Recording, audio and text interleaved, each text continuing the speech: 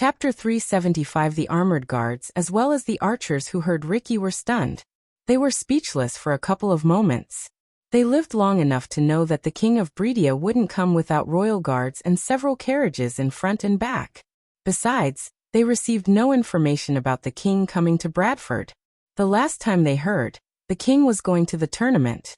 Here, show this to them. Through the gap between Ricky and him, Michael sent the parchment containing King Bredia's seal to Ricky. Michael didn't want to cause any acne by beating the crap out of the gate guards. After all, they were just doing their jobs. Although Michael knew they were just doing their job, he felt the urge to beat them when they were standing in his way. He could feel something is changing inside him. It was a feeling that couldn't be described. Even Spectre and the hitmen of the dark underworld massacred the orphanage Michael loved. Michael didn't torture them. He just killed every single one of them, including the girl he loved who did not inform him about Spectre's plan. Never before he experienced the urge to torture except when he met Calvin. He wanted to torture everyone who betrayed Abras. He wanted to cause chaos. He asked the system about his new feelings, but the system had no answers. Yet Michael could feel something different about him. The guards saw the young man taking a parchment from whoever was inside the carriage. Since the tournament winner celebration was meant to be held tomorrow, they never thought Ghost or any participants would come to Bradford. As far as they were concerned, the two carriages that have the flag of the Sunrise sect were occupied by the guests of the sect. Ricky jumped down from the carriage while keeping the parchment under his fur coat to prevent the rain from drenching it. Who knows how to read? Ricky asked as the guards looked at each other. Finally, an archer from the wall slid down from the ladder to come to them. Among the 12 guards in the vicinity, only one seemed to know how to read. Ricky wasn't surprised though. It was not a requirement for a soldier to know how to read or write. Education was for the nobles and the rich. If it wasn't for Ghost's strict order to learn how to read or write, Ricky would have been just like them, illiterate. Here, Ricky handed over the parchment to the archer. The armored guards were staring at the archer and the parchment in his hand. They might be illiterate, but they could tell the parchment definitely came from a royal or noble. Seeing the quality of the parchment, the archer opened the parchment carefully to read the content. There weren't even minutes passed by when the archer's hands shivered as his eyes wide opened as though they were about to pop out from their sockets. "What is it?" the other guards asked. Instead of answering, the archer swallowed a mouthful of saliva. Bradford has become a kingdom." The archer's voice trembled. And the archer stuttered. "What?" the other armored guards asked the archer after a few moments of silence. Only the sound of heavy downpour filled the area. The soldiers couldn't believe the archer. Ricky couldn't see the expressions on their faces, but he could guess they were completely stunned using the silence. "Our new king," the archer kept stammering. All the soldiers had to wait for the archer to utter the name of their new king. "Is Ghost of River Town," as though the skies were waiting for the archer to utter these words. The moment he said the name, the thunderclaps reverberated through the city. "What you are holding is the king's decree, and in one of your new king's hands. My first order to is open the damn gates for your king, His Majesty Ghost." The armored guards looked at each other. "Open the gates," the archer said. His look on Ricky completely changed. Each soldier had several questions running in their mind. The soldiers slowly opened the giant wooden gates to reveal the town of Bradford. With a swift jump, Ricky landed back on the carriage. After spending time as Ghost's subordinate, Ricky picked some of Ghost's attitudes. He even started to wear full black clothes like Ghost. As the carriage slowly moved forward, Michael looked at the town through the window. The streets were empty as Michael saw not a single soul on the roads. However, he could see the eyes looking at the carriage from inside the building. When Michael looked at the sky above the town, he noticed several figures in complete golden armor flying away from the town. "Holy guards," Michael mumbled under his breath. Although the church had not intervened in his life as much as the Guardians, they were still a threat. He had been trying to establish a connection with the church to see if he could make them his ally. If they were his ally, he could spy on them, learn valuable information and turn them against the Guardians. The others, including Ricky, thought Michael had forgotten Jack since he doesn't talk about Jack or his death. In truth, Michael had never even visited Jack's grave, not even once. Gaia took care of Jack's family. They were millionaires now as Gaia gave 1,000,000 gold coins to their family, as well as promised to take care of them and their bloodline. The Guardians would pay for Jack's death. Everyone involved in Jack's death would pay the price with their lives. It seems like the Baron and the Guardians ordered a lockdown, Your Majesty. But why are there no guards on the streets? Ricky asked while looking around the town. Like most of the towns or cities in this world, Bradford was also divided into 3 parts. Commoners lived in the outer part of the town. This part also contained shops such as smithy, bakery, and miscellaneous stores. The middle part of the town had lesser nobles who were either declined noble families or branch families of main nobles' families and rich merchants. If one wanted to find a jewelry store or a bank, they should look for them in the middle part. Only the ruler, royal family, and prominent noble families lived in the center. It was the richest part of any town or city. Although the difference between the town parts was not as drastic as royal land or the capital of Breedia, Michael could see the buildings look majestic as they moved towards the center. The last time he visited Bradford, he wanted to open up a shop in Bradford. Unfortunately, Jane Totonk met him in the alchemy store in the middle part of the city. If she hadn't met him that day, she would have been alive. As the Pegasi galloped towards the center, Michael vaguely saw what might be the Baron's manor in the distance through the window. There were several guards in full plate armor patrolling the surrounding area. The structure, as well as the atmosphere of the manor, reminded Michael of Ham House in England. He wondered how this world has so many similarities with Earth. Inside the Baron's manor, Baron Totonk lay on his throne with a large ale bottle in his hand. There were several ale bottles lying around him. The walls of the throne hall were void of any paintings, but there were signs of paintings hung on the wall before. Only a group of fluffy armored soldiers as well as an old man with a long gray beard remained by the Baron's side. The old man had a wooden staff that had an orb of fire hovering atop. "Lord Totonk, what should we do with them?" the old man asked, looking at the 3 figures kneeling in the hall. All 3 figures had their hands tied and heads covered with brown sacks. The brown sacks were soaked in blood. Our spies informed that their families have contacted the Guardians and they are bringing them here. "Did they tell you something?" Baron Totonk asked in a grumpy voice. His eyes were bloodshot. He reeked of alcohol and piss. The noble-looking Baron Totonk they served was nowhere to be found. After Jane's death, the Baron had become a new man. "Unfortunately no, my lord. They seem to know nothing about Miss Jane's demise." "Humph, demise? It was a fucking murder," the Baron snickered before smashing the ale bottle on the throne. "I don't care if I have to burn this entire fucking barony to find who killed her." Baron Totonk clumsily walked towards the 3 nobles kneeling on the ground. "Lucifer Goosifer horseshit. It wasn't the devil who killed her, it was someone in this fucking barony.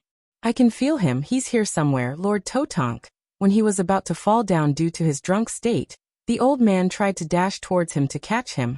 "I'm fine," the Baron raised his hand, stopping the old man in his path. "Unlike my baby." Tears began to roll out of the Baron's eyes. Seeing a grown man cry like a baby made the soldiers feel a heaviness in their hearts. The Baron may have gone crazy since Jane died, but the soldiers never left the Baron's side. The Baron was a good man. They never thought such tragedy would fall on him. Although Jane was a spoiled brat, she didn't deserve such gruesome death. Even the seasoned warriors felt nauseous seeing her mutilated body. Since these 3 doesn't know anything, the Baron stood a few inches away from the 3 nobles. "They can go to hell." Baron immediately drew his dagger out as the nobles let out a muffled cry through the sack. "Stop."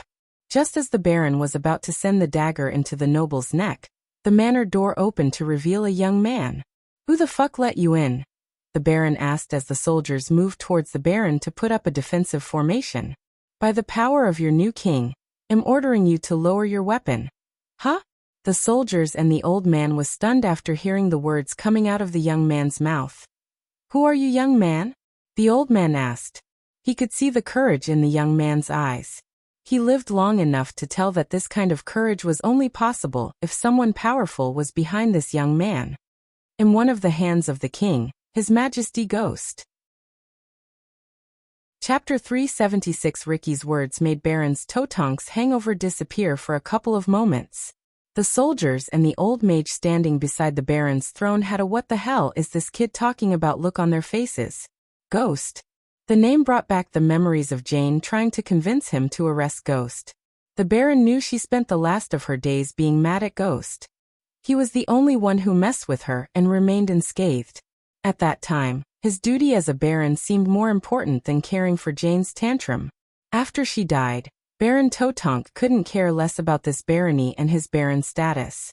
In his drunkard state, his anger shifted from the nobles to Ghost.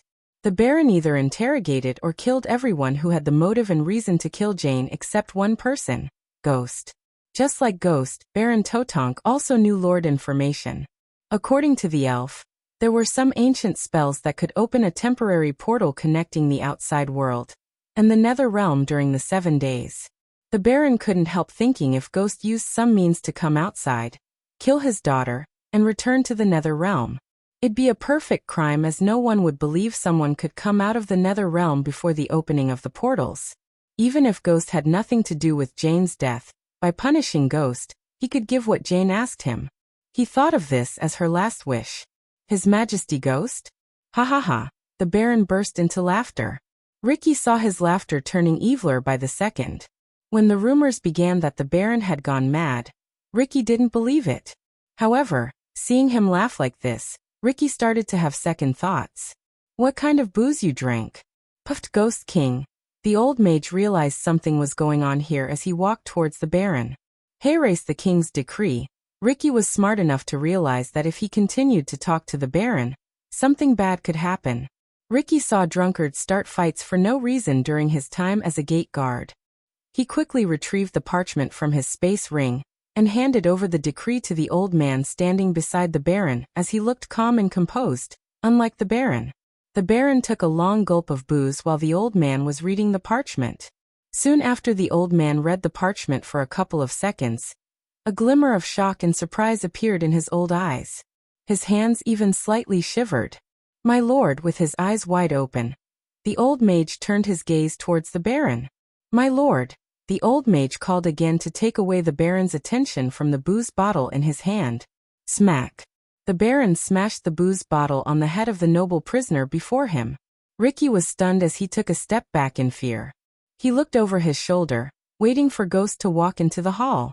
Ricky kinda started to regret coming here alone.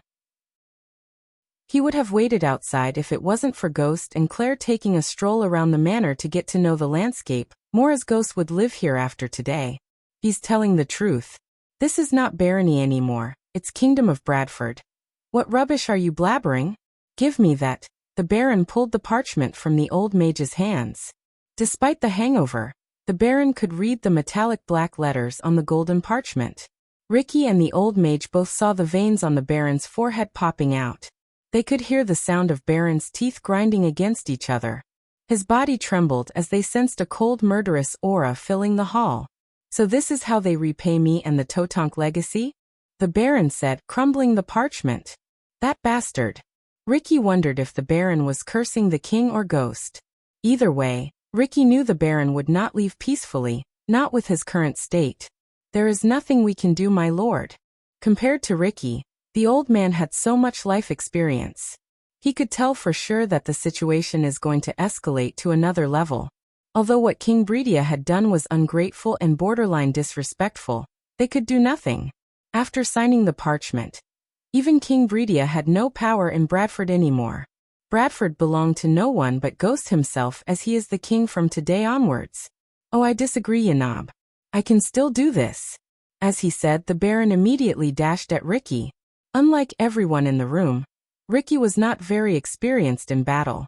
His reflex and reaction time was way slower, as Ricky didn't even realize what just happened until he got lifted up by his neck. Ricky felt the grab around his neck getting tightened. He started to struggle to breathe. My lord Yanab, the old mage tried to stop the Baron but was stopped in his path by a death glare came for the Baron. Let him go, Baron. Suddenly a melodic voice reverberated through the throne hall. Although Ricky sighed in relief, he wanted the Baron to let him go so he could breathe. The Baron and everyone saw a girl with golden hair gracefully walking towards them. Her eyes contained a sliver of anger. Sect leader Claire. Yanab recognized the girl. It has been almost 2 years since Yanab has seen Claire. She didn't seem like the girl he saw 2 years ago. Let Ricky go before he comes here, Baron. Claire came to stand beside Ricky.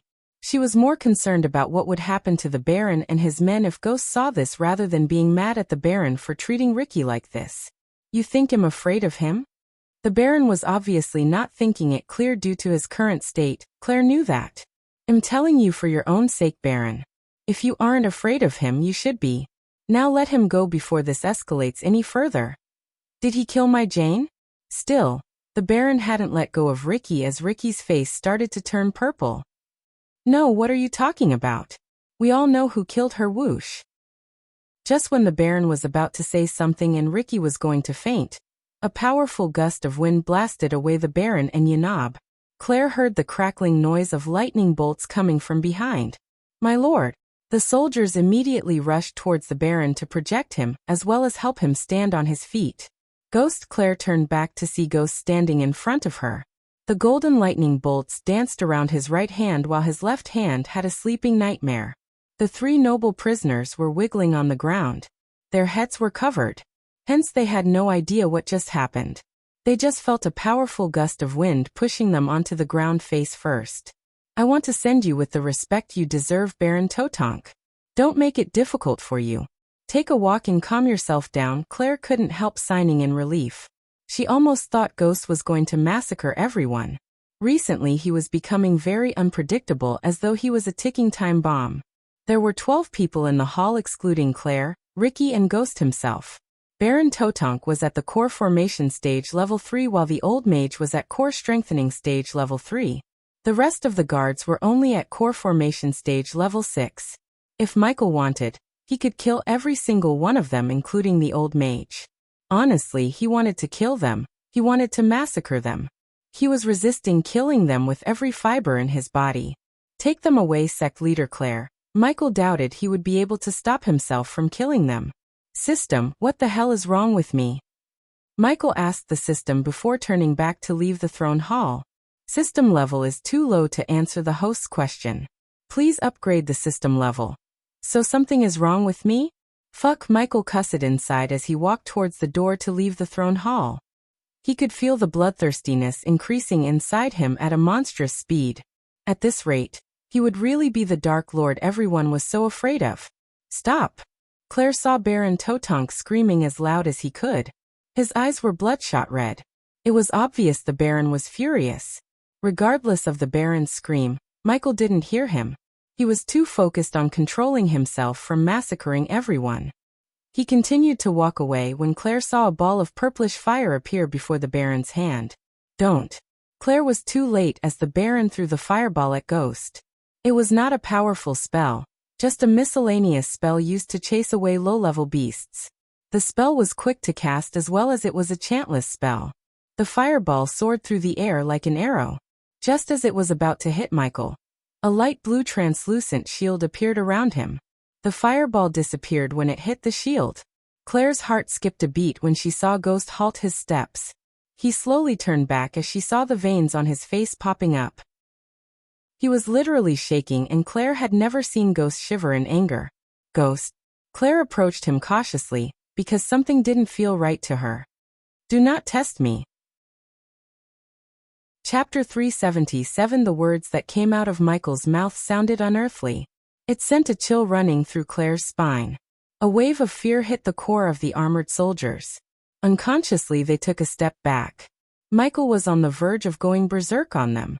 Every being in his body wanted to slaughter them mercilessly. Did you hurt my Jane? Baron Totonk grumbled. You know what? Michael was tired of people accusing him with no evidence. Although he ordered Gaia to kill Jane, there was no evidence that tied the murder to him. He knew even if he hadn't done anything to Jane, these people would have accused him anyway. Everyone stared at Michael's face to see what he was going to tell. He took a few steps forward as Claire's heartbeat continued to rise. I don't give a. He breathed between every word. He was battling with himself to block the thrust for chaos. Arg! Suddenly Michael growled in pain. He lowered his head as he placed Nightmare on the ground. Yawn. The little dragon slowly opened his eyes while yawning. Claire and Ricky saw the side of his face while the Baron and his men could only see the top of his head. They could vaguely hear him mumble something under his breath. Give what? The Baron asked, gritting his teeth. His grief and booze he drank made him lose all the reasons. Give a fuck about what happened to that bitch. His words stunned the Baron. It took the Baron a couple of seconds to sink in what he just said. Michael's voice became more animalistic. It was unearthly. When the words finally reached the Baron's head, he stomped the ground in anger. Shit, something's wrong with Ghosty. Abruptly the door to the throne hall shut closed with a loud bang. After the door shut closed, suddenly the curtains covering the windows also began violently fluttering in the wind. The wind was so powerful that it forced Nightmare and Claire to step backward. Claire wasn't worried about Ghost but worried about the soldiers and the Baron. Regardless of the sudden darkness that enveloped the throne hall, she walked towards Ghost to calm him down. Claire, let's go. As she walked closer to Ghost, she heard his words. The violent wind somewhat calmed down. Noticing he addressed Claire with no title, she knew something was wrong. She wanted to take him away from the soldiers and the Baron. His voice sounded normal rather than animalistic as before. Ricky, we are leaving. Claire ignored the Baron, ordering Ricky to leave the throne hall before Ghost did something that everyone would regret later. She even doubted they would be alive to regret their decision to mess with him. I'm gonna rip that tongue out, bastard. Baron Totonk trembled in anger before leaping into the air. A gigantic war hammer-plated silver materialized in the Baron's hands in the midair. Moonwave. Claire stomped the ground, turning back. She pointed her finger at the Baron as a sparkling crescent-shaped wave shot out of her fingers. The blade gradually became wider and bigger as they flew towards the Baron. Before the Baron could react to the crescent blade, the wave hit the Baron and sent him flying backward as though he was a kite without an anchor in the storm. Except for the old mage Yanab, the soldiers didn't see what just happened. Claire's movements were lightning fast. Back off. Claire stomped the ground once again as the ground split open. The cracks formed until they reached the feet of the soldiers. Yanab was pleasantly surprised by Claire. She seemed to be at the peak of core formation. The old man wanted the Baron to accept their fate and move on, but he saw the Baron stand up with shelved hair, trembling in anger. A battle was inevitable, Yanab knew. What are you morons looking at? Kill them. Nightmare flapped his wing to appear before Claire. He immediately transformed himself. The soldiers shivered seeing an 8-foot dragon staring at them with puffs of smoke coming out of its nostrils. Nightmare's crimson scales began to glow in bright orange. Baron, you really don't want to do this. I can hang you for disrespecting your king. Claire glanced at Michael to let them know who he is now to them. He was still showing his back to them. You stupid idiots. Once again, Michael's animalistic voice echoed through the throne hall. You wish for death so bad. The violent stormy wind returned. The howling sound of the wind gave an ominous feeling. Ghost. Claire tried to touch his shoulder as he finally looked up, showing his face. When he turned around, Claire's heart skipped a beat. She felt a chill running through her spine. Unconsciously she stepped back and so did Ricky. There was no white in his eyes anymore, except for his pupils. Everything turned pitch black. His pupils were fiery red, like a demon. Lightning bolts began to form around his arms as he walked towards Baron Totonk. He may have become a king, but the soldiers and Yanab's instincts to protect their lord kicked in. Regardless of a dragon standing before them, they rushed towards the Baron. Ghost, stop. Claire dashed at Michael when he was just a couple of meters away from the Baron. Don't. Claire heard his cold beastly voice before getting blasted by an invisible force. Mary! Nightmare shouted when Claire was sent flying by Ghost. With a flap of his wing he dashed at Claire. However, the force that hit Claire was far greater than anyone could imagine. She hit the wall, creating a loud thud before falling down to the ground unconscious. Michael seemed to give no shit about what happened to Claire. He continued to walk towards the Baron. Hallowing bolt. Yanab immediately pointed his staff at Michael as a bolt of purple energy blast shot out of the staff. The responsive shield immediately appeared to absorb the blast, but since Yanab was at core strengthening stage level 3, it couldn't completely absorb the attack. The remaining force hit Michael, sending him sliding away from the Baron. I will grant your wish. His pupils glowed brighter while the golden lightning bolts dancing around his arm became thicker. They produced constant crackling noises of electricity. The bolts of lightning coiled around his arm like hundreds of tiny snakes. The entire throne hall became darker. Regardless of the daylight outside, it was like evening inside the throne hall. Ignitia! Michael raised his arm as a bolt of powerful lightning bolt fired out of his arm towards Yanab. The death range enhanced his power exponentially. Before Yanab finished casting a defense spell, the bolt of light reached him. If it wasn't for the old man's quick reflex to leap just in time, he would have had a hole in his chest. "Protect Lord Totonk!" one of the loyal soldiers shouted before dashing at Michael with his sword held high. Ricky couldn't help shivering looking at the soldier running towards Michael. Ricky saw Ghost remaining there without even moving an inch.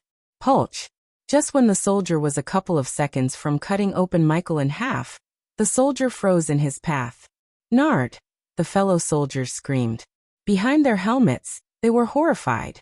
A hand was sticking out of Nard's metal-covered behind. The hand had a red oozing blop in its hand. Ricky's face turned pale as he realized the oozing blop in Ghost's hand was nothing but a human heart. The heart was still beating in his hand, but it was soon crushed into a paste by Ghost. Ricky immediately threw up. When Michael retrieved his hand, the soldier collapsed onto the ground. Looking at Ghost staring at them with blood dripping down to the ground from his hand, a dread hit the core of the soldiers. Still, they were surrounding the Baron and waiting for Yanab to help them. If anyone could help them, it was their court mage. "Anyone who stands in my way." A devilish grin slowly emerged on Ghost's face. It was not a smile that radiated warmth. On the contrary, it was a smile that created a tingling sensation in their spines in fear. Ignitia! Just when Yanab was casting another spell, Michael sent another lightning bolt. He didn't even look at Yanab, he just raised his hand while keeping eye contact with their soldiers. Yet again Yanab dashed out of the lightning bolt's trajectory. Currently, there were 9 fully armored soldiers surrounding the Baron. Even for someone at the core formation level 10, 9 fully armored soldiers as well as a core strengthening stage mage was a huge threat, but not for Michael. The death range was cast by him without his command. It catapulted his overall strength to core strengthening stage level 6. One step at a time, Michael walked towards the soldiers. He kept tilting his head left and right while grinning. Chaos Blade, Savagery of Strength. 2 soldiers simultaneously cast spells that boosted their strength. They dashed at Michael. One soldier's metal armor began to glow in bright golden color, while the other one became bulkier like the Hulk. They dashed at Michael from both sides. Michael grabbed the sword in one soldier's hand while grabbing the bulkier soldier by his neck. Before the two of them could wiggle, Michael simply snapped the bulkier soldier's neck. The bulkier soldier collapsed onto the floor with a thud sound. The soldier struggled to release the sword from Ghost's hand, yet he couldn't even move his sword an inch. The other soldiers wanted to join the fight, but they couldn't leave the Baron unprotected. Hence, they saw Ghost pull the sword from their college's hand like taking candy from a child's hand. Cling. As Michael took the sword, he snapped the sword in half. Pulch. Pulch. Pulch. Pulch. Pulch. Pulch. The soldier tried to dash backward, but he was too late. Michael plunged the broken arrow directly into the soldier's shoulder through the metal armor. Without showing a shred of mercy, Michael kept rapidly stabbing the soldier, until the soldier's lifeless body fell onto the ground. However, his brutality didn't stop at that. He stomped the soldier on the chest, crushing his chest. Death and chaos, it's so beautiful. Yesterday I wanted to release 2 chapters, but this chapter wasn't up to the usual standards. So I deleted the entire chapter and rewritten it so the chapter will be worth your time and money. Sorry for not keeping my word. Chapter 378. Mary, open your eyes. Nightmare shrunk himself. He rubbed Claire's face with his hand to wake her up. Ricky was staring at Ghost rip the hand off of a soldier, and beating another one to death with the bloody hand. He couldn't see the brutality anymore as he turned his head towards sect leader Claire. There was a hole in the wall where she hit before falling onto the ground. Fiery frenzy. While Michael was busy stopping a soldier to death, Yanab screamed, casting a powerful fire spell. Immediately a stream of lava shot towards Michael from his staff. Humph! His crimson red landed on Yanab. The old mage felt a chill. He could feel his soul shudder in fear. The soldiers saw Ghost standing there without even moving an inch. In a few seconds, the lava stream hit his body, but weirdly the stream went through him. Only then did they realize it was an afterimage as the figure of Ghost faded into thin air. They quickly moved closer to the Baron. He was still trying to push them away and fight Ghost himself, but the soldiers were manhandling the Baron to protect him. Suddenly Yanob's instincts kicked in as he felt someone's behind him. He tried to dash away, but a hand grabbed him by the back of his neck. Yanob opened his mouth to cast a quick spell, but another hand closed his mouth. "You should have left when you had the chance," Yanob heard Ghost's voice. It didn't sound like the voice of any human. It was something different, cold, murderous and bone-chilling. "Now you are going to die." "No." The Baron screamed at Yanob, but it was too late for Yanob. His head exploded into nothing but red mist. "Lord Yanob." The soldiers couldn't believe he killed Yanob. Yanob was the most powerful mage in Bradford. He studied with the royal court mage of royal land himself. The old man settled in Bradford to live his old age in peace, yet because of the Baron, he died a horrible death. 2 decades ago when the Baron was a young man, he saved Yanob from a beast attack. The two of them become like father and son. Hence Yanob loved Jane as his own granddaughter. Hence when he heard she was murdered by Lucifer, he immediately came to Bradford. Yanob always had the feeling that the Baron was in danger. That was why he stayed by his side ever since Jane died. Also, the old man wanted to find who killed Jane. "Shit, quick, escort his lord outside the manor. We will hold him off." 2 soldiers came forward while the rest of them grabbed and rushed towards the door. Too late, as they heard his voice, the soldiers saw him disappear from Yanob's headless body. In a blink of an eye, he appeared on their path. "Let me go, I will kill him." The Baron tried to wiggle out of the defense formation. "Ghosty, stop. Let them go." Nightmare shouted at Michael to stop him from massacring the soldiers. Unlike the Baron who tried to kill him, the soldiers did nothing but their job. They were innocents and they did not deserve such brutal death. "I will let them go." The soldiers couldn't help sighing in relief. For a moment, they really thought the dragon saved them all. However, when they heard his next words, they were horrified. "To hell." The lightning bolts gradually disappeared as the dark crimson-red flame coiled around his arms. They moved around his arms as though they were tiny snakes. Nightmare noticed he was casting spells without uttering the name of the spells. Until one reaches the fusion stage, they wouldn't be able to perform chantless spells, yet he was using spells without casting them. Moreover, the lightning bolts and now the flame seemed like they were being manipulated to his will instead of the cast using arch energy. If someone from the Sky Hall saw Michael, they would be speechless. No one in the world except some higher-ups knew about the existence of ancient gods. Elemental manipulation was the power wielded by the ancient god themselves. No mortal could even grasp the basics of elemental manipulations, yet Ghost controlled 2 elements. Lightning and fire. "Go. We will buy you as much time as we can."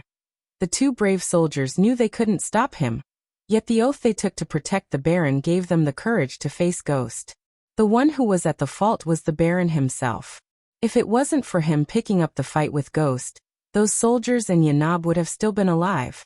For the Baron. For the Baron. The 2 soldiers dashed at Michael, letting out a loud battle cry. Nightmare flapped his wing to dash at Michael before he could kill the 2 soldiers.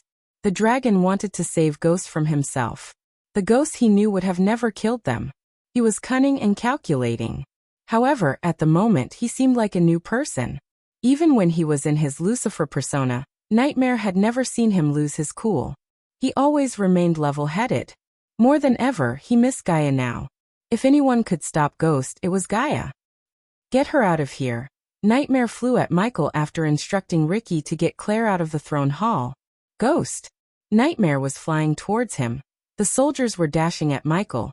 The soldiers were escorting the Baron towards the door, and Ricky was taking Claire away from Ghost. Everything seemed like it was happening in slow motion to Michael. He never felt this strong before. Those soldiers and everyone in the room seemed so puny. "Feel like barbecue," as Michael grinned.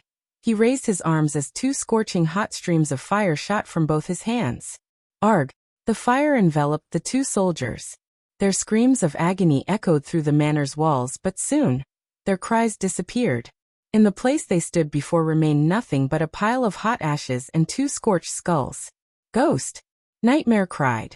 Just as the dragon was about to reach him, he turned his gaze to look at Nightmare. Seeing the crimson red eyes staring at him, Nightmare felt a chill. In the corner of his eyes, Nightmare saw finally Ricky leave the hall with Claire. He felt somewhat relieved in his heart. But the moment the door shut behind Ricky, the entire hall turned dark. Only Michael's red eyes and Nightmare's glowing crimson scales could be seen in the hall. Regardless of the sudden blackout, Nightmare could see Michael's figure. He was getting taller and bulkier. Suddenly a bright white light flashed across Nightmare's face. The light made him close his eyes, and when he opened his eyes, he was lying on the bed in Lucifer's underground mansion in the dark forest. Back at the Baron's manor, Baron Totonk heard his soldiers cry in agony. The sound of bone and metal crunching lessened his hangover. The darkness in the hall coupled with what he saw made the Baron feel a tingling fear in his heart. "Fucker!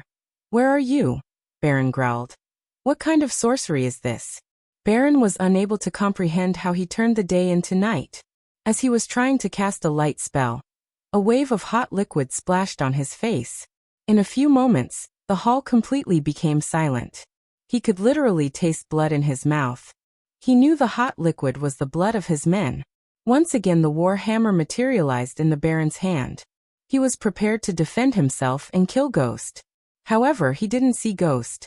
Instead, he vaguely saw the red glowing eyes moving away from him. The warhammer radiated a faint light that enabled the Baron to vaguely see Ghost standing before the three noble prisoners. He could hear the nobles mumble, but soon he heard the sound of a dagger slicing through flesh and blood. The Baron continued to see the red glowing eyes moving around the hall, as though Ghost was looking for something. "Fucker. Face me like a man? Tisk tisk. Am not a man." The Baron heard his voice coming from all directions. He couldn't pinpoint where he was talking from. The Baron started to wave his warhammer all around, hoping to hit Ghost. "I am much, much more than just a man." The Baron swung his warhammer violently, turning behind as he heard Ghost talk from behind. "Let's talk about what a failure of a man you are." Baron heard Ghost snicker. "You were searching and punishing whoever might have killed your daughter. ERGH. Baron swung his warhammer yet again in the dark. "She died because of your incompetence.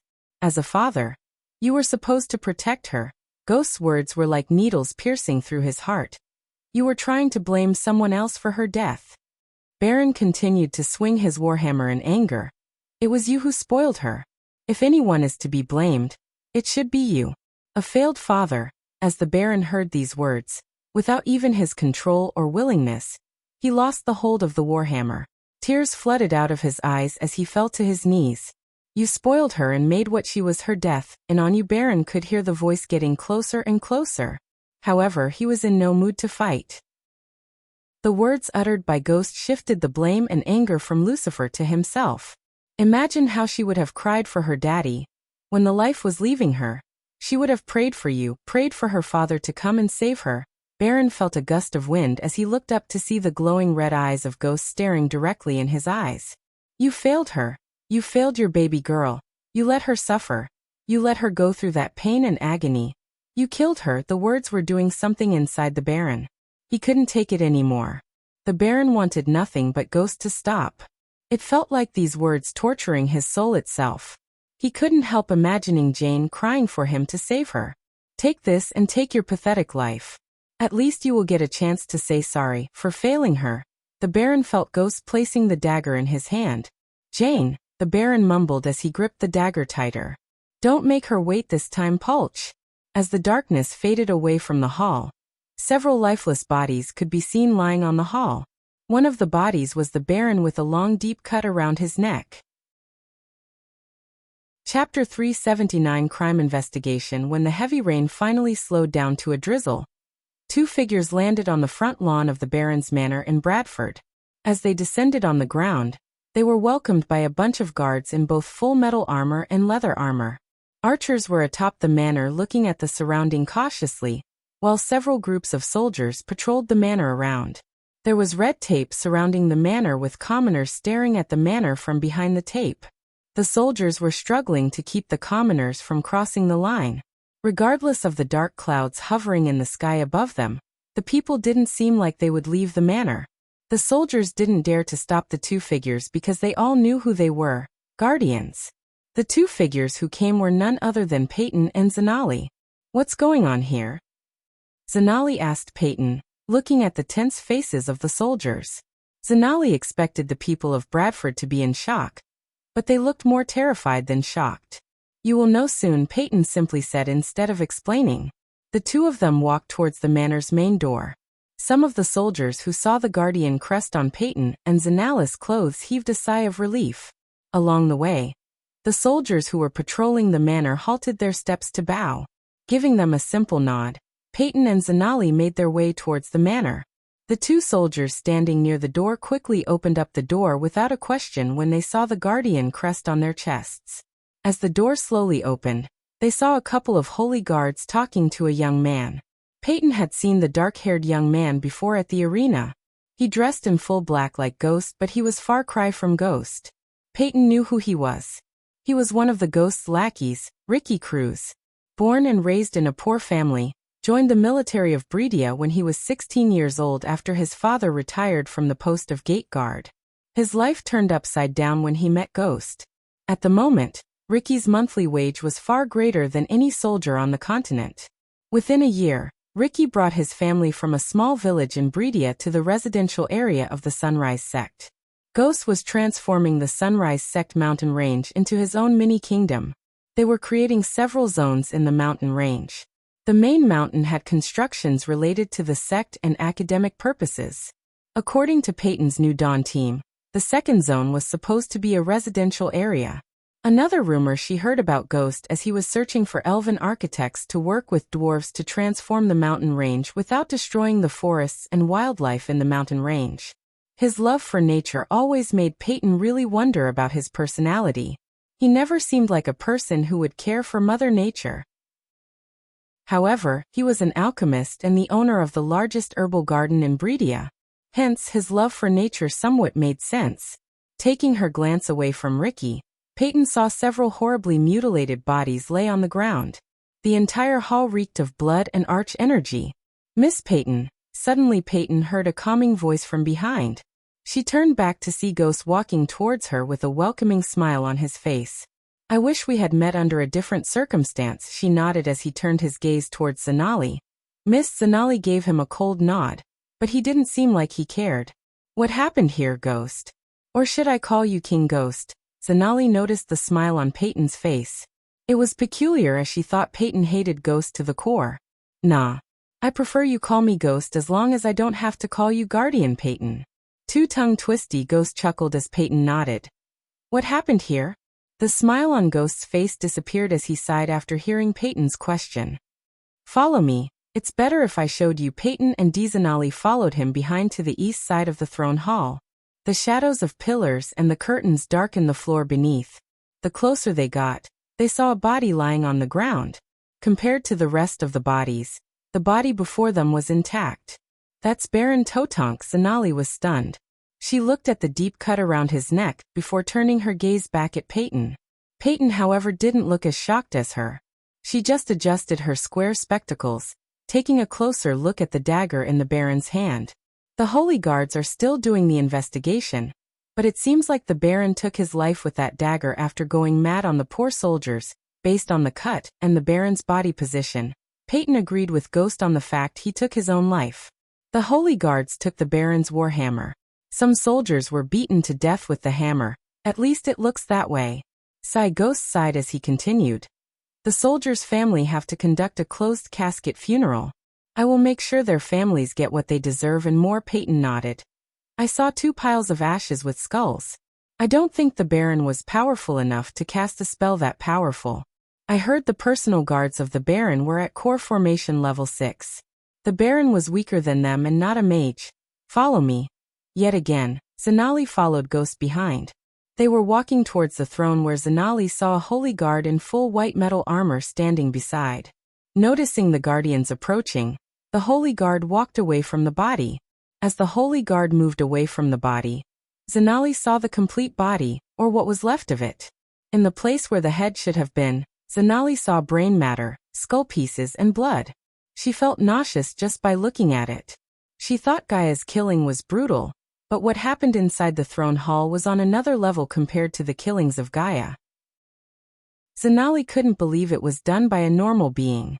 It seemed like something much worse stormed into the hall, and massacred them without a shred of mercy. Their bodies were mutilated. She doubted even Ghost was capable of such violence. Ugh, Peyton whistled as she took a look at the staff in the mage's hands.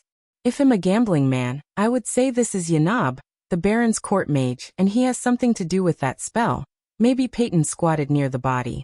She studied the body for a few moments before turning her gaze to look at the two piles of ashes. Meanwhile, Zanali and Ghost patiently stared at Peyton. It depends on how powerful the spell was, but the distance makes sense. Of course it does, Michael thought. He was not a hitman in this world as he used to be, but that didn't mean he forgot how to erase the evidence and create new ones to throw the authorities off. It took him half an hour to rearrange the bodies and set up a new crime scene.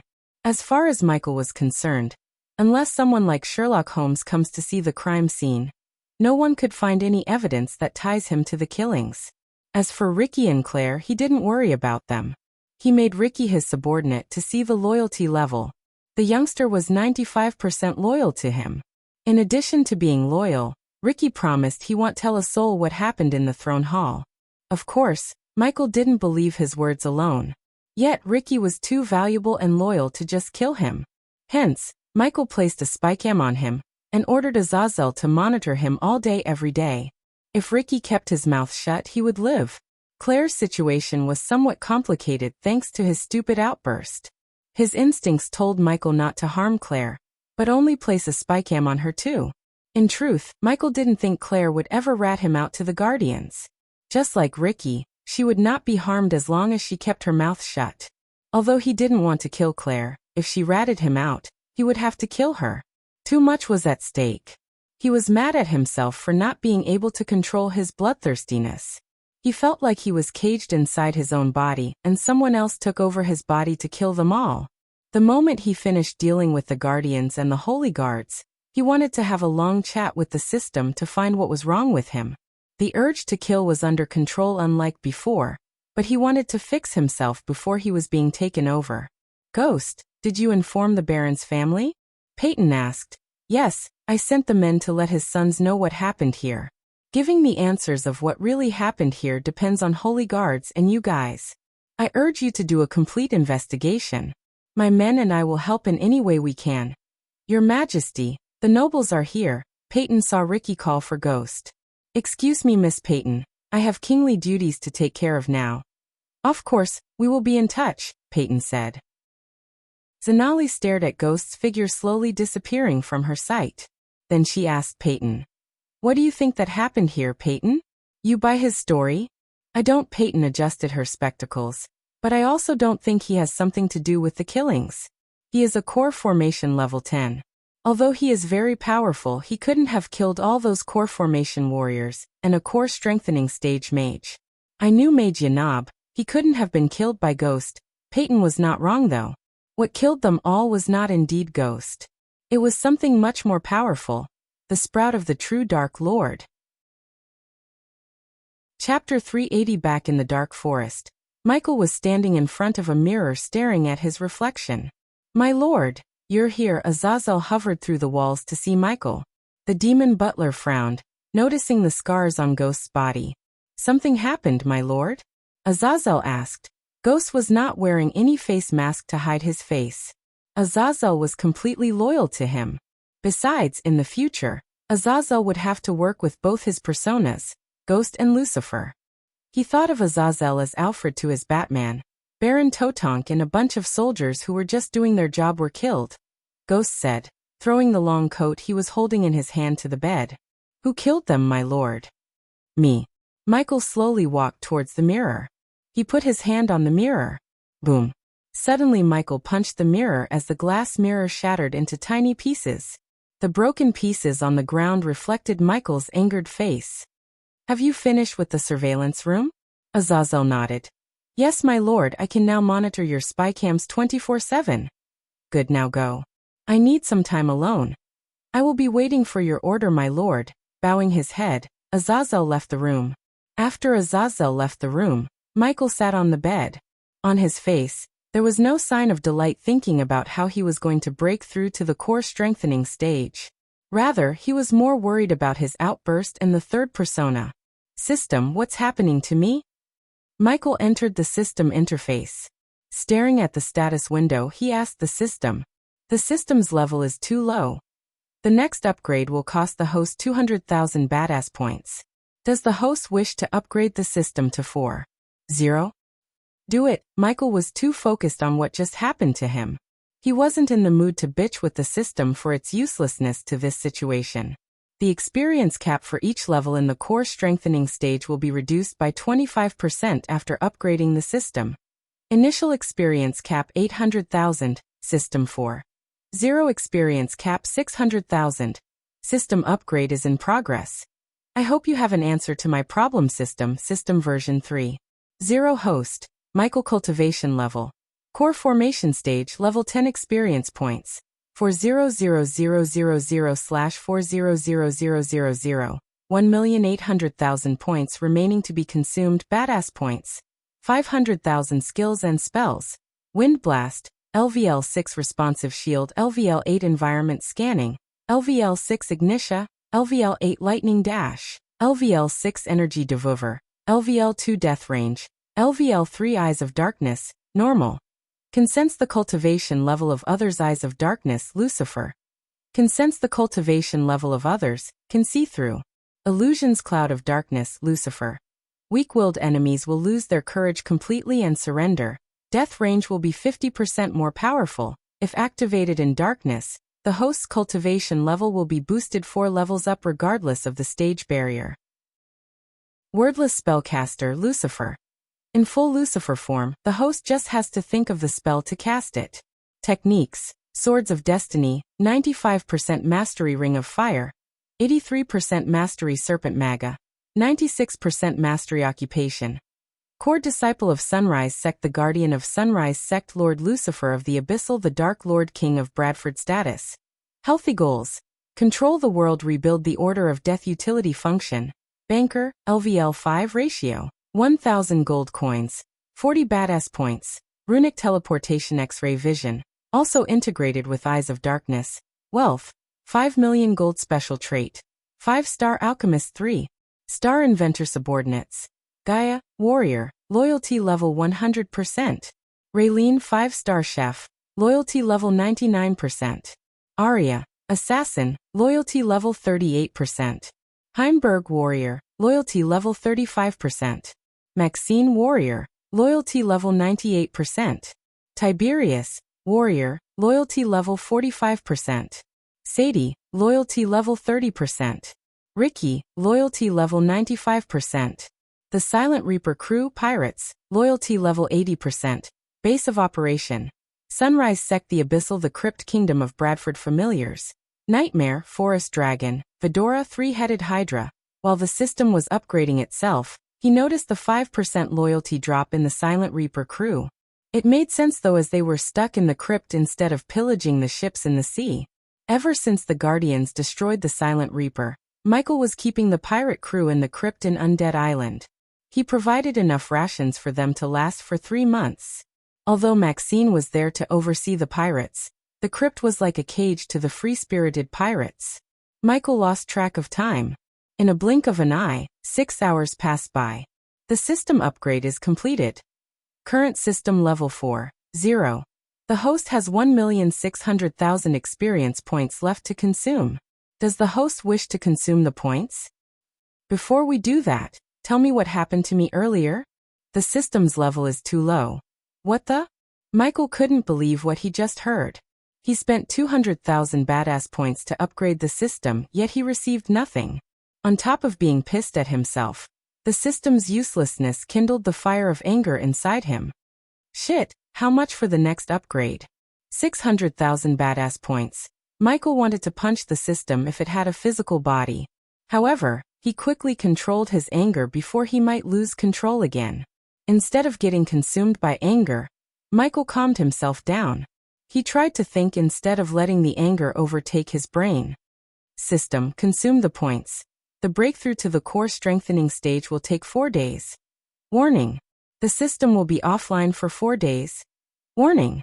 The host will be in an unconscious state for 4 days. The system will notice the host if the host was in danger. Do it. Michael wasn't worried about his safety as he was in the dark forest. Besides, he let the elders handle the meeting with the nobles in Bradford. His top priority now was to get stronger and find a cure for his new problem of losing control of his mind. Congratulations to the host for reaching the next stage, the core strengthening stage. Congratulations to the host for leveling up. The current level is core for strengthening stage level 1. Congratulations to the host for leveling up. The current level is core for strengthening stage level 2. Congratulations to the host for leveling up. The current level is core for strengthening stage level 3. Unlike before, Michael received neither gifts nor special items from the system for upgrading it to the next level, or reaching the core strengthening stage. For others, Michael was cultivating in a heaven-defying speed. But for him, he was moving at a snail's pace. In a blink of an eye, for days had passed. Slowly, Michael felt the control of his body returning to him. His consciousness returned as he slowly opened his eyes. In Ghost Persona, the host is undefeatable to anyone under core strengthening stage level 5. In Complete Lucifer Persona, the host is undefeatable to anyone under core strengthening stage level 7. When he activates the Cloud of Darkness and Eyes of Darkness, his Lucifer form would be completed. In that complete form, if he activated the death range in the darkness, his power would be boosted 4 levels higher. Hence he would be undefeatable to anyone at or under core strengthening stage level 7. I must find an answer to my problem, Michael mumbled to himself. Do I suffer from multiple personalities? It can't be. I created Lucifer to dominate the world, but people had been expecting me for thousands of years. Michael did not even leave the bed as he began to ponder. Only thing that makes me different from the young masters like Noah is my ability to keep myself calm. I cannot lose my reasoning ever again. I need to fix myself, but where do I search for answers to my problem? He missed Gaia now more than ever. I said. No, rather he said that death and chaos are so beautiful. Michael remembered what he said during the massacre. If he could find out about the persona's characteristics, he might be able to find some answer, at least he thought. What if that's the Dark Lord the Guardians were afraid of? That's who I'm gonna be in the future? No, no one controls my fate except me. Michael took a deep breath. An unwavering resolution emerged in his eyes. His feet touched the ground as he cracked his neck. Who am I kidding? That was me, more powerful. He remembered how powerful he felt when slaughtering the guards. Although he felt pity for them, he had to admit that he was frickin' powerful. Even Yanab, a core strengthening stage mage, was so powerless against him. If I could control myself in that form. Michael snickered. My lord Michi, as train of thoughts was interrupted by Azazel's voice. He heard the demon butler's voice coming from the other side of the walls. Come on in, Azazel. The demon butler floated towards him. What is it? As he asked, Michael took a new set of black long coats and turtlenecks from his space ring. He put them on, adjusting the collars and sleeves before turning his gaze back at Azazel. While you were cultivating here, I received a request to meet you from Lady Maxine from the crypt. Apparently, some pirates have been acting strange. Is that so? I think I have to return to the southern continent. Michael willed the system to equip Lucifer armor as well as change his face using the face mask. My lord, what should I do while you're gone? Azazel asked with utmost respect. Clean up the throne hall. It's time I gather my minions and start the world domination. The tournament arc has finally come to an end with this chapter. From the onwards, we will venture into the new arc. Yes, I heard your concerns about the spirit child and Michael losing his mind. If you're worried about the novel going in a cliché way, it won't. Michael was not perfect, he was far from being perfect. He would have his ups and downs. The next arc will focus on Gaia and Michael's character building as well as some interesting twists. Chapter 381 Inside the Fire Realm. One could see a hot gooey lava river moving in zigzags. If one wasn't careful and greedy, they would mistake the lava river for a river of gold. Through the bubbling lava river, a boat was slowly moving. A girl who had a 3-headed pet on her lap sat on the opposite side of the young man who was rowing the boat. Obviously, it was Gaia, Vidora, and Noah on the boat, as no one else would be crazy enough to choose this route instead of a safer and longer road. Are you absolutely sure there are no fishes in the river? Iag asked, giving Gaia a puppy look. She instead just rolled her eyes. You just ate the last of my cookies." Rather than minding Gaia and the Hydra's quarrel which was going on for days, Noah focused on the surroundings. There was nothing else except for desolate land as far as he could see. Few boulders here and there, and that's it. The sky was as usual red while the air was filled with ash particles. The red and gray combination gave off an eerie feeling to the fire realm. "Fuck, how long it has been since we came here?" Ayag asked. 94 days to be exact. A glimmer of sadness emerged in Gaia's eyes. She looked at the distant horizon thinking about Ghost and Nightmare. She missed the two of them like crazy. Noah could see the sadness in her eyes. In fact, he felt happy for Ghost to find a girl who loves him like Gaia.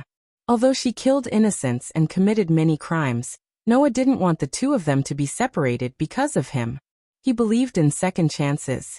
This was Gaia's second chance. They had been in the river for 5 days. Unlike Gaia believed, there were indeed fishes in the river along with dangerous beasts. If it wasn't for the solution Noah applied on the boat, they would have been inside some beast's belly. The solution was provided to him by the Alpha Guardian of Hunter Guardians herself. After rowing for another 5 continuous days, Noah's hands started to ache. Fortunately, Noah turned back to see a couple of burned trees appear in his sight. "Hey," Noah called out to Gaia to bring her back to reality. "That's the entrance." Gaia followed his gaze to see 2 lone trees that had no leaves whatsoever. Even the lightning-struck trees wouldn't look as black and lifeless as those 2 trees. "We can beach the boat there." Gaia pointed at the ash shore. Noah nodded before rowing the boat towards the shore. After beaching the copper boat, Gaia placed Vidora inside her satchel safely. They didn't rush but cautiously walked towards the lone trees. "That's the spot," Noah said. Vidora craned their necks out to look at the spot Noah pointed at. However, they could only see 2 ordinary trees, and they didn't find anything unusual. "What the hell are you talking about?" "There's nothing but burned trees there," Ayag said. "Weird," Kane mumbled. He was suspicious of the 2 lone trees. They seemed out of place. "Try to sense the energy fluctuations, brat. There's a natural formation between the trees." Gaia flicked the head of Ayag. What the heck is a natural formation?" "It's kind of an illusion array, but very different from those made by humans. A natural formation is formed by nature after gathering condensed arch energy for thousands of years. It's a miraculous process, and many know very little about it. Anyone can easily be trapped by it if they don't pay enough attention," Noah explained. His explanation made Ayag frown deeper. "If it's a fucking illusion array, why are you 2 crazy heads heading towards it instead of running away from it?" "I said it's a kind of illusion array. Natural formations also act as a portal to travel around the fire realm." "Oh, then we are gonna finally get the fuck out of this place. Let's go." Ayag changed her opinion lightning quick. She now looked excited to go between the 2 trees unlike a few seconds ago. Noah too couldn't help but sigh in relief, as if he had just seen a light carrying hope. There were many invisible natural defense mechanisms and formations existing within the depths of Fire Realm, and they came to this lava river because of a natural formation. If they could find another natural formation, they would have a chance at the river. After all, the solution couldn't fend off the beast forever. When or if they came out of the river, they were good as dead. "Let's go." Swoosh. Both Gaia and Noah immediately dashed towards the space between the 2 trees. The aura of the natural defense mechanism in this valley was pretty obvious. Even Ayag could sense it as they approached. Its aura was much more powerful compared to the formations they happened to stumble upon. When the 3 of them went through the space between the trees, they disappeared from the desolate valley. The scene in front of them changed dramatically once again. It was a plain gray world in front of them. The eerie and chilly energies within were so much stronger compared to the desolate valley they just came from. A stinking smell filled up the air within the place, extremely unpleasant and pungent. Besides this, black whirlwinds appeared all over the place, and the air blowing across the place was cutting them to the marrow. It also carried a strong corrosive characteristic. "Congratulations, we escaped from the frying pan into the fire," Ayag couldn't help but curse. "Be careful, there is poisonous vapor all over the place." A deadly toxic gas merged with the freezing vapor, causing this poisonous vapor to be formed. "It's a deadly thing that can kill any cultivator," Noah reminded. "Is that so?" Gaia snickered as she walked towards one of the black whirlwinds. Bitch, stop, are you trying to kill us? Iag screamed, trying to stop Gaia from walking towards the poison whirlwinds. Gay reached out to touch the whirlwind. Noah was stunned to see nothing really happen to her. Although Nagas were resistant to most poisons, they were not immune to the poison whirlwinds of Fire Realm. However, nothing happened to Gaia when she touched the poison whirlwind. It should have entered through the finger to her brain and killed her in a few seconds. Since that never happened, there was only one explanation for this. That was Ghost made her immune to the poisons using some legendary potions.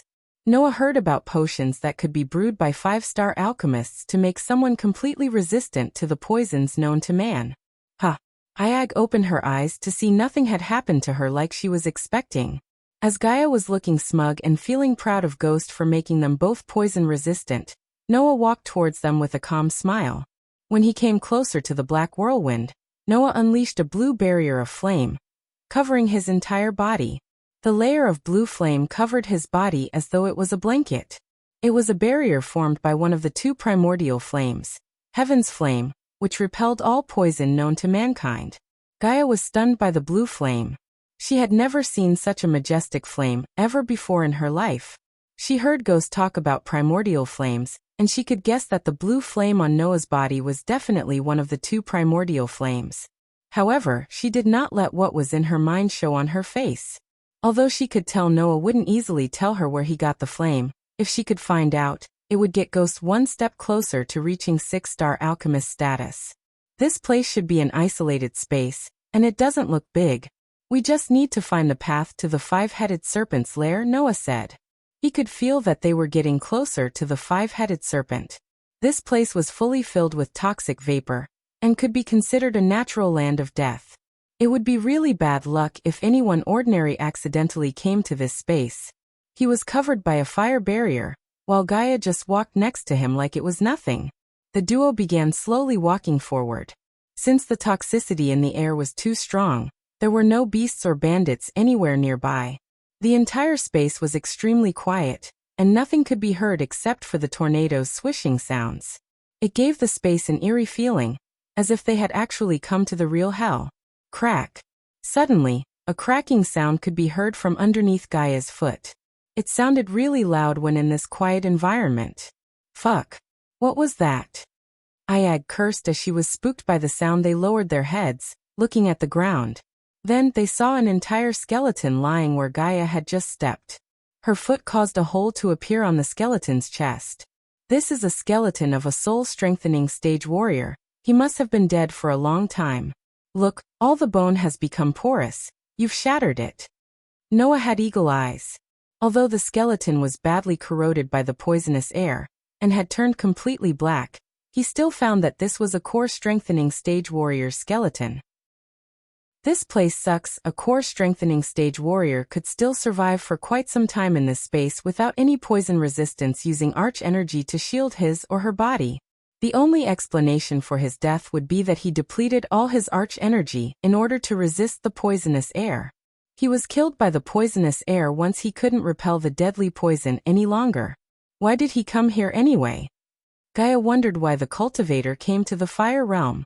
Noah and she were here to hunt down the 5-headed serpent so Noah could save Zanala's stepfather, while she was here to absorb the blood and start her metamorphosis. If it wasn't for the 5-headed serpent, Gaia would have never even thought of coming here. What next? Sarba asked after looking around the place. Move forward until we find the 5-header serpent's trail, Noah smiled. With a determined look in his eyes, he said, just keep moving forward until we find the 5-header serpent's trail. The following journey was completely eventless. They kept bumping into new skeletons along their way, and all these skeletons were once core-strengthening stage warriors. Gaia really wondered why this many core-strengthening stage warriors ventured into the Fire Realm. She even stumbled upon a skeleton of a soul-refining stage warrior.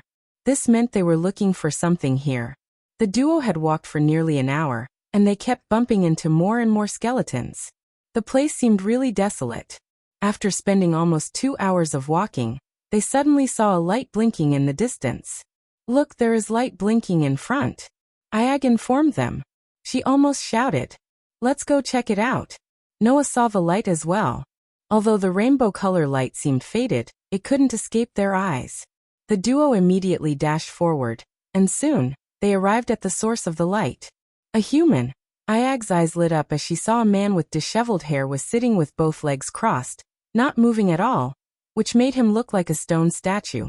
But the weak aura emitting from his body showed that this old man was still alive. Chapter 382. Both Gaia and Noah slowly approached the old man. As if he had heard something, the old man finally raised his head up, slowly. With cloudy eyes he looked at them. Vidora quickly went inside the satchel to hide. An old man, a really old man who was long past his prime.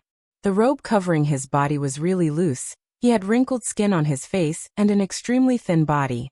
He looked just like a skeleton who had nothing but skin. Pretty horrifying as he looked like a mummy. The old man's aura was really weak as if he was going to die at any time. And yet he was still alive. Sigh, someone is here again, someone is going to die soon, sign. The old man let out 2 sighs. His voice was shrill, making it unpleasant to listen to. It looked like he had gotten used to the deaths happening here. A soul refining stage warrior, Noah looked closer at the old man. He immediately found out the cultivation level of the old man. But because the vital signs of the old man were really weak, and there was no celestial energy that could be sensed in his body, as it had been completely depleted, he couldn't determine which level this old man was. Such young sprouts. Too bad you've come to this land of death. The old man let out another sigh. Then he just flicked his wrist as a golden barrier appeared around them. It's been 20 years, all who came here before me have gone. Now I'm soon going to leave as well. For 20 years, I had no one to talk to. At least heavens granted me with my last wish. Pity the last person you're gonna meet is this old man. The old man carried a smile on his face. The despair and anger he had when he first arrived at this place was long gone. He had seen through life and death. The old man seemed calm, no signs of grievance could be found on his face. However, from his pair of cloudy eyes, one could still tell that he is grieving. If this old man leaves this place, his cultivation will take a long dip before rising back again. Noah thought to himself. After breaking through to the soul refining stage, a cultivator required a constant supply of celestial energy to achieve higher levels in cultivation. If the cultivator didn't get enough celestial energy, his cultivation will gradually decline. Considering this old man was stuck here without celestial energy, when or if he escaped the fire reel, his cultivation would drop down to lower stages before returning to his previous state. Shit, you stayed here for 20 years. I hope what you were searching for in Fire Realm is worth it. Gaia rolled her eyes. Being able to stay alive in this harsh environment, you must have been at the peak of soul refining stage, old man. If I am right, you must have come looking for something that could help you deal with your bottleneck and reach fusion stage. After 20 years in this environment, the bottleneck has gone but you got stuck here, Noah said with an indifferent tone. Those skeletons belong to the people who came to see what happened to you. Hearing this, the old man's cloudy eyes suddenly light up. He stared at Noah with a look of disbelief. He couldn't help but start examining the young man in front of him. Being able to discover he had a bottleneck with a single look, and also judging his real cultivation level just from knowing how long he had been here was not someone anyone could do. That's why this old man couldn't help being shocked. Besides, he found out that the men who died here came searching for him. What a keen eye, but too bad. The old man kept shaking his head, his eyes filled with deep regret. He could easily tell that Noah was extraordinary and had innate potential. A genius like this was supposed to become a well-known guy in the world. But now he had to die in this shit place. What a pity. Gaia was looking around the place to find a way to deal with the golden barrier, while the old man was talking to Noah. 20 years ago, I traveled alone to Fire Realm searching for something that could help me reach fusion stage. My damn luck and fate, I accidentally stepped into this place and activated the barrier set up by someone. And it has been 20 years since then. The old man said in a self-mocking manner. He didn't look at Noah, as if he was just talking to himself. But at the same time, it seemed he rather enjoyed the feeling of talking. It seemed like he hadn't talked to anyone for quite a long time. If he could go back in time, he would stop himself from venturing into the Fire Realm. By estimations, my death will arrive tomorrow. But I don't want to be like all the other people who died here, having my body corroded by the poison. That's too tragic. Young man, once I die tomorrow, burn my body. This was the last request from an old man who had gone past his prime. The old man looked at Noah, focusing on the flames dancing around his body. Gaia didn't give a shit about the old man's tragedy. She was busy searching for a way out of here. Noah inwardly sighed. The man didn't ask Noah to help him accomplish any weird unfulfilled desire at the last moment of his life. And neither did he have any special orders for Noah. He only requested that Noah burn his body and allow him to have a proper death. Noah, however, just calmly smiled at the old man. Old man, your estimation is really accurate. If I didn't come, you'd be dead by tomorrow. But the Lady Luck smiled on you. I'm here. Noah walked toward the old man. Then he waved his hand and unleashed a flame. The dancing flame shot out from Noah's body took the shape of an angel, a humanoid figure with feathery wings. It transformed into a flame barrier and covered the old man within. In an instant, all the surrounding poisonous vapor was pushed away, as if it had just met its natural enemy. Noah had decided to save this old man, not for any specific reason, but because this old man had been persistently staying alive in this place for 20 years. Noah really respected his endurance. Besides, Noah never ignored anyone in need of help. What a majestic flame. It actually carries a divine aura. Even the poisonous vapor from the fire realm doesn't dare try to corrode it. The old man's eyes opened as wide as they could. After a short shocking moment, the old man returned to his calm state. He looked at the fire barrier covering his body, and with a smile on his face he said, "Young man, put away this flame barrier. It will only consume your energy and focus. You can't hold it for a long time. The poisonous vapor has already invaded my body. I'm dying. You can only lessen the pain but can't stop the inevitable. If you wanted to die, you could have ended your life a long time ago. You hope to leave this place. Don't lose hope now. Let me help you get rid of all the poisonous miasma in your body." After saying that, Noah placed his palm on the old man's chest. The moment Noah placed his hand on the old man's body swayed a little. He stared at Noah's palm with no idea what Noah was going to do next. He knew very well about his current condition, and it was impossible to get rid of the poison that had invaded his body. The old man, who had been tense for the last 20 years, had finally loosened up completely at this moment. He saw the confidence in Noah's eyes, and it made him feel calm, as well as hopeful yet again. Noah unleashed the poison-absorbing skill he learned from Andreas, his mentor. Heaven's flame seeped through the old man's body. Sending a primordial flame into someone else's body was extremely dangerous. One misstep, and the flame would burn the body into ashes. Yet this old man had no fear because with his current condition, there was nothing that could scare him. After all, he was soon going to die. Besides, if Noah really was up to something bad, he could just kill the old man with a palm strike. There was no need to go through so much hassle. Heaven's flame circulated an entire round within the old man's body. After that, it returned to Noah's body. It only took Noah a few minutes before he had completed the healing process. Finally, he removed his palm from the old man's chest. Pooh! The old man violently trembled, and in an instant, he threw up a mouthful of black blood and began violently coughing. The old man coughed for some time before he returned to normal. Then he immediately raised his head to look at Noah, who was calmly smiling at him. The old man checked his bodhi's condition, and he instantly found out that all the poison that had been corroding his body for the last 20 years had disappeared. His internal organs that had completely lost their vital signs were actually pumping with an extremely active force now. More importantly, since all the poison was gone, the old man felt extremely relaxed and comfortable, as if someone had just lifted a gigantic mountain that had been weighing down on him for the last 2 decades. I am healed. The old man closed his eyes. He really enjoyed this moment. It was a feeling he hadn't felt for so many years. 20 years, day by day, year by year, he had been suffering from constant pain. For ordinary people, suffering such severe pain for 20 years would definitely make that person crazy. The old man did go crazy before, but in the end he had seen through life and death. Now Noah had restored his hope of living.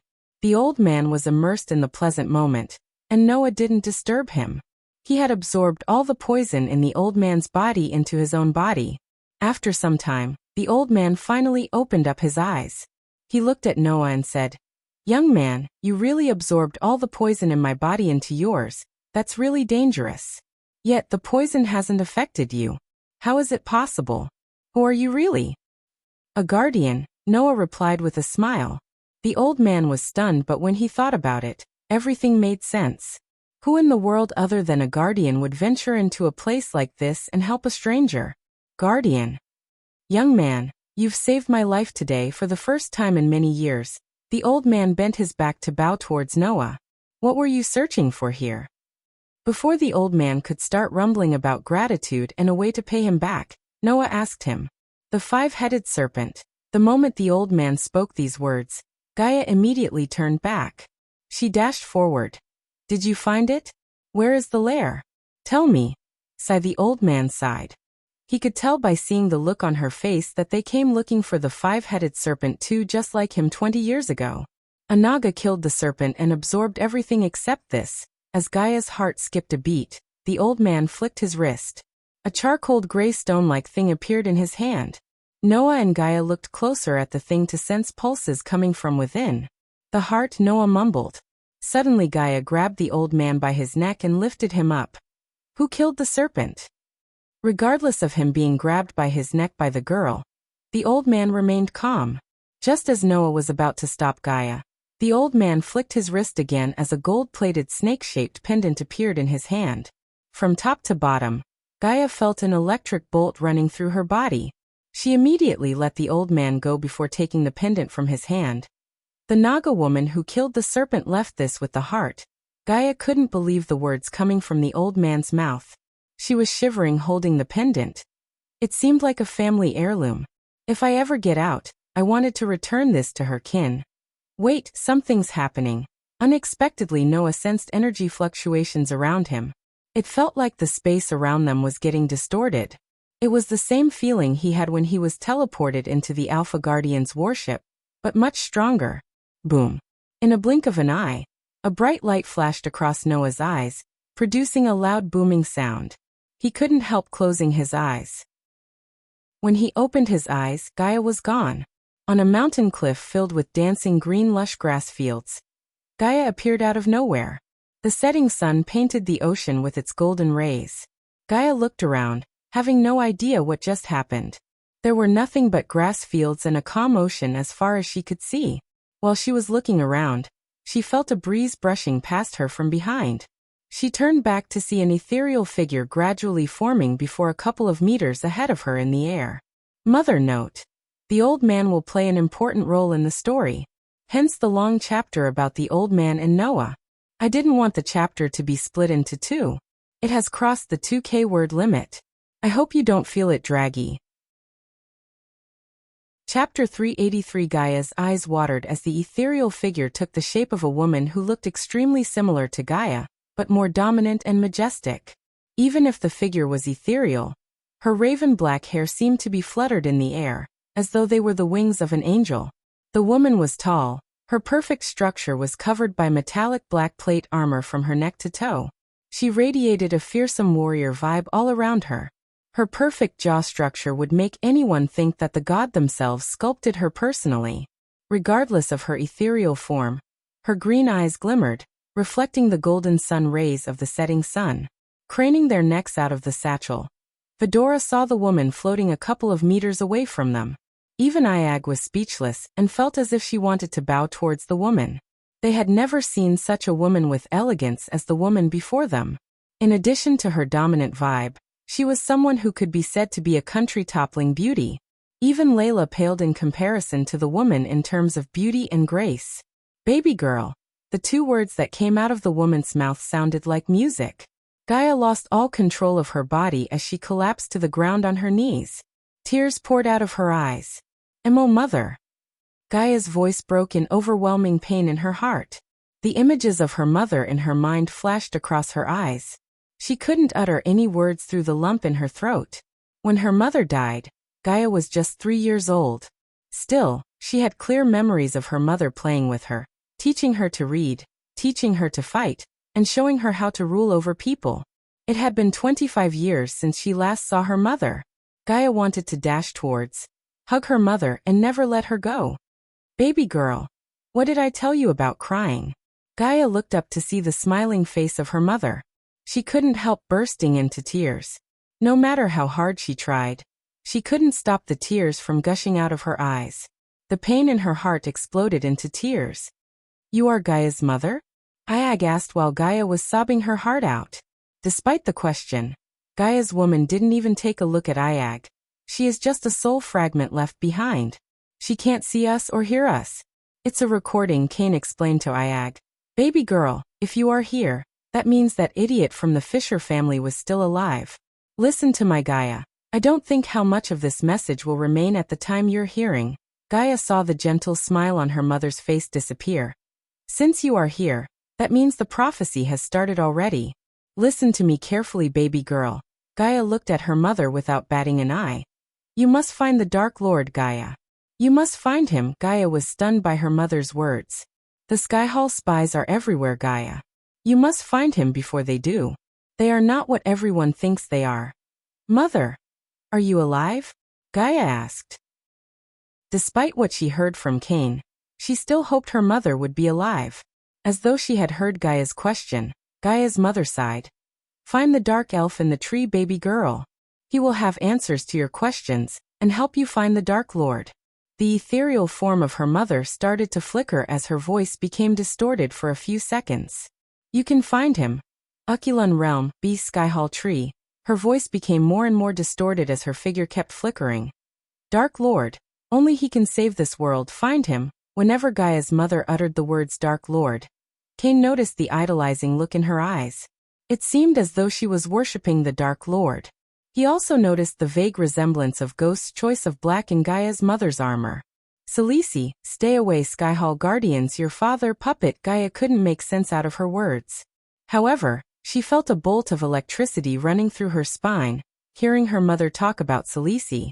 Gaia was stunned to see her mother actually know about Selisi, because her father married Selisi after her mother died. She shouldn't know about Selisi, yet she seemed to know about Zanala's mother.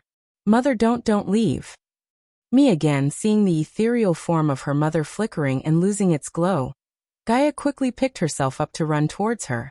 I love you, my baby girl. Just as the words escaped Gaia's mother's mouth, her ethereal figure disappeared into thin air. Gaia's finger touched the glow before it completely faded away, yet she couldn't stop anything. Gaia remained at the place where her mother was just a few seconds ago. She picked the pendant from the ground and held it so tight in her hands. After a few moments, the tears rolling out of her eyes finally stopped. Gaia whipped off the tears off her face. She stared at the sun setting down into the distant horizon. To others it was sunset, for her it felt like a new sunrise. The pain and grief transformed into joy, because she slowly began to realize that her mother might still be alive. As far as she could remember, her mother died 25 years ago, but clearly, her mother was in the fire realm 20 years ago. If she was dead, she wouldn't have met the old man from the Fisher family. There was no explanation except the possibility that her mother might still be alive, and she faked her own death for some reason. Otherwise, she wouldn't have known about Selisi. When she thought about everything her mother said, she ended up with more questions than answers. One of the questions was how the hell did her mother know about Ghost, the Dark Lord? Let's go. Ayag flapped their wings as they ascended to the air from the satchel. With a few more flaps of their tiny wings, they successfully landed on Gaia's shoulders. I thought our trip to the fire realm was a complete failure, but I'm glad that I'm in the wrong. Sarba gently rubbed his head on Gaia's face. Even Ayag moved her head towards Gaia's face before wiping the tears off her face.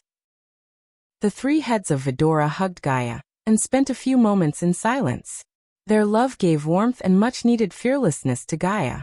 Where are we? Ayag asked while still resting her head on Gaia's cheek. All I know is we are definitely out of the fire realm, Cain sighed. He felt safe after a long time. He couldn't wait to go back home. Great. We can finally go home. A gentle smile appeared on her face along with an unwavering remote in her eyes. I am coming back home, human. This time, we are going to find my mother together. While Gaia was stuck on the border of the Azer continent, Michael was enjoying the peace and calm of the night sitting on Baron Totonk's throne. He initially planned to teleport back to the crypt to deal with the pirates, but Azazel informed him that the King of Bredia had sent an envoy to deliver him some documents as well as the promised funds. Michael had to return to Bradford and deal with the funds. Fortunately, Elder Sandra, who was responsible for managing the sect's financial side, agreed to manage the financial side of the kingdom too.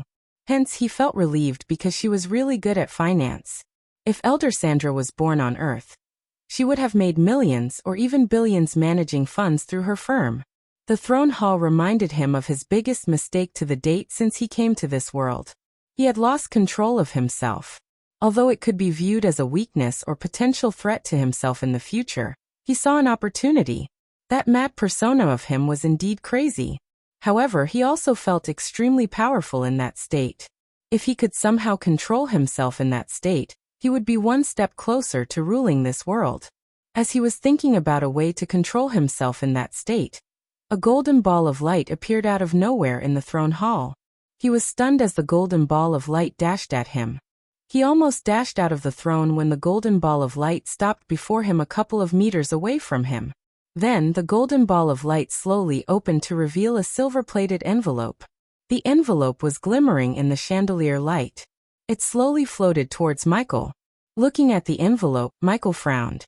Carefully, after ordering the system to scan down the letter, Michael reached out to grab the letter floating in front of him.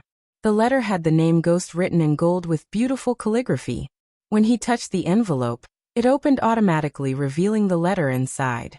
What in the actual fuck is this? That was the first question that appeared in Ghost's mind after reading the letter. Hi, my wonderful readers. I have read all your concern about Michael losing his calmness and change in personality. I can reassure you that this is just a bump in his journey. The story has just started, and the real action will begin from the next arc. P.S. The reason for me pasting the author's thoughts in the chapter itself was to get the readers of pirated sites to change their minds and come to WN. Chapter 380 for the crypt was as usual dark and gloomy. Gibson didn't even know what time it was as they had no way of looking outside after locking down the crypt door. Gibson took a long deep breath looking at the crew sleeping on the floor completely blackout drunk. Booze was the only thing that kept them from going crazy. Gibson turned his gaze to the crypt's dark corner to see Maxine using Shorty as a dumbbell to train her biceps. She held Shorty by his belt and lifted him up and down. The little guy seemed to be in an awkward position as he avoided looking at Gibson. Noticing Gibson walking towards him, Maxine let go of Shorty. Shorty ran away as fast he could from Gibson. Lady Maxine, did you talk to Lord Lucifer? Gibson asked in a worried tone. It had been almost 3 months since they were teleported into the crypt after the Guardians destroyed the Silent Reaper. Never in his life, Gibson thought the Silent Reaper would be reaped by someone else inside the void line. Lord Lucifer will come here in the morning, Maxine said with a grin on her face. She was excited to see Lord Lucifer after so long. She couldn't wait to help him achieve his goals. She was completely devoted to the cause. If Lord Lucifer asked her of her life, she would give it to him in a blink of an eye. Shit, tomorrow. Lady Maxine, I would have kept them from getting this drunk. He looked at the pirates who were snoring and rolling on the floor. You really think we can stop them from getting drunk? That's the only thing keeping them from killing each other, Maxine chuckled. You are right. Gibson scratched the back of his head as he followed Maxine to the newly placed throne on the north end of the crypt. Like all the thrones of Lucifer, the throne on the crypt also looked similar to the one in the dark forest. Lady Maxine, have you heard anything from Lady Sadie and Tiberius? Gibson asked. Maxine grabbed the white towel hanging from her waist before cleaning the dust off the throne. Then, she used the same towel to wipe off the sweat droplets on her face. Gibson was quite used to her reverence towards Lucifer. At first, it was creepy, but now it didn't freak him out as much as it used to. Sadie is still with those girls and helping them settle down. I told the 2 of them to get here before Lord Lucifer comes. Lord Lucifer ordered all of us to gather here. Gibson took a deep breath. He could tell their vacation would come to an end soon. Also, he had a feeling that the Real work begins tomorrow morning. Meanwhile, back in Bradford, Michael was holding the acceptance letter to Maze Roth, Academy of the Arcane. He was cracking his knuckle while reading the contents of the letter. What is this place? Why have I never heard the name before? He talked to himself. Although he had never heard the name before, by looking at the quality and the gold plating of the letter, he had a feeling that this place was not only powerful but also wealthy. Your Majesty, as he was deep in thought, Ricky entered the throne hall. What is it, Ricky? Michael asked with a gentle smile to calm Ricky. Ever since Ricky witnessed what happened to the Baron and his soldiers, he was shivering. Michael himself regretted killing Baron and his men. Jane was a spoiled brat, but that didn't mean the Baron deserved to die. He was a father in pain of losing his daughter.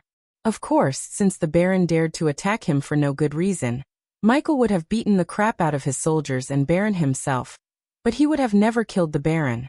Since there was no use in meddling in the past, Michael never spent his time regretting his actions. Instead, he was thinking about how to solve the third-person problem. He himself hated that persona as it was everything he hated. Killing had never been his first plan. Rather, he preferred making allies and getting stronger in the shadows. Because of the Guardians and their prophecy, they pushed him on the path to be the Dark Lord. Even the Lucifer persona was created by him to get rid of his enemies in the shadows and let someone else take the fall. He had never expected that what he had created was something the prophecy foretold 3,000 years ago. Someone called Lord Information is here. Ricky scratched his head saying the name. Let him in. Ricky was surprised to see the sudden smile that appeared on Ghost's face. It seemed like he was relieved to hear the name. That elf has come in a great time, he thought to himself. Your Majesty, sect leader Claire also is here to see you. Send them both in. Michael was surprised to see Claire in here. He thought she would at least stay away from him for a month or two. After Ricky left the hall, Michael leaned back on his throne experiencing the feeling of being the ruler. He had never been drunk in his life, but the feeling he was experiencing kind of felt like a drug. A few minutes later, Lord Information wearing rather plain-looking brown robes entered the throne hall. He took off the cloak covering his face to reveal the trademark pointy ears. Lord Information held the door open for Claire to enter. Giving a short nod at Lord Information, Claire made her way towards the black cushion seats Michael placed on the hall. Considering Michael was dealing with Guardians and the Holy Guards, he didn't get enough time to actually decorate the throne hall. If Gaia was here, decorating would have been her task.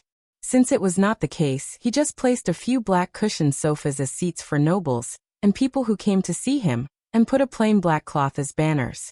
Seeing Michael sitting on the throne, Lord Information gave a nod of approval. Please take a seat, Lord Information. Sect leader Claire, you two take a seat. You two have met? Michael asked. Yes, we have met. It was an honor to meet such a rising star. Lord Information praised Claire as she waved it off wordlessly, telling him not to flatter her too much in front of Ghost. The main reason for the Sunrise Sect's rising was none other than Ghost, not her or the elders. However, it was not entirely true.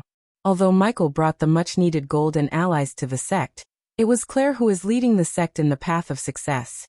After all, Michael barely intervened with the sect's business. Don't sell yourself too short, sect leader Claire. Your impeccable leadership didn't go unnoticed among the big names in Elon. Is that so? Claire let out a gentle smile. Lord Information then turned his gaze towards Michael. Take a look at this and name your price for telling me all I want to know. Michael sent the letter in his hand floating towards Lord Information. Claire may have not noticed the change in Lord Information's face, but Michael noticed the surprised look in his eyes. It seemed like Lord Information had guessed what the letter was about even without taking a look at it. Hiding the surprise from his face, Lord Information grabbed the letter. Just by looking at the golden lining and paper quality itself indicated to Claire that this letter came from a prestigious organization. Lord Information patiently read the contents inside the letter. Before we talk about Mazeroth, King Ghost, have you heard about Skyhall? The mere mention of the name Skyhall sent a chill running through Claire's spine. Skyhall was the most powerful existence in the entire world. Even Guardians or any of the great clans couldn't be compared to Skyhall in terms of power. Little bit. I heard Guardian Noah's big sister is the Holy Maiden of Skyhall? Yes, Lord Information nodded. This world is basically governed and ruled by the great clans. They are the most dominant existence in the world. The Sky Hall can destroy not one but all the great clans in a few days if they wanted. That's how powerful they are. To be honest, Michael was stunned. He was thinking the great clans were the most powerful existences in the world, and Sky Hall was just another existence like Guardians, but never considered as a great clan. However, it seemed like he was wrong. Why haven't I seen any of the Sky Hall members or their bases? Michael asked as Lord Information just smiled, shaking his head. It's because Sky Hall has no bases in any of the continents. Rather, they have their own realms. This Ukulun realm is one of theirs. Michael couldn't help raising his brows. If they could create realms of their own, there was no doubt in his mind that they are the final boss of this world, not the great clans. Mazeroth is a subsidiary of Sky Hall, which makes Mazeroth is the most powerful academy in the world, not Vogurth in the western continent. Lord Information paused for a moment before continuing. This letter is the only way to get into Mazeroth. They only choose the best of the best, and they have chosen you. As far as I know, no one has ever rejected this, as this is a once-in-a-lifetime opportunity. Are you going to be an exception, King Ghost? Michael was thinking about rejecting their offer as he had no time or need to go to school. He wasn't a school kid after all. However, after hearing about the Sky Hall, Michael changed his mind. The best way to defeat the Guardians and the great clans was to ally himself with someone more powerful. Until now, he never found such an existence that could go on head-to-head with the great clans. Lord Information, Sect Leader Claire, am going back to school. Chapter 385 Lord Information, since it's another realm, what about the time differences? Michael asked Lord Information. Claire seemed worried, realizing Ghost is going to leave them probably for a long time. Your studies will last for 18 months in the Ukulun realm. The time flows 3 times faster there. So 18 months there would be 6 months here. Wow, you really live up to your name, Lord Information, Michael chuckled. I assume you know someone who went to Mazeroth? He asked.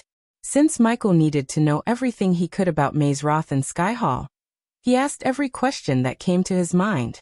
Lord Information might be the handful of few who knew this much information about Mazeroth and Sky Hall. Claire seemed clueless about Mazeroth. One couldn't blame Claire, as only a handful of people knew about the existence of Mazeroth.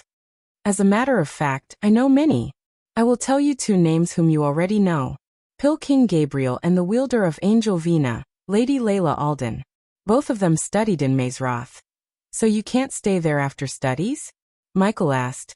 As far as I know, you can. Some of them choose to stay in Ukulun while some return here. Why stay there and be just another guy or girl when you can be a king or queen here? Michael could understand.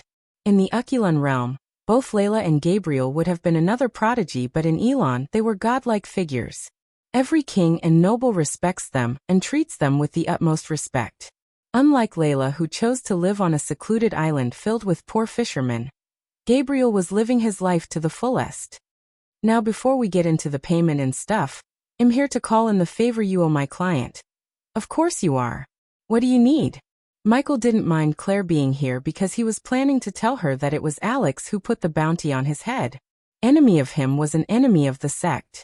Claire had to know the lengths their enemies would go to end their existence.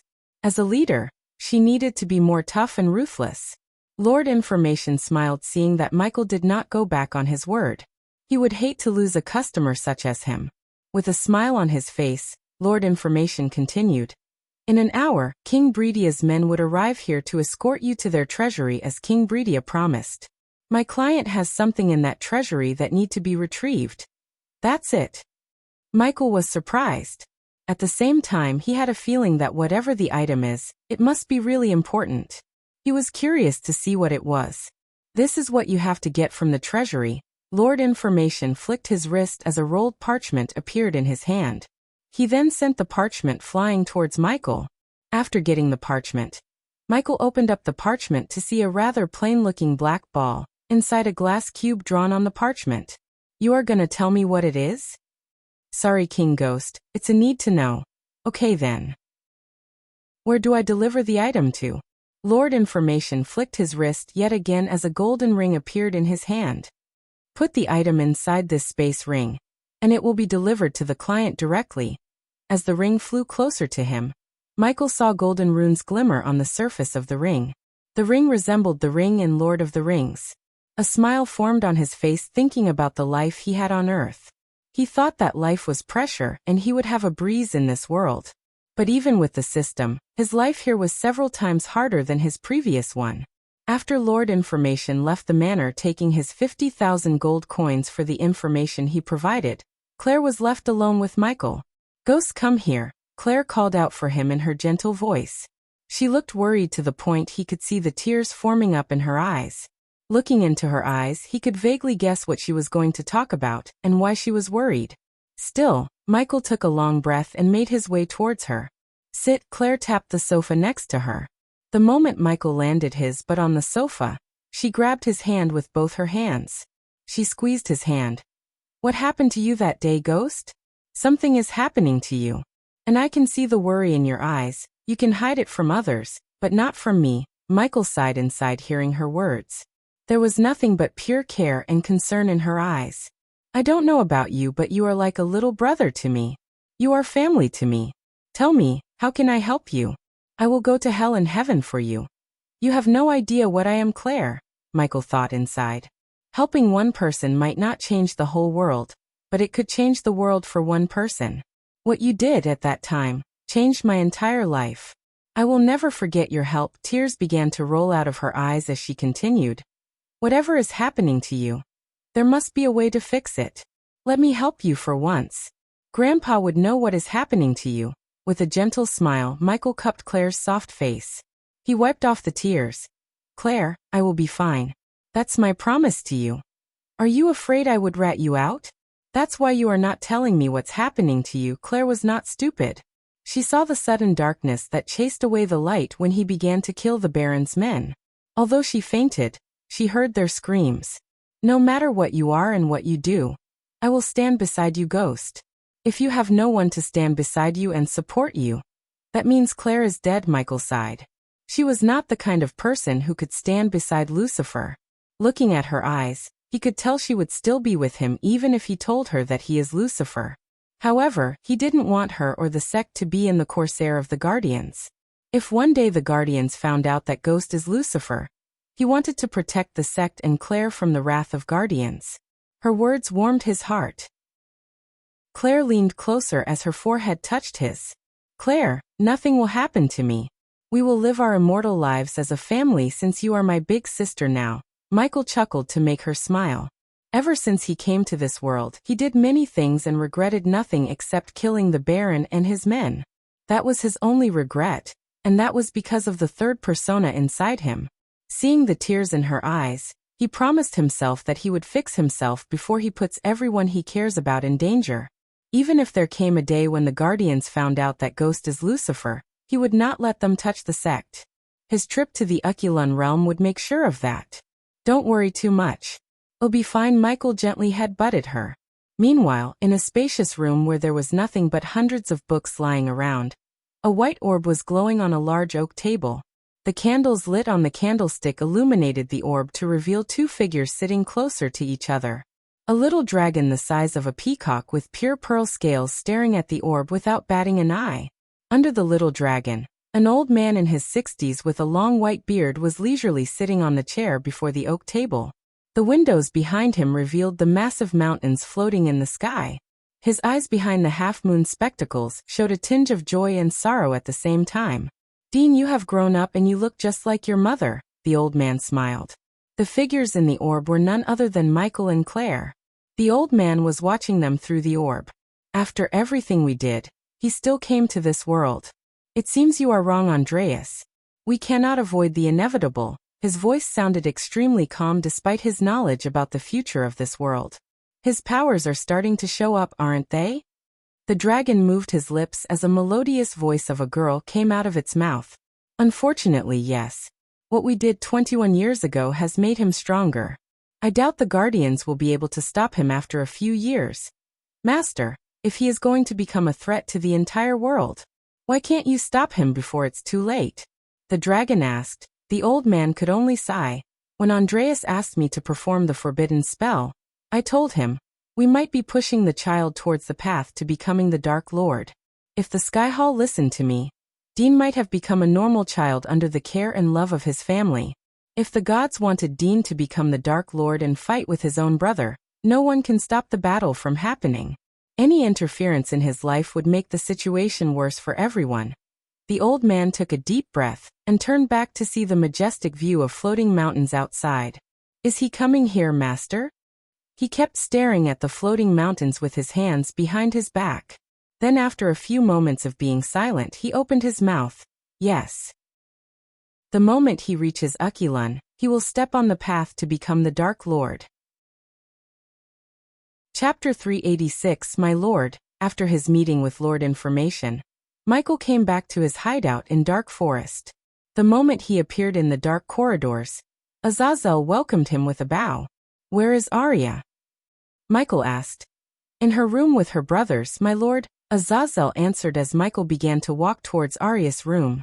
It was time he healed her brothers and received her undying loyalty. Before he travels to the Ukilun realm, he had to tie all the loose ends. One of those loose ends was Arya's brothers. The system required 150,000 badass points to heal them completely. He could now afford the points.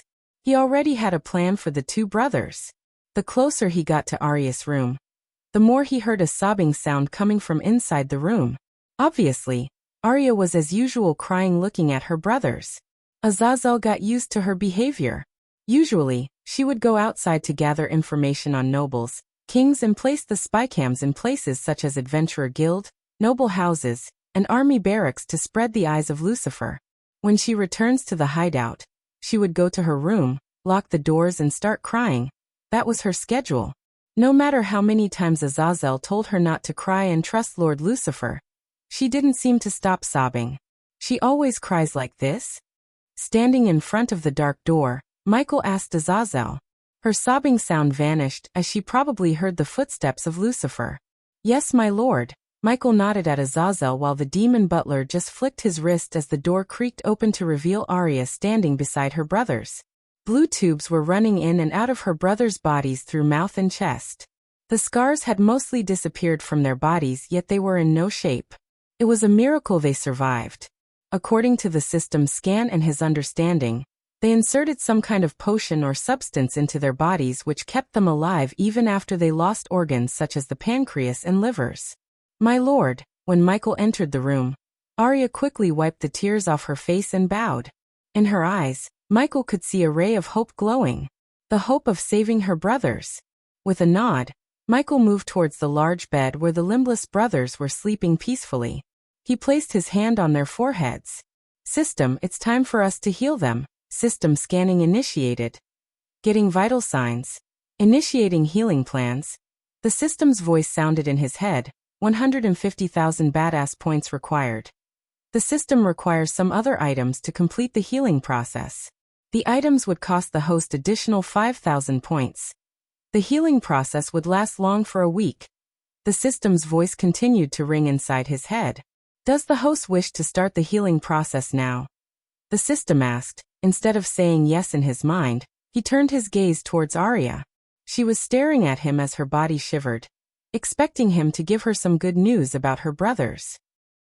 Do you remember the price to heal your brothers? Michael asked. She couldn't see his reaction through the skull mask on his face. Taking a long breath, she looked directly into his glowing red eyes. I do, Lord Lucifer. If you can heal them and give me back my brothers to me, I will gladly give my life to you. I just want to see my brothers again. Your undying loyalty will ensure nothing happens to you or your brothers in the future. I'm giving them life. Michael looked at the two brothers for a second before turning his gaze back at Arya. And I can also take their lives. If you betray me in any way, his cold voice sent a chill running through Arya's spine. Her heart skipped a beat as she nodded in fear. System, start the healing process. He waved his hand after ordering the system. Right at the corner of the room, two 10-feet glass containers filled with sparkling blue water appeared. With another wave, he sent the bodies of the two brothers floating towards the containers. Arya watched her brothers getting submerged into the blue liquid with her body shivering. In a week, they will be completely healed. Remember, their souls have been damaged. I can heal their bodies, but only they can heal their souls. Unless they quench the thirst of revenge, their souls won't heal. Michael added the last part so they won't try any shit like forgive and forget. The last thing he wanted was his subordinates to turn peace pigeons. What does it mean, my lord? Arya stuttered. It means they have to seek revenge on whoever was responsible for their state. Souls are magical, complicated things. Make sure you kindle the flame of revenge in their hearts. I will, my lord. I am not planning to let go of those who did this to my brothers. Michael grinned inside to see the murderous look on Arya's face. He was glad to see the fire of revenge blazing hot in her heart. Put this on and meet me at the throne hall. Michael flicked his wrist as a neatly pressed black cloth appeared in his hand. He threw the clothes to Arya, gave her an order, and left the room. Although Arya had some questions regarding her brothers, she didn't get the chance to as he left the room before she could ask another question. My lord, are you going to the southern continent? Azazel asked while following Michael back to the throne hall. Yes. I have to deal with the pirates and then. Michael took a deep breath. Azazel couldn't guess the meaning of his sigh. Perhaps he was tired or perhaps he was excited or both. I am going to Mazeroth, an academy in Ukulun realm. My lord, you are going alone? They want me to bring a familiar. So am bringing Nightmare with me. He couldn't help thinking about Hogwarts ever since he received the acceptance letter to Mazeroth. Only this time, they invited the Dark Lord instead of the boy who survived, Noah. What about Lady Dark Queen, my lord? Who knows where she is and what she's doing? Michael sighed. Since she put the earpiece in her space ring, Michael or the system couldn't track her as the space ring prevented the system from tracking them. Of course, the system was one level higher. It could have tracked Gaia and told Michael that she is now at Azare continent. While I am away, keep spreading the spy cams all over the continent. I want you to monitor everything that happens in Elon. Stay away from Noah's home for now. I'm pretty sure that Old Smoke would have come up with a way to prevent me from spying on them by now. As you wish, my lord. And give priority to the spy cam I placed on Peyton. If she gets anywhere near Noah or his family, destroy the spy cam, Michael ordered Azazel. Paying 10,000 points to the system enabled Michael to give control over the spy cams to Azazel. He could now monitor, destroy and use the spy cam to its fullest potential alone without needing Michael. Monitoring the hundreds of spy cam from the hideout was Azazel's main task. Information was wealth and power. Michael had begun to hoard information like crazy. If it wasn't for the bad vibe he got from Lord Information, Michael would have placed a spy cam in his office or on him when he came to Baron's Manor. Michael had a feeling that the elf had some kind of countermeasure to prevent others from spying on him. After all, the elf was making millions by selling secret information. He wouldn't be careless or stay without a countermeasure against spies. As they reached the throne hall, Michael saw several undeads cleaning up the hall, as though they were professional maids. Michael even slightly chuckled behind his masks, imagining the zombies in maid outfits. He made his way towards the throne and then, leisurely sat on the throne. After a few minutes of waiting in silence, Arya finally appeared wearing the new clothes Michael gave him. The cloth was specially tailor-made for Arya by Michael with several assassin characters in games and movies in mind. The cloth was obviously black and had a cool hood to cover her head. He even gave her a nice cape to cover the throwing daggers, hidden blade on her wrists, and blades attached to her legs, waist and hands. The dress seemed to be the child of Assassin's Creed and Blade. He was planning to give all his subordinates cool outfits with benefits. Just he needed a runemaster and a blacksmith to forge armors that would give them an edge in battles. The blade work well? Michael asked. With a nod, Arya flicked her wrist as the hidden blade came out of her wrist producing a sling sound. Arya was at body refining stage level 2. She was vulnerable in Elon or any other cultivation continents. The hidden blades wouldn't do much damage to the cultivators, but in the southern continent, she would be a perfect assassin with the blades. Step closer to me.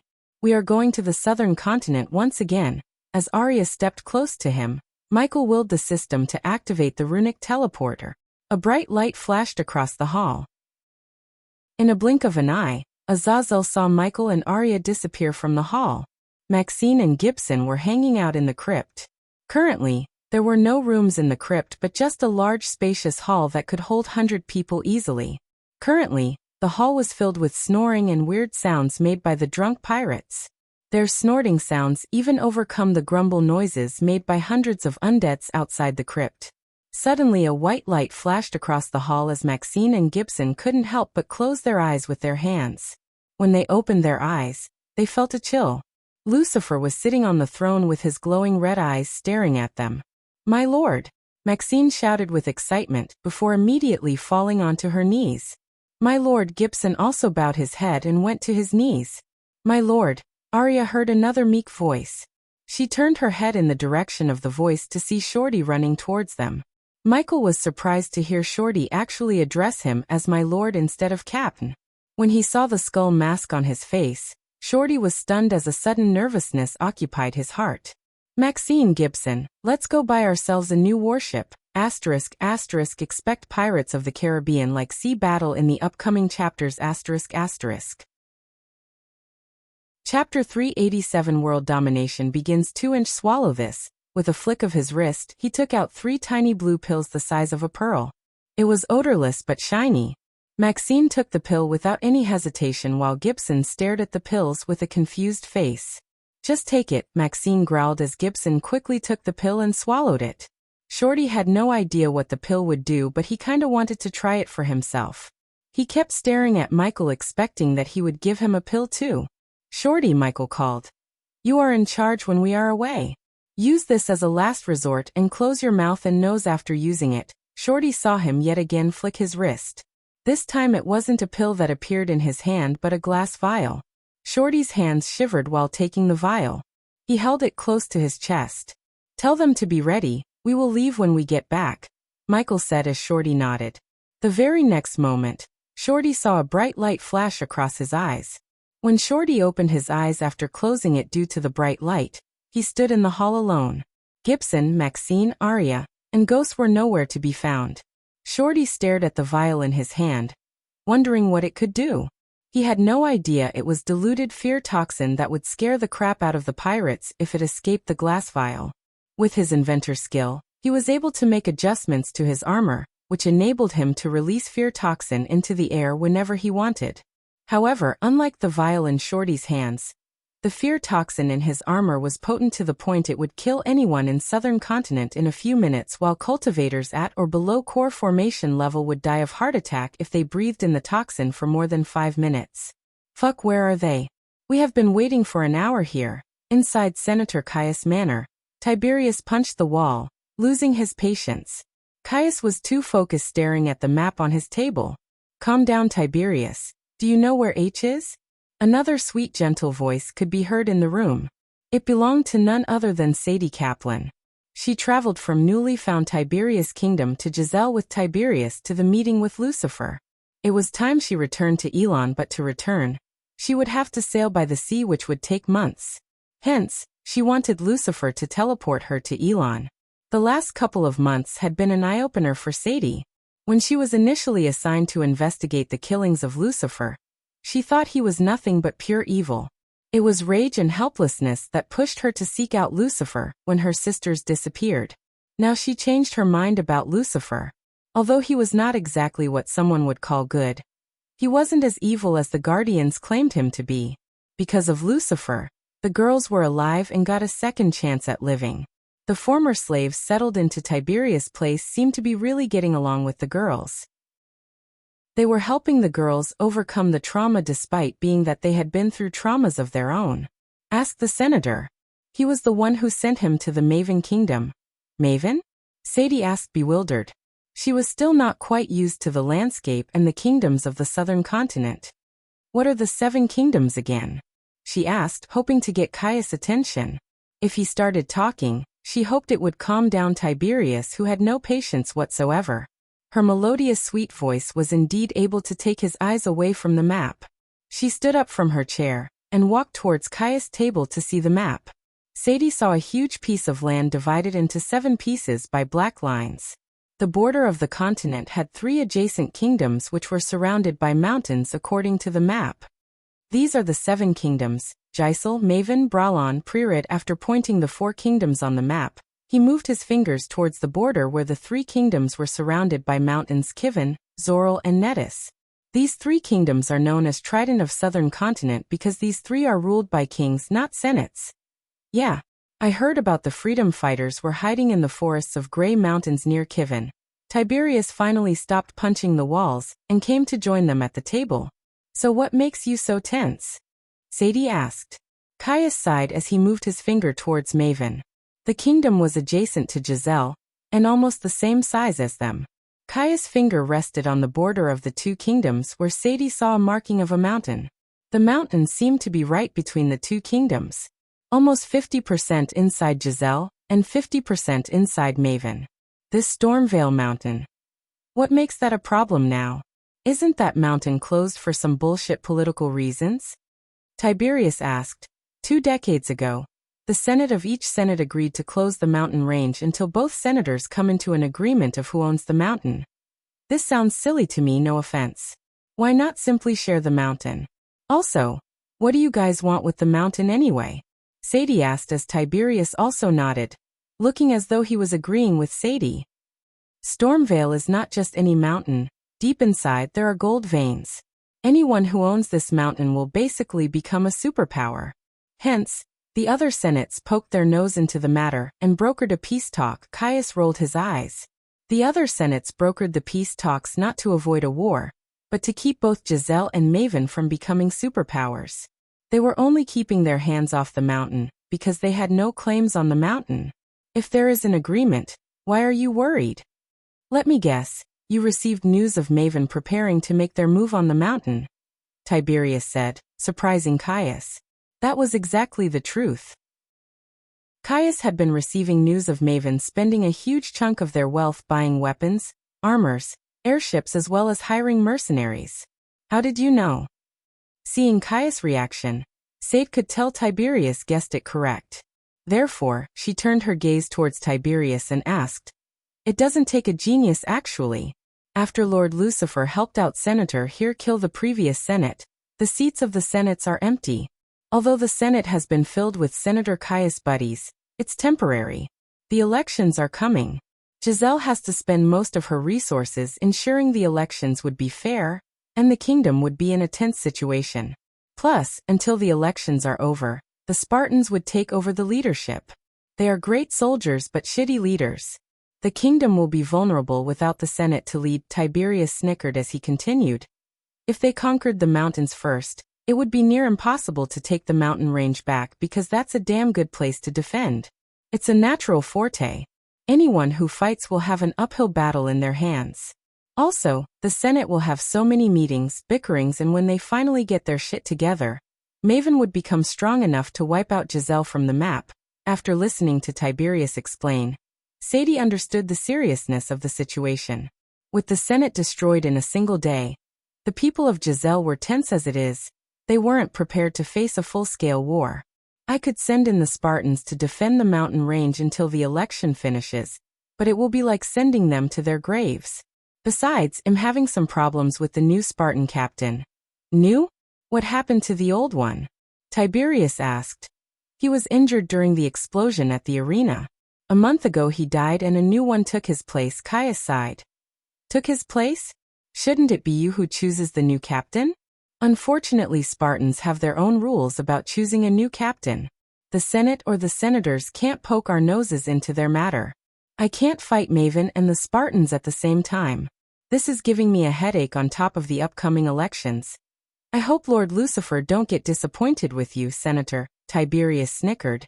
He hated all the senators including Caius. All the Senate and the senators sent their forces to shut down the rebellion. Even now, except Giselle, the other 3 Senate-ruled kingdoms were enforcing harsh rules to put out the rebellion and hanging slaves mercilessly. Although Caius helped the rebels take refuge in Tiberius' kingdom and gave protection, Tiberius knew he was doing that because of Lucifer's orders, not out of the goodness in his heart. Tiberius was only thankful to Lucifer, not to anyone else. Don't listen to him, Senator. Tell everything to Lord Lucifer. He might just go there and destroy their asses overnight. Sadie slightly chuckled. Tiberius was surprised as this was the first time he saw this girl chuckle since he met her. She always had a gloomy face. He knew the reason for her sadness. After hearing their story, He came to realize that cultivators aren't better than the nobles in the southern continent. They both seemed evil to the core. Compared to them, Lucifer seemed to be the good guy in Tiberius' eyes. Swoosh. Suddenly, a bright light flashed across the room as the three of them quickly shut their eyes close. A few seconds after they opened their eyes to see Lucifer sitting on a throne made of skull and bones behind Senator Caius. Sadie saw Maxine and Gibson standing on each side of the throne. Lord Lucifer, Lord Lucifer, Lord Lucifer. Caius was the first to kneel down, followed by Sadie. Tiberius took a few seconds before finally getting onto his one knee. You seem tense, Caius. Tell me everything. Michael didn't beat around the bushes, but directly asked after seeing the dread in Caius' eyes. Lord Lucifer. For a few minutes, Michael just listened to Caius explain the problems Giselle was having since he last saw him. Michael was too focused on the tournament and the Guardians and kinda neglected Giselle. It was not because Giselle wasn't important, but any problem in the southern continent could be fixed by brute force, as Michael was a godlike existence here, especially now after upgrading himself. Maxine, let's buy the warship and take a trip to Maven.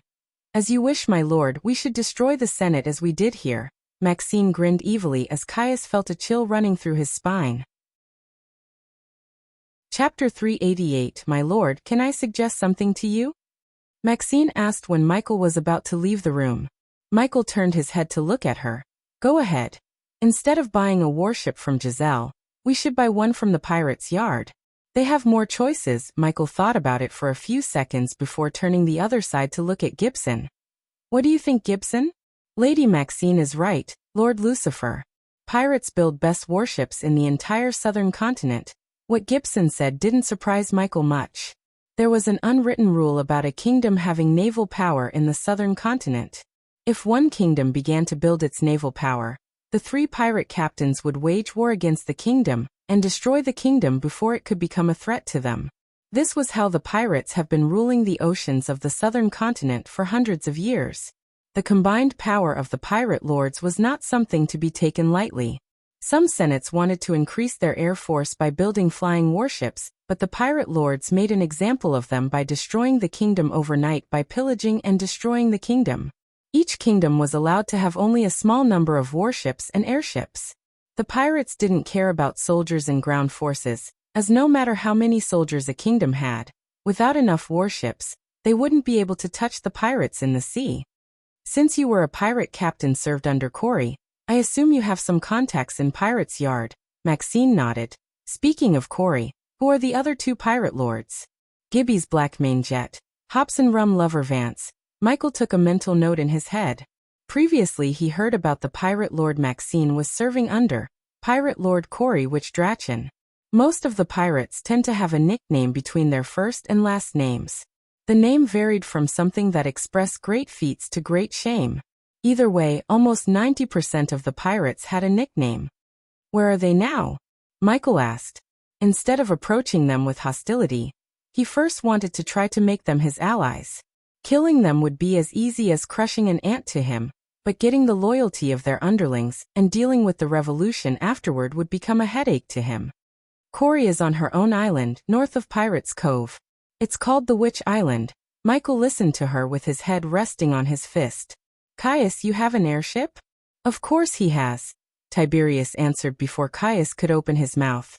Good. Then we use that and talk about solving your problem in the ship. Michael closed his eyes behind the mask, willing the system to unequip all the Lucifer armor and equip a brown long coat, white loose shirt, black pants, and black boots. The system also equipped the facial mask and changed his real face to make him look like someone else completely. Except for the color of his hair, everything changed, including the length of his hair. His hair instantly became shoulder length as most of the men in the southern continent. Sadie was stunned to see his face without the skull mask. Of course, she knew this wasn't his real face, yet she was stunned to see the face without the mask. He looked rather normal, not like someone who would catch the eyes of a girl instantly, such as Ghost or Noah. Lead the way. As he stood up from the throne made of skulls and bones, the throne vanished into thin air. Caius quickly nodded, stood up, and then began to lead everyone towards his personal airship. How is your kingdom shaping up? While following Caius out of his room towards the airship, Michael asked Tiberius. Instead of addressing it as a village or a town, Michael addressed it as a kingdom.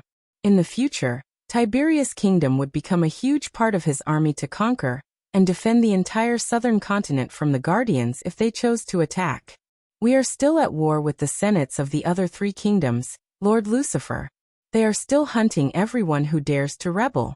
The gladiator schools are spending so much fucking gold to prevent anyone from rebelling against their dominus.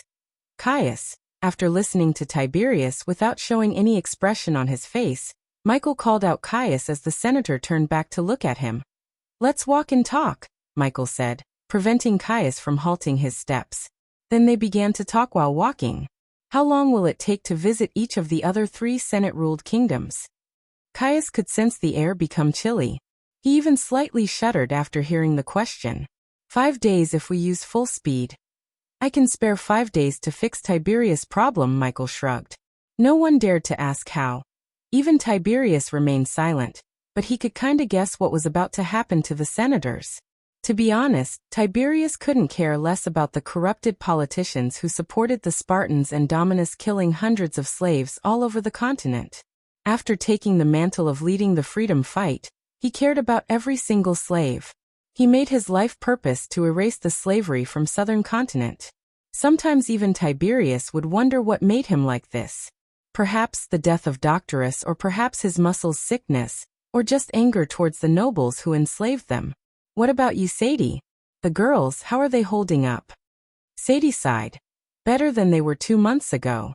They are still traumatized, but those girls are strong, stronger than me, her voice stuttered. Of course they are. You were wasting your life in delusion. Welcome to the real world. Gibson was stunned. He was kinda hoping Lucifer would say some calming words to her. Instead, he uttered the words that made Sadie's eyes water up. People like guardians will only care about you as much as they can use you. Their care and considerations end where the benefits stop. Turn the tables, use them before they use you, and throw you away like trash. Although the Silvermoon was on the right track, they still weren't using the Silvermoon girls to their full potential. Silvermoon was basically a huge spy agency with extreme potential to collect information about anyone or anything. They lacked the leadership, gadgets, and tactics to extract information to their full potential. If Michael could place Sadie as the next sect leader of Silvermoon, he would then show her the ropes and receive hundreds of spies. How? Sadie asked. Her voice stuttered. Become the next sect leader, Michael said, as though it was a simple matter. He knew Silvermoon is not a sect like Sunrise sect to change the sect leader just like that. However, with Sadie's loyalty towards him, he could infiltrate the sect and get the sect under his thumb little by little. Eventually, they climbed the stairs to the top floor. The Spartans were staring at them, but didn't dare to stop and question Senator Caius. After climbing the stairs for a few minutes, Michael finally saw a door blocking their way with 2 Spartans with spears standing on each side of the white door. Senator. The 2 Spartans stomped the spear on the ground as their version of bowing. Then one Spartan opened the door to reveal a giant airship on the other side. I never flew in a blimp. The airship in front of him reminded him of blimps. It looked exactly like a blimp. The golden paint almost hurt his eyes with its bright color. Several Spartans and guards of Caius were patrolling around the blimp. From the balcony, Michael could see half of the kingdom. The outfit of Arya, the rugged look of Tiberius, the beauty of Sadie immediately attracted the eyes of the soldiers. Especially Sadie. Few soldiers stopped patrolling for a moment to just stare at her. Ignoring the soldiers, Michael followed Caius. When they came closer to the blimp, a servant girl wearing a brown maid dress pushed a button as steps came out from the blimp's side. After climbing the stairs, Michael got into the blimp and was quietly stunned by the interior. He felt like he was transported back to Earth as the interior reminded him of the interior of the private jets. The golden chandeliers coupled with glass tables and comfy white sofas made the spacious interior feel cozy. Tiberius' jaw almost dropped seeing everything before him. Unlike Michael or Sadie, he had never seen something so fancy. Michael saw a minibar with a who seemed to be the bartender, a glass round table in the center, probably for Caius to plan something, several silver orbs attached to the ceiling as well as a rack filled with books and parchments. Everyone out, Caius ordered with a domineering voice. The maids and the bartender quickly cleared the area, leaving them alone. "Where to, my lord?" Caius asked. Rather than taking out the throne and sitting on it, Michael sat on the single-seater sofa beside the window. "Get us as close as you can to Pirate's Yard." Caius nodded before walking towards the far end of the blimp. "Take your seats, ladies and gentlemen." One by one everyone landed their butts on the sofas. Several moments later, Maxine broke the awkward silence. "What's the plan, Lord Lucifer?" Gibson was really surprised to see how Maxine could easily talk to Lucifer. Every time Lucifer's eyes land on him, he would feel a shudder in his heart. "Nothing much. Just going to take over the 4 Senate-ruled kingdoms within 5 days." The words that came out of his mouth stunned every single one of them, including Maxine. Michael kept cracking his knuckles one by one, looking at the figures of the soldiers gradually becoming smaller and smaller. When he took his gaze away from the window, everyone saw his eyes glow in pure crimson red for a few moments before becoming normal. It had been almost 18 months since he came to this world, and finally, he decided to be on the offensive against the Guardians instead of playing defense. The southern continent would be the first to bow to the Dark Lord and be ruled from the shadows by Michael. We are the Order of Death. Chapter 389. In silence, they flew towards the pirates' yard where the pirates had been building their pirate ships. Considering Michael lost control of his anger, leaving the third persona to come out, he decided to resume meditation. He used to meditate every day when he was on Earth. Now he has started to meditate in this world too. Caius or anyone would guess whether he was sleeping or just enjoying the peace and calm with his eyes closed. Nonetheless, they didn't dare to utter a word to disturb his peace. Through the window, Tiberius saw nothing but an endless ocean. There were several ships, including merchant ships, small fishermen boats, as well as a man of war in the distance. Eventually, after flying for a couple of hours, clusters of little islands and rock formations began to appear in their sight. As they continued to fly, they saw several warships patrolling in formations as a gigantic island with numerous ships docked appeared on the horizon. Boom, boom, boom. Michael's meditation was interrupted by thunderous booming sounds. Everyone except Maxine quickly looked through the window to see the patrolling warships getting into formations and firing their cannons. "Tell your driver to stop the airship. This is as far as we can fly," Maxine calmly said without even looking outside. She just stood behind Michael's seat, as though she was his personal guard. Finally, Michael slowly opened his eyes to see everyone looking through the window. He turned his eyes, getting a view of the pirate ships lining up to shoot the airship down if they flew any closer. "Sadie, Tiberius and Caius, stay here. We will go and deal with this." "Really? I always wanted to fight the pirates," Tiberius sighed as Sadie elbowed him gently. "Yes, my lord. I'll go tell the driver to put us down and prepare the boat for you," Michael nodded at Caius. While they were waiting for the pilot to lower the airship, Michael saw more and more pirate ships appear on the horizon. Quite a welcome, Michael smiled, looking at the warships waiting to destroy them. There were at least 50 warships, including frigates as well as galleons. "This airship has the crest of Gisel on it, Lord Lucifer. It's unusual for a Senate ship to fly to Pirate's Yard. Pirates tend to follow the fire first and ask questions later policy when it comes to the outsiders." Gibson nodded at Michael while Maxine was explaining. "I am pretty sure those idiots are itching to fire us down as we speak. So we better leave the airship and tell the senator to fly back to a safe distance." With a nod, Michael stood up from his chair. He turned his gaze towards Arya, then at Tiberius. "You two should talk. After all, you have someone in common." Leaving the airship, Michael ended up on a small boat that had only space for 3 people. Michael was sitting on end, Gibson on the other, rowing the boat towards the warships while Maxine remained in the middle. Since they were using a rowboat, the pirates didn't shoot them down but waited patiently, letting the rowboat near them. "My lord, shall I introduce myself to them?" Maxine asked Michael. Before joining his ranks, she was an infamous pirate captain named Marina, the Iron Fist. Almost every pirate in the southern continent heard or knew about her because she had sunk hundreds of merchant ships and army warships alike under the order of Pirate Lord Corey. She was a feared pirate captain. It had been 2 months since she had seen her crew. The last time she saw them, she ordered her crew to station at the pirate cover with her ship. She commanded 15 ships, but they didn't belong to her. Rather, those ships and crew belonged to Corey. Go ahead before someone gets trigger-happy, Michael calmly said. Gibson saw no fear in his eyes at all despite being facing 50 warships.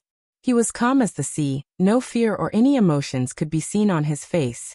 Even with spells, Gibson doubted if he could take on an armada of this size. However, after seeing his calm look, Gibson asked himself the question, is he more powerful than we realize? Lower your cannons and let us pass through, idiots, Maxina's shout reverberated the sea. A few moments of awkward silence filled the area while Gibson stopped rowing the boat. Suddenly the brigades blocking their path slowly moved aside, forming a path for them to the island. Good, you idiots still have some brain inside you, are thick skulls, Maxine yelled again before sitting back on the boat. While rowing through the brigades, Michael looked up at the ships and saw the pirates staring at Maxine with wide eyes. In their eyes he could see fear and respect. The pirates' yard was a giant island that had several shipyards. Everywhere he turned, he could see ships being built and repaired. The smell of oil and gunpowder overwhelmed his senses. The sweet sound of a hammer hitting the iron, log sawing and chattering of the pirates offered a rather charming experience to Michael. They were rowing towards the dockyard where several crates were stacked on each other along with several barrels. There were hundreds of pirates running around the shipyard. Dock the boat here, Maxine told Gibson as he docked the ship with several other fishing boats the same size as their boat. Michael stood up, jumped on the dock with a swift leap. Then he reached out his hand to help Maxine. She was surprised but ended up grabbing his hand to get onto the dock. Don't mind me. When Gibson was about to reach his hand too, he saw Michael and Maxine turn back to walk away. Fortunately, the water was not too deep. Therefore, he stepped out of the boat, dragged himself through the water, and climbed the few steps to reach the wooden platform. Lead the way, Michael said to Maxine. Since she seemed to know the layout of the island more than him and Gibson, he let Maxine take the lead while he just followed her behind, looking at the surroundings. The island was not much different than any tropical islands on Earth, but with lots of ships, barrels, drunken pirates fighting each other, and few anchors buried in the sand. As he was following Maxine behind, he saw a lone pirate with a Cuban cigar in his mouth approaching them with a sly smile on his face. On the other hand, he had a bottle of rum. The man had shoulder-length greasy hair that seemed like it did not see the sight of a comb for at least a decade. The scare that ran from his upper left eye to the upper right corner of the mouth gave a ruthless look to him. He flaunted his chiseled chest and six-pack abs while walking towards them. A tattoo of a flying eagle could be seen on his chest along with a dagger. It isn't the famous Captain Marina herself? The man took the cigar out of his mouth. Wow, I wouldn't have recognized you if it wasn't for your face. What happened to you? You've been eating less? Michael did not react at all as he remained behind Maxine without uttering a word. Or did you become poor after deserting Pirate Lord Corey's fleet? What the fuck do you care? Marina snickered. Just by the exchange of these words, Gibson could tell the two of them have some bad blood between them. I have 100,000 reasons to care. The smile on his face grew wider. Someone put a bounty on my head, I assume, Maxine shrugged without a shred of worry. Aren't you a smart one? The man put the cigar back in his mouth. You can try putting your hands on me, Maxine cracked her knuckles as the man just shook his head. I would love to, especially now you aren't as fat as you were. Luckily for you, Pirate Lord Vance ordered us not to take on the bounty. So if I were you, I will get on that ship of yours. He looked at the rowboat with a mocking smile on his face. And row as fast as you can away from the continent. Get out of my face. We have a ship to buy. Maxine waved her hands off as though she was shooing him away. And just as she was about to take a step forward, the man burst into laughter. Buy a ship? Fuck me. You have no idea what's going on, do ya? Maxine frowned, clenching her fists. She wanted to punch the smug off of his face. What? She didn't hide the annoyance in her voice. No one is selling ships here or anywhere for that matter. Every single ship's being built is going to the Pirate Lord themselves. Since you abandoned your ship, crew, and Pirate Lord Corey, you are not getting a new ship, baby, no matter how much you pay. Michael had a weird feeling listening to the man. Also, he was getting annoyed as he wanted to grab the man by his neck, beat the hell out of him, and make him spill out what was going on. Some moron king from Azer is sending a war fleet into the Void Line. They might be big assholes on the other side of the Void Line. Since they are coming to our world, we are gonna tear them a new 1-inch. The trio was surprised, including Michael himself. He wondered who dared to cross the Void Line, battle with pirates and hope to win in their own territory. What king? Maxine asked. This time, her voice did not show any signs of irritation but curiosity. The man closed his eyes, looking as though he was picking his brain to remember the name. Major Rosia. Yeah, he snapped his fingers as he opened his eyes. Thusia, Kingdom Thusia. The mere mention of the name made Michael clench his fist. His heart began to beat faster and faster. Gibson noticed Lucifer starting to breath faster as well as the clenched fist. Calm down, Michael. Michael ordered himself in his mind before the other persona took control over his body. If that persona came outside, the entire island would be painted in red with their blood. Fortunately, his extreme control over himself, as well as the meditation, kept his anger under control. Chapter 390 New Ship I. So the pirate lords are going to war with the cultivation kingdom. Maxine frowned. They were the morons who suddenly cross the Void Line and sink whatever pirate ship they see. The man let out a puff of smoke as he continued. Anyways, it doesn't concern you anymore. If I were you, I will get out of the southern continent as soon as possible. You are not me, Xian. But if you don't like being who you are now, I can remodel that ugly face of yours. Maxine cracked her knuckles. The feeling of the Dark Lord standing behind her gave her immense courage to take on not only Xian, a pirate captain under Pirate Lord Vance, but also the pirate lords themselves. For the pirates and anyone in the southern continent, the pirate lords were not someone they could touch. However, in front of the Dark Lord, they were as weak as a newborn child. With a single spell, Michael could kill the pirate lords. You are not Pirate Captain Marina the Iron Fist anymore, just Marina. You are not worth fighting. Maxine clenched her fist tightly as she looked like she was about to punch him in the face. Gibson decided to take a step back, letting Maxine take care of Xian. However, when she was about to raise her hand, Gibson saw Michael step forward. He put his hand on Maxine's shoulder, calming her down instantly. Thank you for the information you provided. Have a nice day. Xian creased his brows. He thought the youngster behind Maxine was just a lackey of hers. But seeing how he placed his hand on Maxine's shoulder and calmed her down, he realized that he was not a mere lackey. Let's go. Michael took the lead. Rather than wasting time with Xian, he walked away from the pirate, taking Maxine and Gibson with him. While walking away from Xian, Michael could feel the pirate's gaze on him. Gibson was baffled. He thought Lucifer was going to mercilessly kill Xian, yet he did not only kill him but also talk to him with respect. He had never seen Lucifer act so modest towards someone else until now. Still, Gibson was not stupid to think Lucifer was afraid of Xian.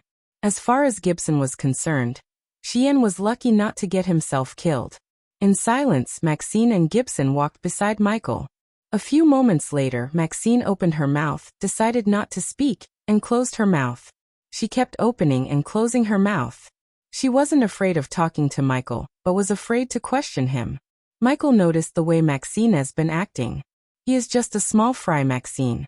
Killing him would unnecessarily make us enemies with Vance. He is not worth it, Michael calmly said. But my lord, Maxine talked quietly. You can kill the pirate lords within a few seconds. Give me the order and I will take them out. The medallion of Order of Death gave her inhuman strength, to be exact, a strength of a body refining stage level 3 cultivator. In the southern continent where everyone had no cultivation power, she was a superhuman indeed. Nonetheless, Michael had a feeling that Maxine alone wouldn't be able to defeat the pirate lords. If they were so easy to defeat, they wouldn't have been ruling the seas for more than 5 decades. If I wanted them dead, they would have been dead by now, Michael said. The noises around them prevented anyone other than Gibson and Maxine from hearing the words coming out of Michael's mouth. Killing them would create a power vacuum. Everyone under the three would want a piece of the power. Eventually, the struggle for power would create many factions, internal wars. A kingdom like Thusia would use this opportunity to either destroy the pirates once and for all, or take control over them, which would make Thusians even more powerful than they are right now. Maxine listened to his words in silence. She never thought killing the pirate lords would be a bad thing, but what he said made sense. Also, pirate lords are the ones keeping the kingdoms in the southern continent from building their own armadas of ships. Without them to keep them under control, each kingdom would go crazy with warships. If they build a naval force, along with their air force, every kingdom would turn into a threat to us. So we need to make a subtle approach with the pirate lords while listening to Michael. Maxine led them through the muddy streets towards somewhere. They passed a couple of taverns where they heard loud singing sounds and smelled the overwhelming scent of booze and pirates. "My lord, if I may, don't be afraid to ask questions, and tell me what you think, Maxine. I want to lead lions, not mindless herd of sheeps," he said, seeing Maxine being afraid to question him. She wasn't afraid to talk to him but scared as hell to question him. He preferred his subordinates to be more vocal, using their brain rather than following him blindly. Although Michael was an expert in planning, conquering the world wasn't his forte. To become the Dark Lord, first, he had to become a good leader, and any good leader would listen to the people under him. That was one of the differences between a leader and a dictator. "Yes, my lord," Maxine's fear disappeared after hearing him. Gibson also felt somewhat relaxed. "How do you plan to deal with the pirate lords?" "They won't bend their knees, my lord. Those stubborn bastards would rather die than serve someone else." "That's where you are wrong, Maxine. Everyone has a price and a weakness. We just need to exploit one of them. I will show you. After buying the ship, we will deal with Corey." Michael cracked his neck. "Time to undo that bounty on your head." In addition to Corey's decision to put a bounty on Maxine's head, it was her name, Corey Witch? Drachen, that made him decide to meet her first. He was curious to see why she was being called Witch. Since Michael encouraged them to be more expressive about their questions, Gibson wanted to ask about Thusia. When Chien told them about Thusia, Gibson noticed a change in his calm face. However, before Gibson could ask Michael questioned Maxine. "I assume you are leading us to a place where we can still buy a ship?" Maxine nodded. "A shipbuilder named Welton owes me a favor." "Is it enough to disobey the rules set by the pirate lords?" Michael asked. "It is, my lord.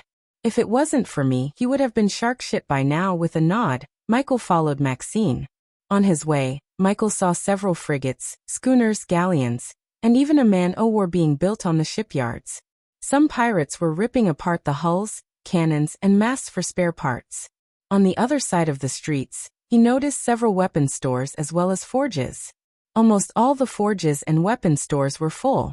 All the blacksmiths seemed to be working on cannons, probably for the upcoming war. "War is always profitable," he mumbled under his breath. Spectre, his mentor, always used to say this.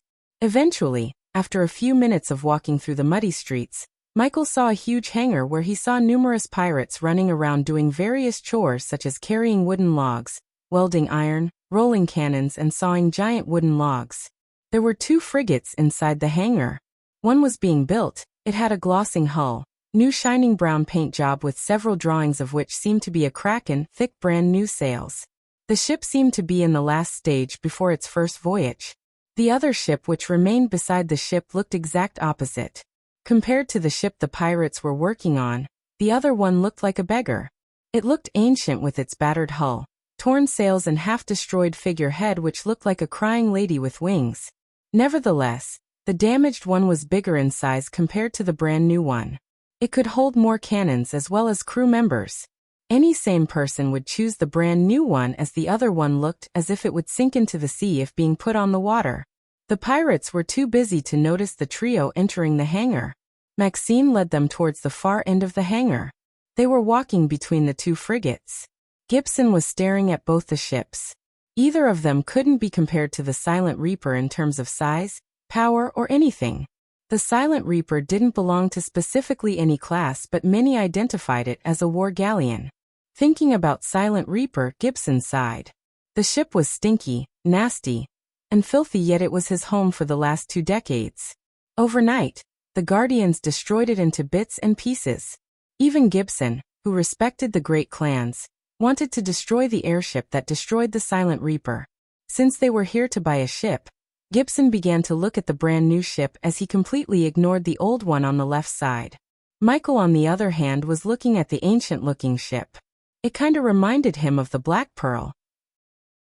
He ran his fingers on the tattered hull with a smile. Usually, in the novels he read, the ignored or rather normal-looking things would end up as the ancient things that hold unlimited potential. When the main character finds the item, he or she would see the OP-ness of the item.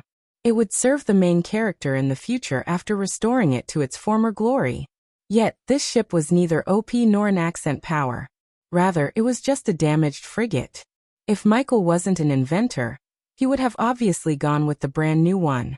Since he was an inventor, he was able to identify which ship could be upgraded easily. The brand new ship could be upgraded, but not as much as the old one. Every single component of the old ship could be upgraded, unlike the brand new one. It's time to put my inventor skill into more use. Chapter 391. Michael was not in a rush to meet Welton. He was patiently looking at all the nooks and crannies in the ship. The ship seemed to be armed with 42 12-pound cannons, 24 on the gun deck and 18 on the upper deck. At the moment, there were only holes in the place where the cannons should have been. Obviously, the pirates ripped her apart for parts and only kept the ship for some sentimental value or something. Gibson was too focused on the brand new ship. He was almost certain that they were going to buy this ship. Hence, he didn't notice Michael studying the old ship without even giving a look at the brand new ship. As Michael was counting the cannons, they came to the back of the ship. When they turned the corner around the ship's backside, they saw a group of 3 pirates discussing something. When the pirates noticed the trio approaching, they quit talking. One of the 3 pirates opened his eyes wide the moment he saw Maxine. Nothing special about the man. He was neither too tall nor too short, medium built, wore a white loose shirt that was soiled with oil, dirt, and grease which turned the white into a brown. Looking at Maxine, he scratched his stubble-brown beard with a solemn expression. The tension was visible to the naked eyes on the man's face. Welton. Maxine put a phony smile on her while greeting him with a wave. "What the heck are you doing here?" Welton asked in a husky voice. "Nice to see you too." Maxine rolled her eyes as Welton quickly rushed towards the other side of the old ship to hide from the others. When they disappeared behind the old ship, Welton began to talk. "Get out of here, Marina. You already fucked me up by coming here." Welton didn't even look at Michael or Gibson. He seemed more focused on chasing them away. "I'm here to call in the favor, Welton. I need a ship and you're gonna provide us 1 inch." The moment Welton heard her, Gibson could see him literally shudder. "You crazy? No. I can't give you a fucking ship. They will hang me alive. Don't you know what the fuck is going on here?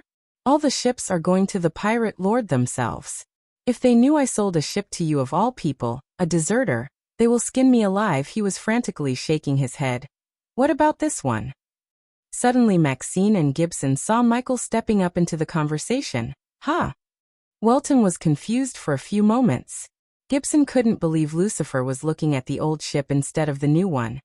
"You owe her your life, but since you can't give us a new ship which would make you lose your life, why don't you fix her up real quick and give her instead?"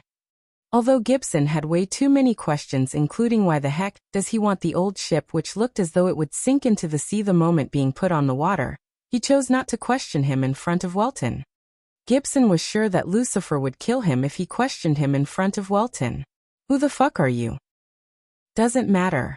You have 100,000 bounty on your head. Although no one would touch you on this island thanks to Pirate Lord Vance, if anyone had seen me with you, the moment I step outside this island, I am dead," Welton said, looking around.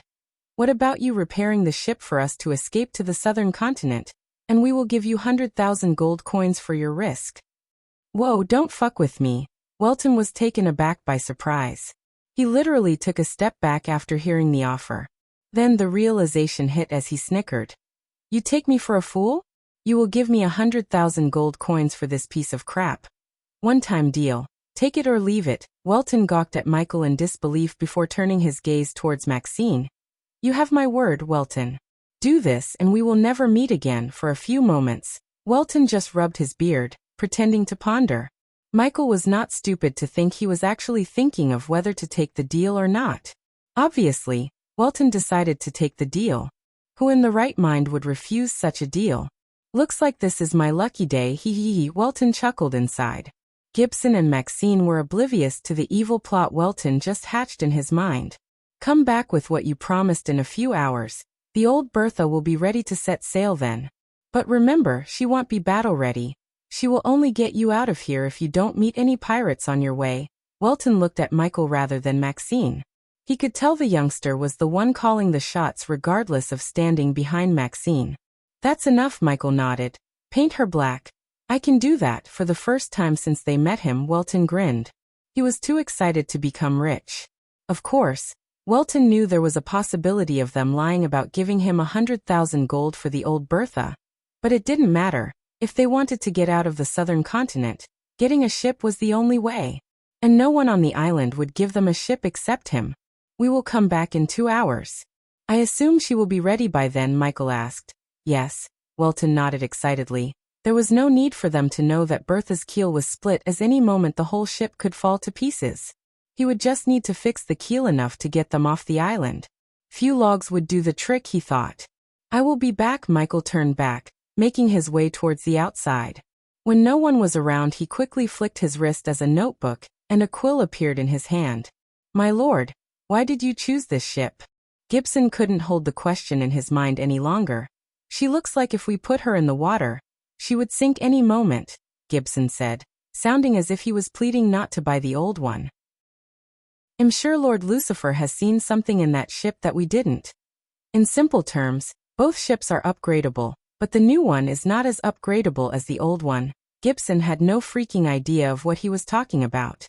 System, so the price of becoming a blacksmith is still 700,000 badass points? Yes, Michael sighed. Alchemy was great, it had helped him in a lot of ways. Yet it couldn't be compared to forging. The advantages of being a blacksmith outweighed the advantages of being an alchemist. Coupled with his inventor specialization, he could do so many things. The only obstacle that prevented him from becoming a blacksmith was the price. To become a 1-star blacksmith, he would have to pay 700,000 badass points. This was why Michael considered recruiting a blacksmith subordinate and making him or her 5-star blacksmith, because the cost of making a subordinate 5-star blacksmith was 1.2 million badass points according to the system. Compared to becoming a blacksmith himself, it was cost-effective to recruit someone and make him or her a 5-star blacksmith.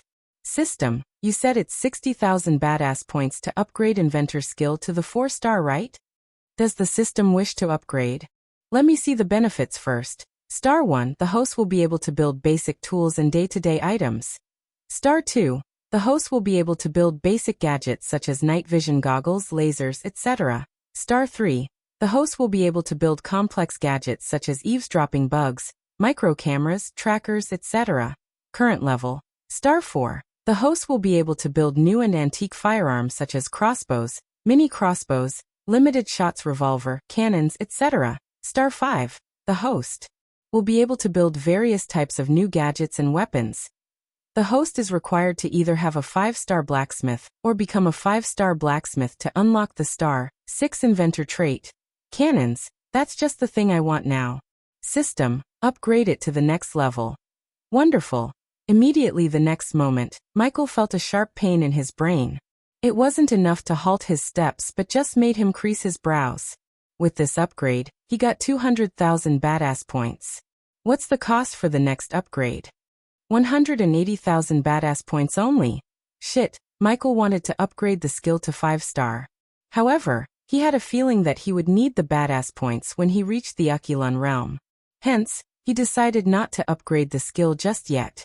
Guys, let's go shopping. With a grin on his face and a note in his hand, he exited the hangar to go on a shopping spree. A few hours later, Welton was standing in front of old Bertha. The new black paint job didn't exactly make her look brand new, as one could still see the sorry state of the hull and the ship as a whole. Perhaps Welton was too lazy or he didn't care enough to fix the tiny holes in the hull. He only patched up the giant holes in the hull with wooden planks and nails. Since this was a backdoor deal, Welton didn't keep anyone with him. He sent everyone on a break so he was alone. Bum. Bum. After waiting for a while in excitement, Welton finally saw the three of them enter the hangar. The man beside the youngster and Marina carried a giant chest which instantly put a smile on Welton's face. Took you long enough. Let me see the coins. Gibson put the chest on the ground, letting out a heavy breath. Welton did not waste any time as he immediately opened the chest.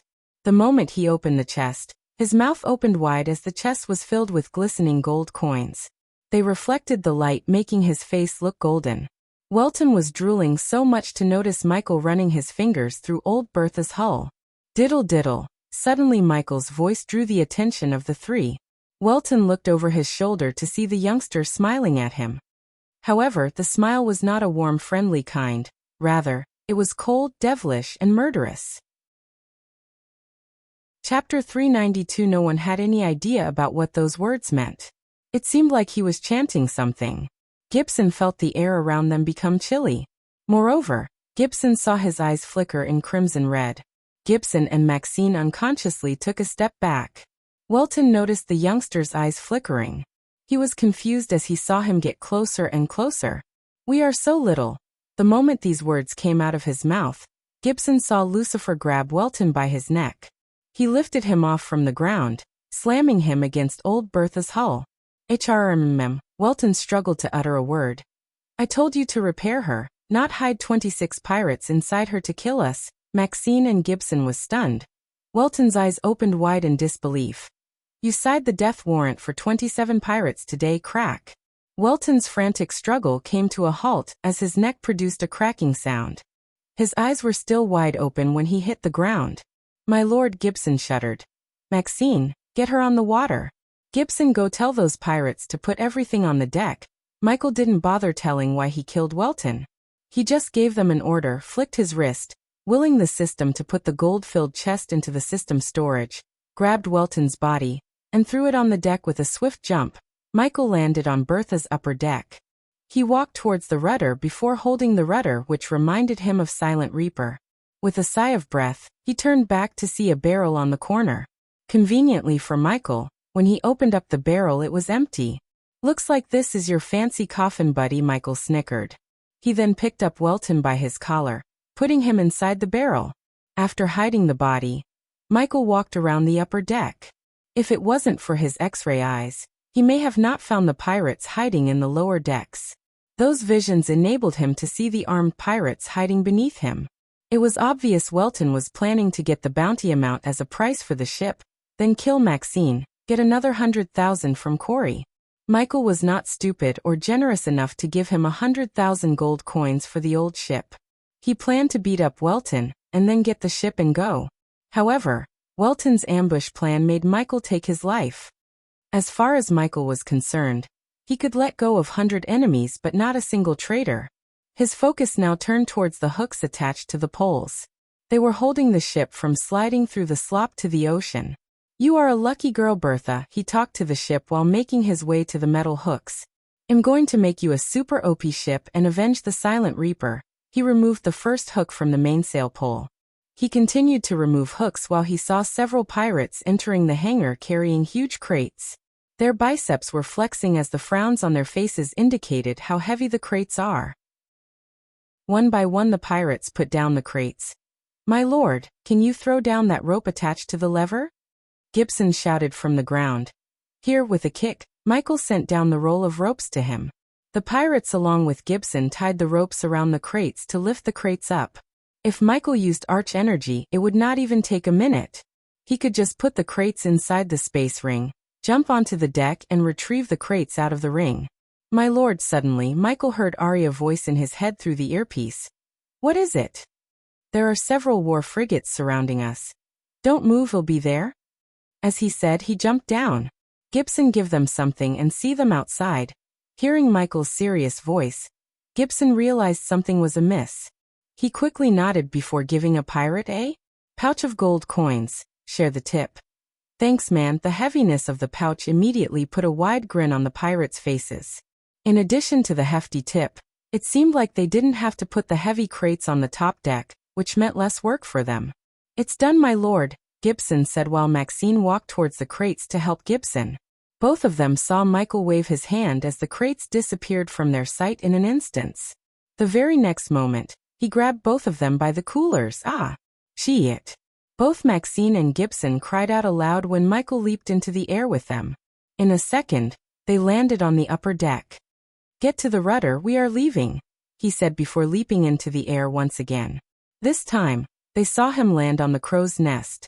He did not give a damn about the pirates hiding beneath. They would be thinking they are going to ambush them surprisingly. Rather than worried about war frigates surrounding the Caius airship, he was excited. "Corey, is that you or one of the others?" Michael cracked his neck before clenching his fists. Maxine made quick work on the sails. Since the hooks were off, sails were ready to open and Gibson was at the rudder.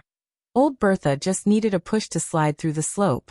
Wind blast, a powerful gust of whirlwind fired out of his hands. The whirlwind of wind blast was so powerful that it shook the entire ship. The creaking noise appeared as well as they felt the ship moving. Creak. The ship purred as it slid forward slowly. The entire ship trembled. The poles and every nook and cranny in the ship let out a gust of dust. "Is that old Bertha? What the fuck? Is that Welton's piece of crap? Shit, run." The ship immediately caused a commotion on the streets when it left the hangar. Someone dashing away from the way, while many were pointing out at the ship and speculating. Michael hoped Welton idiot did a better job fixing her than he did with his ambush plan. He still wasn't aware of the main issue of Bertha. A ship's keel was like the spine of a human being. If it was split in half, there was no fixing the ship. With a few plants and metal plates, Welton patched her up temporarily. Fortunately, it was enough for Bertha to stay afloat instead of sinking into the ocean. The sails slowly opened, putting a smile on Maxina's face. Even Michael had a grin on his face. He couldn't help remembering the Silent Reaper. Although the ship was nasty as hell, he missed the ship since it was his first ship. Back to the airship, standing on the crow's nest, Michael ordered Gibson. Now that they were on the ocean, they could see tiny figures of ships on the distant horizon. The crow's nest enabled Michael to see the airship more clearly. There were 5 war frigates surrounding the airship as they slowly sailed towards the airship. Michael leaped down onto the deck without even using the arch energy. He landed comfortably. "My lord, the pirates. In the below decks. Kill them all and bring their bodies to me." At that moment, his eyes completely became crimson red. Michael noticed the change in his eyes. He wasn't using eyes of darkness, yet his eyes were turning red without his control. It was a sign of him becoming the Dark Lord he was supposed to be. Michael knew this. He had no problem becoming the Dark Lord. Even before he knew about the prophecy, he was planning to rule the world from the shadows. However, he had problems with people judging him from prophecies and divinations. Unlike what they were thinking, he wasn't planning to destroy the world. Why would he want to destroy the place he plans to rule? As far as he was concerned, if there was one ruler to the entire world, the kingdoms would stay united, no wars, no hunger, and the world would actually be peaceful. Even to this day, Michael had no idea what the Guardians and Skyhall did 21 years ago to him and Diana, his birth mother. He thought he was born on Earth, came to this world because of the system, and got his soul transmigrated into Ubra's body. He had no idea he was in a rude awakening after reaching the Ukulun realm, and getting to know more about Skyhall. For a battle-hardened warrior with the medallion that gave inhuman strength and speed, killing 25 pirates was not a difficult task. "Drink this." With a flick of his wrist, Michael retrieved a vial containing a glistening blood-red potion. Maxine did not even ask a single question as she gulped the potion in one go. He was glad to see such loyalty from her. "The potion you just drank will give you speed, strength, and quick reflexes for 30 minutes. Hunt them down." The blood-red potion was called the Berserker Potion. It would temporarily enable the user to achieve a Berserker state which would triple the strength, speed, and speed of reflexes. The only drawback of the potion was it could only be used by a body refining stage, or anyone under the body refining stage. After sending Maxine down decks, Michael walked towards the rudder stage. When he reached the steps, he just sat on the stairs. "My lord, did you go there?" Some more frigates surrounding the airship. Lucifer's calm face gave Gibson strange confidence. Regardless, he was sailing basically a naked ship towards war frigates. He wasn't afraid at all. Boom. Arg. Kill her. Bitch. Shit. Argh. They began to hear cries of agony coming from below decks. Gibson saw no expression on Lucifer's face.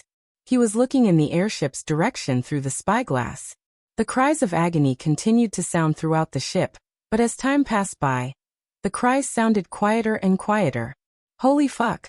One of the war frigates that surrounded the airship belonged to none other than Xian. He was at the helm when she heard one of his crew members shout, "Captain, you have to see this." The crew member came running to Xian with the spyglass. "What the hell happened to you?"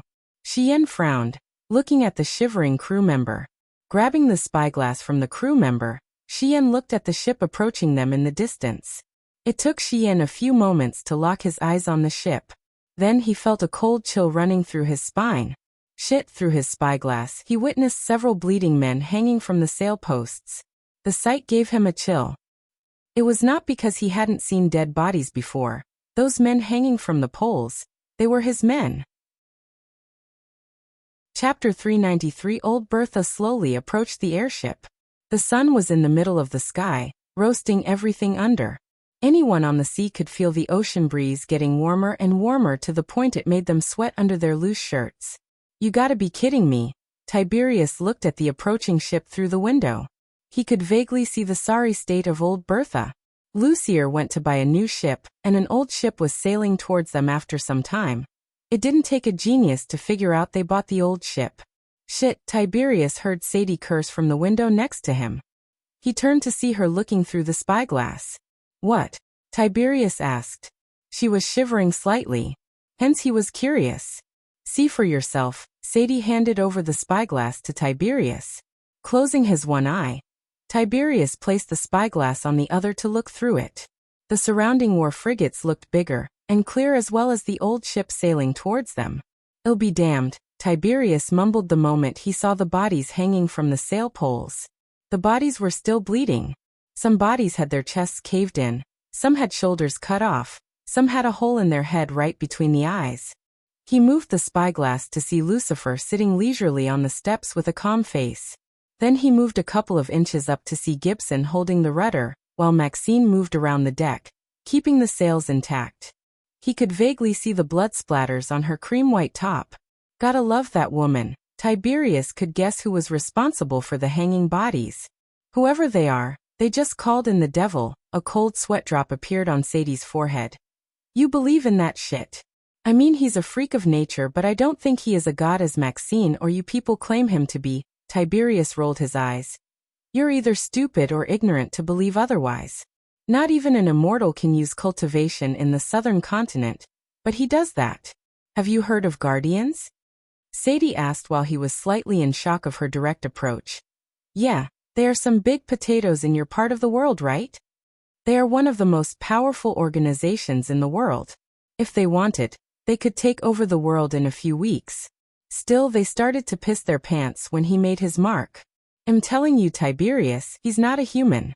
At best, he's a god. At worst, he's the devil," Sadie said. Her voice and face couldn't be any more serious. "Either way, we are here because of him." Suddenly they heard another voice.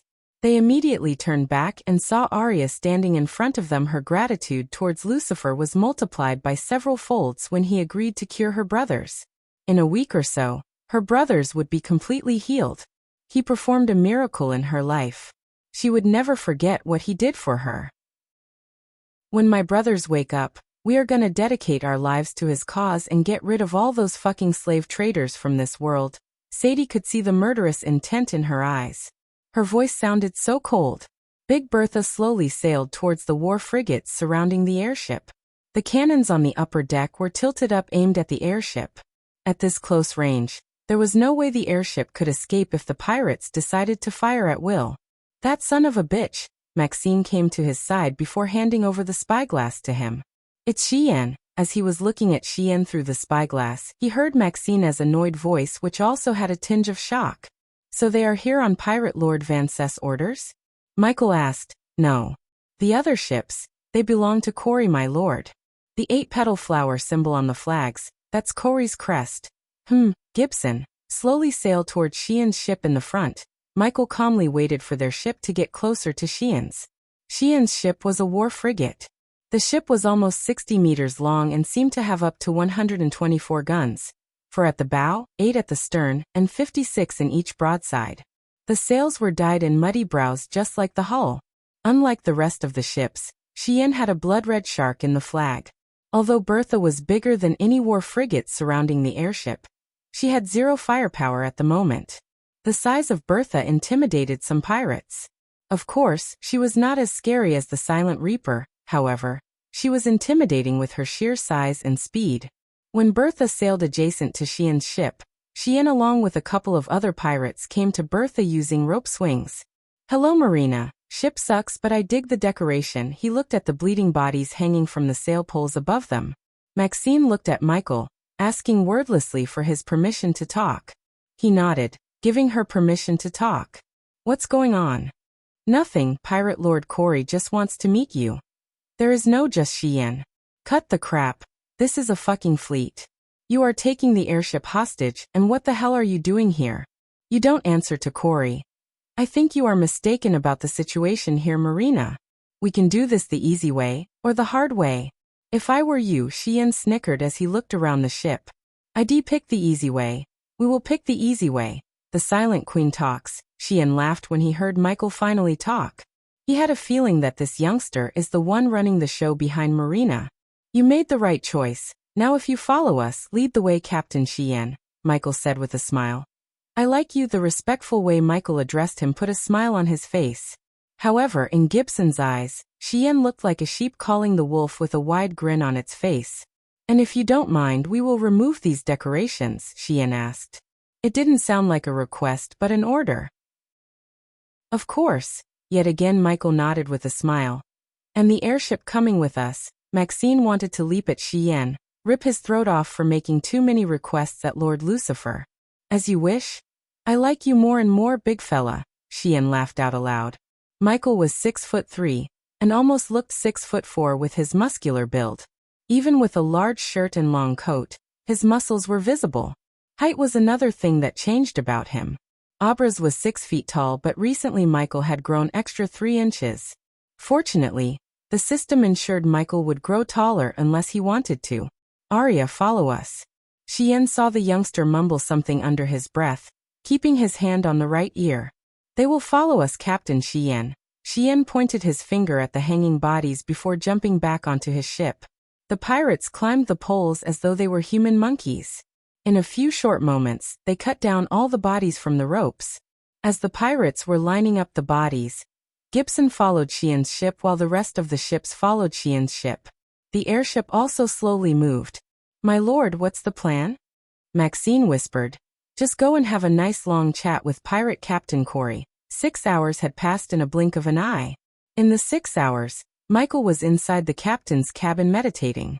The captain's cabin was a dust-covered, broken mess. There was no table, chair, or anything but only broken wooden plans and empty ale bottles. The place seemed like the go-to place for pirate parties. The room reeked of piss and ale, yet Michael controlled all his senses through meditation. He learned meditation from a Shaolin monk back on Earth when he trained under Spectre. "My lord." He could hear the door creak open. He slowly opened his eyes to see Maxine standing by the door. With a nod, Michael stood up. He walked towards the door, feeling the anger within him calming down. When he stepped out of the door, he was welcomed by a colorful island under millions of stars and a full golden moon. There were countless warships lined up before the island. The peculiar feature about the island was the glowing flowers. The scenery looked as though the island was a Christmas tree, and the flowers were the decorations. Everywhere he turned, he could see the glowing flowers. Red, blue, orange, golden, silver, green. Every color flower could be seen on the island. In addition to the glowing flowers, the island's atmosphere resembled a party.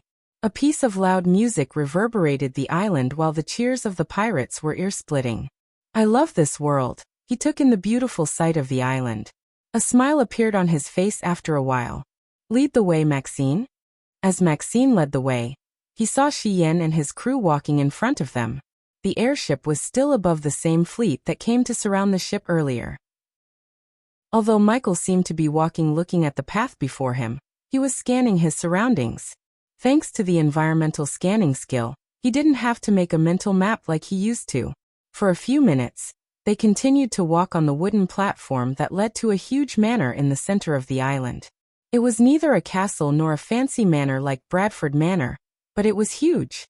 3 stories, A balcony where several couples of pirates were making out, lawn filled with drunken pirates singing and dancing, and tiny glowing flowers decorated the entire manor like LED lights. Following Maxine and Xian's group, Michael entered the manor through the main door. From the outside, the manor looked delightful, rustic and folksy. When he stepped inside, he was welcomed by redwood walls and thick stone beams, as well as a sense of home and the smell of alcohol. It was as charming inside as it is on the outside. Tree logs supported the upper floor and the sconces attached to them. The walls were decorated with vanes, the same glowing flowers that Michael saw outside, and several pot plants. He felt like he had entered a tavern inside a botanical garden. It was clear Corey was a lover of nature. The manor itself was packed with pirates. Several long tables were occupied by separate groups of pirates, all enjoying themselves, but they kept to themselves. The other, smaller tables were also occupied by people who are clearly having a good time. Even most of the stools at the bar were occupied, though nobody seemed to mind more company. "Welcome to Witch Island, folks." Xian turned around with a wide grin on his face to welcome them. Chapter 394. When the pirates having drinks saw Maxine, the smiles on their faces completely vanished. At the moment, the joyous mood inside the manor died down. Instead, a gloomy atmosphere took control over the area. Gibson felt uncomfortable seeing the countless death glares at them. Through the glaring pirates, they followed Xian behind. At the end of the hall, there were crescent-shaped stairs leading to the upper floors. On his way, Michael noticed the maids and female pirates licking their lips looking at him. The face mask changed his extremely handsome face to some generic normal-looking face. There was nothing special about his facial features. However, his height and muscular build made him stand out in the crowd. All the girls in the hall wanted a piece of him. Even some of the girls sitting on their partners' laps stared at Michael instead of their partners. Ignoring the gazes, Michael followed Xian. The stairs were decorated with the same glowing flowers. The island seemed to have glowing flowers in abundance. Everywhere he turned, he could see the flowers. The veins were coiling around the stair edges. Hence, he was able to touch the flower. Like most of the flowers, the petals were extremely soft and silky, too soft. He rubbed his fingers together to feel a powdery substance that got attached to his fingers when he touched them. Despite its powdery form, the powder seemed to stick like glue to the skin. He then quickly took a whiff without letting the others notice him. His lips slightly curved upwards a few moments later. Listening to the cheery pirate music, they climbed the stairs. Finally, when they reached the top floor, where they saw a couple of pirates staying in front of a redwood door. The door had carvings of various fishes, flowers, as well as a huge eye on the center. The guards did not wear any armor. Instead, they had spears in their hands. Also, they looked huge, almost 7 feet, with biceps the size of a normal human being's thighs. Any lesser man would be torn to pieces by the guards. Their stature alone freaked out Gibson. Only because he had Lucifer before, Gibson wasn't very afraid of the guards. Approaching the door, Xian nodded as though he was giving a wordless password. The guard slowly opened the door to reveal the room on the other side. The gigantic diamond-shaped chandelier hanging from the ceiling lit the room with its golden light. In the golden light, 2 figures appeared in their sight. The 2 figures were surrounded by nothing but greeneries. The wall was completely layered by green veins and heart-shaped leaves. There wasn't a single spot in the room that wasn't covered by the veins or leaves. In addition to the thick veins and leaves, the emerald green flowers riddled the room. Even the round table between Michael and the group and the 2 figures were covered by the veins. This was the only place Michael saw no glowing flowers. One of the figures on the other side of the table was a woman. At the moment, they could only see her back. She had wavy long brown hair, in which she had tiny glowing flowers as a decoration. She was 6 foot tall with a slender build. The smell of rustic nature permeated from her, as well as the walls around them. When they stepped into the room, the guards shut the doors. The other figure was tied to a chair. She was slowly running her fingers on her face. Michael stepped aside slightly to see the bald man struggling to speak something, but his words were muffled by the cloth around his mouth. Although Michael had no idea about the identity of the man, he knew she was one of the 3 pirate lords, Corey. He still couldn't see her front side. While he was staring at her back, she raised her hand. So nice of you to return to your former lord, Marina. Her sound sounded sweet and gentle. She slowly turned back to let them see the front of her. The moment she turned around, Gibson was stunned. Her face was completely filled with tattoos. Michael was slightly stunned too. Not because her face was buried under tattoos. It was because the tattoos resembled Mayan and Aztec tattoos on the earth. Gibson couldn't tell she was beautiful or not so beautiful before all the tattoos. Corey smiled, revealing her pearl-white row of teeth, looking at Michael's fixed gaze on her. Like what you see, handsome. She suddenly opened up her brown blouse, revealing her ample bosom. Gibson's jaw almost dropped to the ground. She removed the shirt and threw it on the floor. Just like her face, every inch of her body was decorated with tattoos. However, Michael saw a thin layer of oil on her body. He wasn't surprised though, because he knew why exactly she applied oil on her body. You know who he is? She took a step forward, then walked around the tied-up man while running her finger through his face. When she came behind the man, she bent down to kiss the top of his head. My lover, soon to be ex, I suppose. Her hands leisurely moved towards her long gown. With a flick of her wrist, she untied the laces on each side. The long gown slowly fell off, revealing her lower body. Gibson couldn't help swallowing a mouthful of saliva. Right at the moment, Corey had nothing but a tiny piece of cloth covering her womanhood. Am I ugly, my dear? You didn't think I am when we made love. HRRGGHHHH. The man seemed to be trying to scream, but all that escaped his mouth was a muffled cry. Yet again she slowly walked to the front of the man, sat on his lap and licked his cheeks. Am I ugly, my dear? She whispered into the man's ears. It was loud enough for everyone to hear. HRGGHHHHHH. The man frantically struggled against the ropes that tied his arms and legs to the chair. But no matter how hard he shook his body, he couldn't escape. After a few moments of licking the man's cheeks, she stood up. Michael was patiently looking at all the drama with a smile on his face. All of their eyes were fixed on Corey, expecting what she was going to do next. Gibson couldn't help expecting the last piece of cloth to come down, just to see if all of her had been decorated with tattoos. Corey gave the man a flying kiss.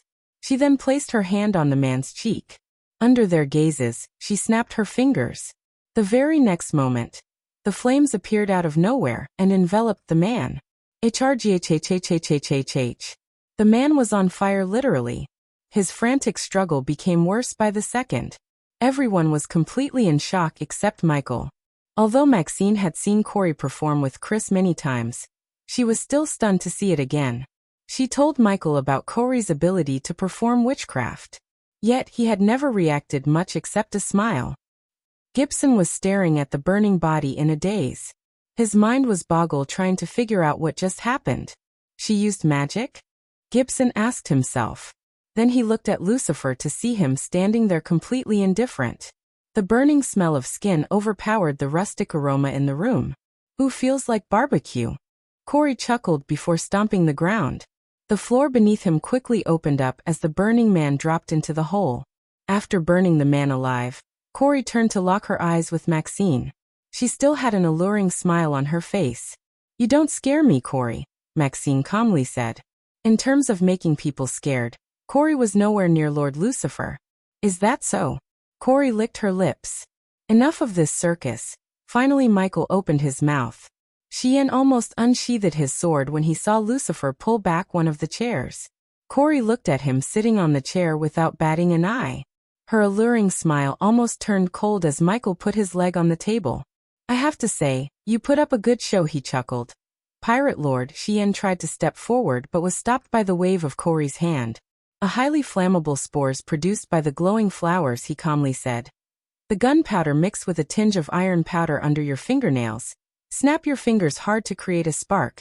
As the smile on Michael's face grew wider, the smile on Corey's face dimmed down. Everyone walking through the party will basically be bathed in invisible oil. Maxine always wondered why there were no torches inside the manor, and the pirates were prohibited to use torches. If everyone were flammable in the manor thanks to the glowing flowers, it made sense not to allow anyone to play with fire. Then why am I not on fire? Corey asked. Michael chuckled yet again, looking at her confidence in her voice despite scamming people with her fake witchcraft for years. They might not see the oil on your body, but I can. It prevents you from getting caught on fire in close range. He paused for a moment to Corey realize her scam has been exposed. The tattoos on your body, your gimmick of being a witch, the decorations. He looked around the room. You wanted to be a witch when you were little and managed to be a fake one with the help of your scams. I got to hand it to you, fake or not. You built yourself an empire. I respect that. He nodded approvingly. But do you want to see real magic? The smile on his face disappeared. Gibson felt a chill hearing his animalistic voice once again. The next moment, the room became dark despite the chandelier light. Corey's eyes opened as wide as they could when she saw the youngster in front of her suddenly change his form. She unconsciously took a step back, seeing the dark smoke around him. His red eyes, the skull mask, the black armor, and his voice, everything made her shiver. The next moment, when Xian was still in shock, Corey saw him point his finger toward Xian. A bolt of lightning immediately fired out from his hand and struck Xian. Boom! Corey was taken aback by the muffled exploding sound. It took her a few seconds to realize the red mist in the air was Xian. Chapter 395. Corey's legs were uncontrollably shivering. Her mind was blank. She was unable to understand what just happened. Not a single sound could be heard at the moment except the music sounds coming from downstairs. Her eyes watched him slowly stand up from the chair. She wanted to scream, but not a single word came out of her mouth. Overwhelming shock had completely taken over her mind and body. His every step towards her made her heartbeat increase. With his fully Lucifer armor equipped, he almost looked 7 foot tall. The completely Lucifer form freaked the hell out of Gibson. Despite the chandelier light, his complete Lucifer form darkened the room. The darkness overshadowed the light. He came behind her.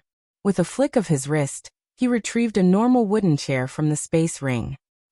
He placed his hands on her shoulder as Corey felt a chill running through her spine. He pushed her down to make her sit on the chair. Just like she did, he ran his fingers through her face. His sharp claw-like gloves slightly hurt her skin, but she didn't utter a word. You have 2 choices, darling. You can choose to scream and hope your guards arrive before you turn into our friend Xian there.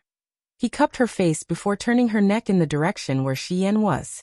The ground was painted with his blood. Not even bits of bones remained on the ground. Xian was completely turned into a bloody pulpy mess by Ignitia. Or you can agree to my offer and taste the power of real magic. In one hand, a golden bolt of lightning, in the other, crimson red flame danced around. Corey could feel the electricity from the lightning bolts and the heat from the crimson red flame on her skin. He bent down, kissing the top of her head, just like how she did to the bald man. Corey's entire body shivered because of the fear toxin Michael released into the air. Not only Corey but also Maxine and Gibson shivered in fear. The fire and lightning bolts above his palms soon faded away. A pendant appeared in his hand. He placed the pendant around her neck. Remove it and you will know there are things worse than death. Corey touched the tiny pendant on her neck. She felt the chill on her neck. He took a few steps to stand in front of her. His hands ran through her shoulder, arms, then he clutched the arms of the chair. Corey's teeth chattered. She slowly tilted her head up to see him bend his back, to look directly into her eyes. Erase my offer, darling. He willed the system to stop radiating fear toxin from his suit. Instead, he ordered the system to release the antidote so Corey's mind would become normal. Scam or not, she used her brain to build an empire from scratch. As far as he was concerned, a brain like that was more valuable than any superweapon. Every time he willed the system to radiate fear toxin from his suit, he had to pay 2,000 badass points. It seemed like a waste to him. However, he had no other way because his inventor skill level was too low to build a device into his suit of armor, which would control potion releases instead of the system. It changed after he upgraded the inventor skill. He could now build various devices to replace the system. Ever since the system went offline, he started to plan for the future without the system. He realized long ago that he shouldn't completely rely on the system. Since Corey was just a mortal with no cultivation base, the antidote quickly dispelled the fear toxin from her bloodstream. Her pupils retracted as she stared into the crimson red eyes of Lucifer. You now serve me. You can carry on your pirate lord's work as usual except sometimes. You answer to me or Maxine. Fail to carry your orders, and you will be replaced. That's the stick. Michael turned his gaze on the robes on the ground. He just flicked his wrist as the cloth floated into his hands. Maxine and Gibson saw Lucifer covering Corey with her clothes. If you serve me well, you will get rich, powerful, and a shot at immortality. That's the carrot. Corey couldn't believe for a second what she just heard. She had heard of immortals in cultivation continents. Unfortunately, she was born in the southern continent, which made her unable to cultivate to reach higher stages. System. Imprint a simple fire conjuring spell into her brain. Back on cultivation continents, even a commoner could conjure sparks or a tiny ball of fire using arch energy. In addition to conjuring fireballs, they were also able to do simple things such as making the small objects levitate. Simple tasks such as these did not even require the user to cast spells. They could just manipulate the arch energy with their mind and accomplish that.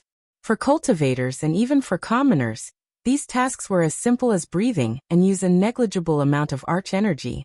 Hence, Michael decided to give Corey a little taste of magic. The system can imprint the ability to conjure fire into her brain for just 4,000 badass points. The system can transfer a tiny amount of arch energy from the host's body to Corey. Do it. As he ordered the system in his mind, he placed his hand on Corey's head. For the first time since Michael revealed himself as Lucifer, Corey opened her mouth. Seeing her cry, Gibson thought Lucifer was hurting Corey.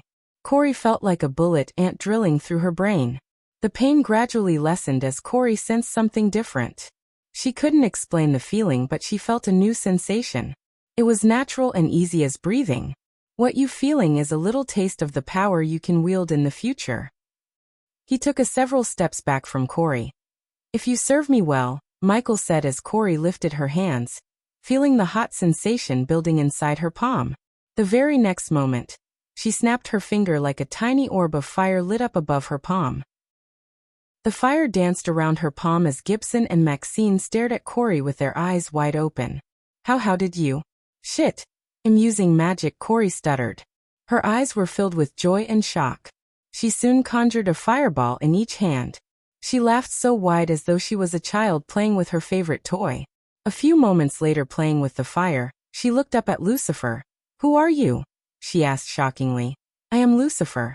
People call me the Dark Lord. The moment the words escaped his mouth, a stream of crimson-red fire and golden streaks of lightning crisscrossed around him. Coupled with the dark cloud, the fire and lightning scared the shit out of Corey. What's it gonna be, Pirate Lord Corey? Stick or carrot? Your choice. As he spoke, Maxine made her way to stand behind Michael. Gibson too soon followed Maxine's footsteps to stand behind him. Corey was not dumb to refuse the offer. It was a once-in-lifetime offer. Besides, he didn't give her much of a choice. She could either agree to serve him or disagree and probably die like Xian. She didn't build an empire by making wrong choices and letting go of opportunities such as this. Hence, naturally she wanted to agree. I agree, mister. You will address him as my lord, Maxine interrupted Corey. I agree, my lord. My fleet is yours to command. Corey knelt down on one knee. She was an opportunist, not a woman who clung onto pointless pride. You are going to take back the bounty you put on Maxine. His first order to her was regarding the bounty on Maxine's head. He would have loved to have some sea battles if old Bertha had some firepower and was in a fighting condition. If he had Silent Reaper, the mere sight of that beat would have scared the shit out of the pirates. Yes, my lord. Corey immediately agreed with him. She was glad he didn't take her life for putting Maxine's life in danger. As far as Corey could guess, Maxine seemed like the right hand of Lucifer, which kinda made Maxine her superior. Then I'm pretty sure you can spin some story to explain what happened to Xian. My existence must be kept as a secret until I tell you otherwise. Michael did not waste his time and brain thinking about a way to explain Xian's death. A woman who managed to scam the pirates for decades would be able to spin some bullshit story to cover up Xian's death. Until I deal with the other pirate lords, don't engage in combat with the Thusians. Maxine was slightly surprised to hear his order. She thought he would send Corey's entire fleet to chase away the Thusians after subduing her. Instead, he did the exact opposite. My lord, can I ask you something? Yes. Don't be afraid to speak your mind. Your mind is a precious one. It should be used to its full potential. Only then, we can rule this entire world. Obviously his words stunned Corey. Hence, her eyes opened as wide as they could. Stand up and speak your mind, Michael said, willing the system to unequip the Lucifer armor. In a blink of an eye, he transformed into his previous human form. Corey heaved a sigh of relief inside. The normal human form was easy to talk to compared to his freakish Dark Lord form. Can I really achieve immortality? Michael smiled hearing her question. He could see the thirst for power and immortality in her eyes. People like her would be easier to control than people with high morals and righteousness. As I said before, serve me well and you will rule a part of this world forever. Chapter 396. At the moment somewhere else in the southern continent, a man robbed a pearl-white toga with a golden laurel on his head sitting on a throne. The man seemed to be tall but not too tall to stand out in a crowd. This fair-skinned man has a suspicious feel about him. His greasy, light blonde hair was very short and currently dyed completely butterscotch. His forehead got bigger as his hair seemed to be falling out. He had a square face with a cleft chin, a long neck, broad shoulders, toned arms and large hands, a heavy torso with no muscle tone, round hips, weak legs and average-sized feet. He was sitting on the throne as though he was a king who rules the entire kingdom rather than a head senator. His thirst for being a single ruler made him decorate the hall in his manner, like a throne hall of a king. In the hall, bulky braziers encompassed each of the 12 marmoreal columns that light up every part of the throne hall, covering the hall in dancing shadows and a warm radiance. The intricate golden patterns on the layered ceiling danced in the flickering light while memorials and statues looked down upon the oaken floor of this sublime hall. A jade rug was running down from the throne for a few meters before coming to an end while forked banners with burnished tufts dangled gently from the walls. Between each banner sat a small altar full of candles. All but a few have been lit and in turn illuminated the paintings of men wearing a toga and golden laurel on their head of the world below them. Slim windows were edged by veils colored the same jade as the banners. The curtains had been adorned with gold leaves and decorating tips. A magnificent throne of oak sits atop a tall elevated platform, and was adjoined by 3 plain, but comfortable seats for those closest to the man. Those who wanted to be heard by the man could do so on the several long and rather bulky stone benches, all of which were facing the throne. Those of higher standing such as other senators and nobles could instead take seats in the renovated balustrades overlooking the throne. Your Majesty, from the left side of the throne, a Spartan soldier walked towards the man. The Spartan soldier's boots kept making thud sounds as he came before the man. Immediately the Spartan soldier knelt on his one knee. The man liked to be addressed as Your Majesty, as though he was a king rather than senator, when they were in his manner. Those who disagreed with his request would disappear overnight. Although Maven was a Senate-ruled kingdom, it was ruled by this man alone. The other senators were just puppets of him. He was corrupt to the core with an insatiable thirst for power and money. The soldier placed the spear on the ground before sliding his hand into the red cape he was wearing. In a moment, the soldier retrieved a luminous bluish crystal from his pouch. The crystal was covered in gray dust which dimmed out the crystal.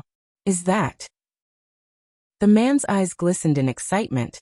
Bring it to me, the man ordered the Spartan. No one was in the throne hall except the man and the Spartan soldier. The man couldn't hold his excitement as before the Spartan could reach him, he stood up, walked straight to the Spartan, and grabbed the crystal from the Spartan's hand. Arch energy, pure arch energy. I can feel it, the man grinned, feeling the pulses coming from the crystal. He clenched the crystal so tight.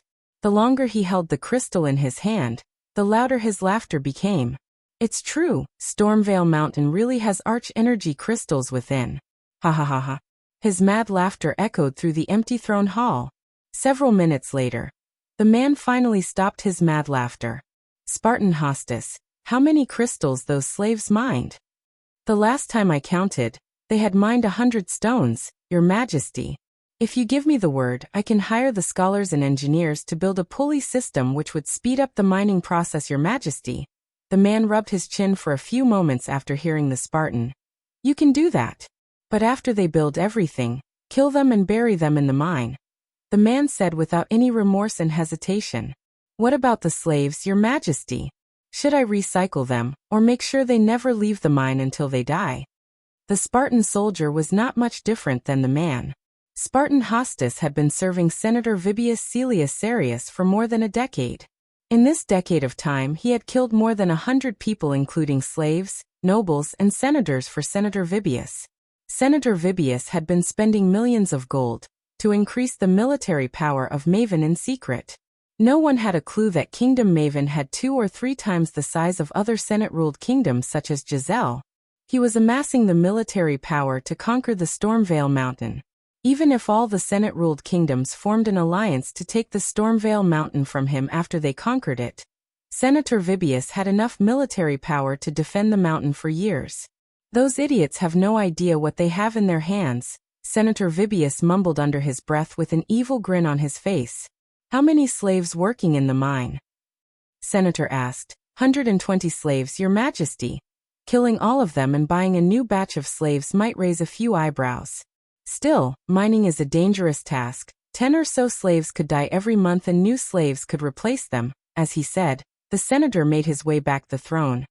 Make sure none of the slaves currently mining leave the mine alive. The existence of these crystals must be kept secret at all costs. Also, make those scholars prepare a document saying the Stormvale Mountain originally belonged to Maven. Make sure the document looks ancient. Kill them after they finish the job. The Spartan soldier wasn't surprised at all. He expected the order before the senator actually said it. Senator Vibius was waiting for this moment for more than a decade. As far as the people of Maven knew, Senator Vibius came from a long family line of Serius. However, the Serius family was not always called Serius. The first ancestor who found the family came from a secret order. Only the main bloodline knew the existence of the order, and the first ancestor's involvement in the secret order. Spartan Hostus, to the outside world, we are just mining iron and minerals. Yes, Your Majesty, Spartan Hostus bowed before leaving the throne hall. At the moment, the senator was sitting on the throne alone. He looked at the crystal in his hand. Then with the other hand he clenched the medallion on his chest. He pulled the medallion with force. The medallion remained in his hand, radiating a dim glow. The coin-sized black medallion had nothing but a letter etched onto its surface, L. This medallion looked exactly the same as the medallion on Maxina's neck. Order of Death, Vibius snickered. The founding ancestor of the Serius family was a member of the Order of Death. He was one of the few who survived the Guardians. But unlike others, Vibius' ancestor did not escape the Guardians. Rather, he was escorted to the southern continent safely by the Guardians because his ancestor was the man who betrayed the Order to the Guardians for wealth, power, and kingdom. Vibius' ancestor did not believe in the Dark Lord Lucifer, and neither did Vibius. As Vibius was looking at the medallion in his hand, another soldier entered the throne hall. He was not a Spartan but a normal soldier who wore full plate armor and chainmail. Your Majesty, His Lord Canis is here to see you. Vibius quickly put the medallion into his pocket before nodding at the soldier. Several minutes later, Vibius saw a man wearing black robes with a hood covering his head walking towards him. Lord Canis, Vibius chuckled, standing up from his throne. I'm sick of that name. The figure growled before slowly taking off the hood to reveal his golden shoulder-length hair, perfectly sculpted handsome face and bluish eyes. I'm sorry, the name your superiors picked is not as good as your real name. Guardian Connors. Guardian Connors was none other than the man who was part of the Operation New Dawn organized by Peyton and Zanali. He was responsible for gathering information about Ghost and the man who killed Jack. Peyton had no idea that Connors killed Jack during his surveillance. Connors was able to blame the bandits in the forest. Since Operation New Dawn was an off-the-books operation, there was no investigation on Connors. After Peyton dismantled the team, each of the team members was welcomed into the guild as fully fledged guardians. Afraid of Ghost finding of his involvement in Jack's death, Connors used his connections inside the guild to get himself assigned to a top-secret mission in the southern continent. Tell me that's the crystal. Connors emphasized the word "the," raising his brows. He walked closer to Vibius to take a closer look at the crystal. Should this be enough to convince the Guardians? With a snicker, Vibius tossed the crystal towards Connors. The moment Connors caught the crystal in his hand, he felt a pulse of energy. He was completely stunned. He could yet again feel the arch energy running through his energy veins. Arch energy. Connors snapped his fingers as a spark of flame appeared above his fingers. Connors' mind went blank. Impossible, he mumbled. Though the energy inside the crystal was not enough to cast powerful spells, he could absorb the arch energy from the crystal to perform simple spells, which should be impossible considering the southern continent was void of any energies. Not anymore, Guardian Connors. Now let's talk about how bigger the army the Guardians will send here for me to command. Chapter 397. Your Majesty. Just as the two of them were about to discuss the terms of their deal, a soldier entered the throne hall. Connors quickly hid the crystal with his robes. The senator gave the soldier a death glare as the soldier's face went pale behind his metal helmet. What? Vibius growled like an animal. Senator Caius is here to meet you. Vibius was taken aback by surprise. He didn't receive any report of Caius' visit to Maven from Giselle ambassadors or his spies. Why wasn't I informed about his visit? Vibius asked the soldier. Your Majesty, Senator Caius just suddenly appeared with another one. They are requesting an audience with you. Yet again Vibius was surprised by the soldier. He couldn't help but raise his brows. Even Connors, who was standing beside Vibius, had a frown on his face. Weird, Vibius rubbed his chin. The soldier remained in the hall waiting for Vibius' orders. After pondering for a few moments, Connors opened his mouth. The other guy you mentioned. Does he pose a threat to the senator? No, my lord, they are both unarmed. The Spartans already confirmed they have no weapons on them. Connors listened to the soldier patiently. What do you think, Lord Canis? Vibius asked Connors. Connors was confident in his combat ability as he was trained by the best coaches in the Guardian Guild. In addition to his training, they had Spartans waiting outside the throne hall. If Caius or the other guy tried to do any harm, they would be dead before they could reach Vibius. Besides, if Connors could broker peace between the two kingdoms, his job of getting the crystals to the Guardians would be much easier. Otherwise, the Guardians would have to allocate resources such as an army and weapons to Maven to fight Giselle. I say we should ask Caius, why is he here? Vibius racked his brain for a few minutes before nodding at the soldier. Connors quickly put the crystal deep within his inner pocket. Send them in, but make sure the Spartans are within a shouting range, Vibius ordered the soldier as the soldier bowed before leaving the throne hall. What if Caius becomes a problem, Guardian Connors? While they were waiting for Caius to enter the throne hall, Vibius asked Connors. Then we deal with it in the Guardian way. Connors waved his hands casually. And what is that? Solve the problem or make it disappear? The cold smile that emerged on Connors' face indicated the true meaning of his words. Vibius was thinking the same. If Caius became too much of a nuisance, he was planning to assassinate Caius. It would be difficult to assassinate a head senator in his own kingdom, but Vibius had connections with the Grim Reapers. Only a handful of few knew the existence of Grim Reapers in the southern continent. Vibius was one of those few people. The two of them were already planning on killing Caius. They had zero clues that the Dark Lord himself was coming to greet them. After waiting for the guests to appear for a few minutes, Vibius finally saw Caius wearing a white toga and golden laurel on his head, walking towards him with a tall youngster in a long gray coat and black pants. His dress was not of a southern noble but was similar to Connors' robes. He seemed like he came from one of the cultivation continents.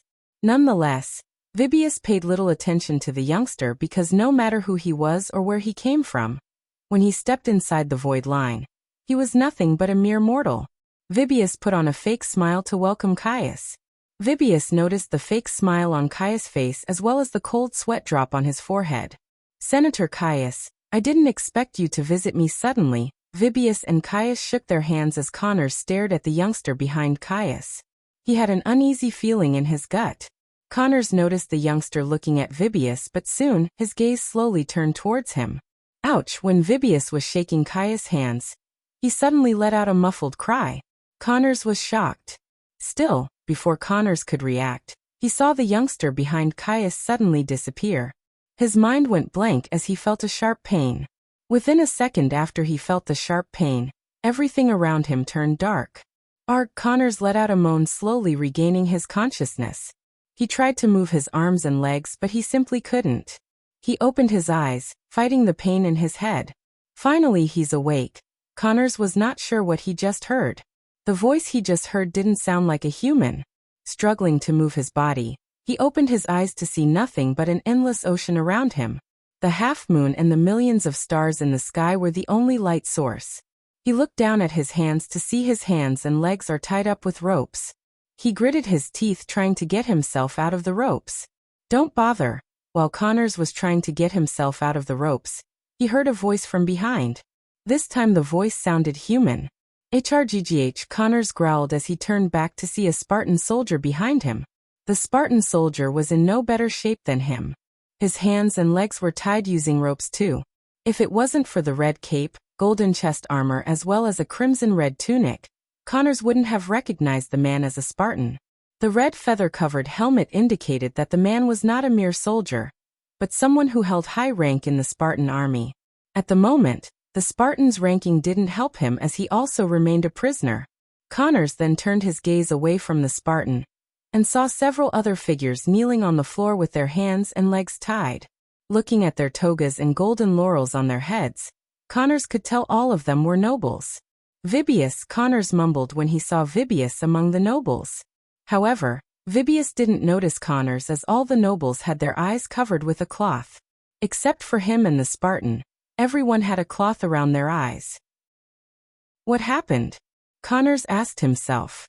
He tried to recall what just happened. One moment, he was in the throne hall looking at the youngster behind Caius, and the next moment, he felt a sharp pain and then he woke up here. His memory was clouded. He tried his best to clear out the fog. As he thought deeply, he remembered the youngster suddenly vanishing into thin air. For a few moments, Connors just looked around to see where he was.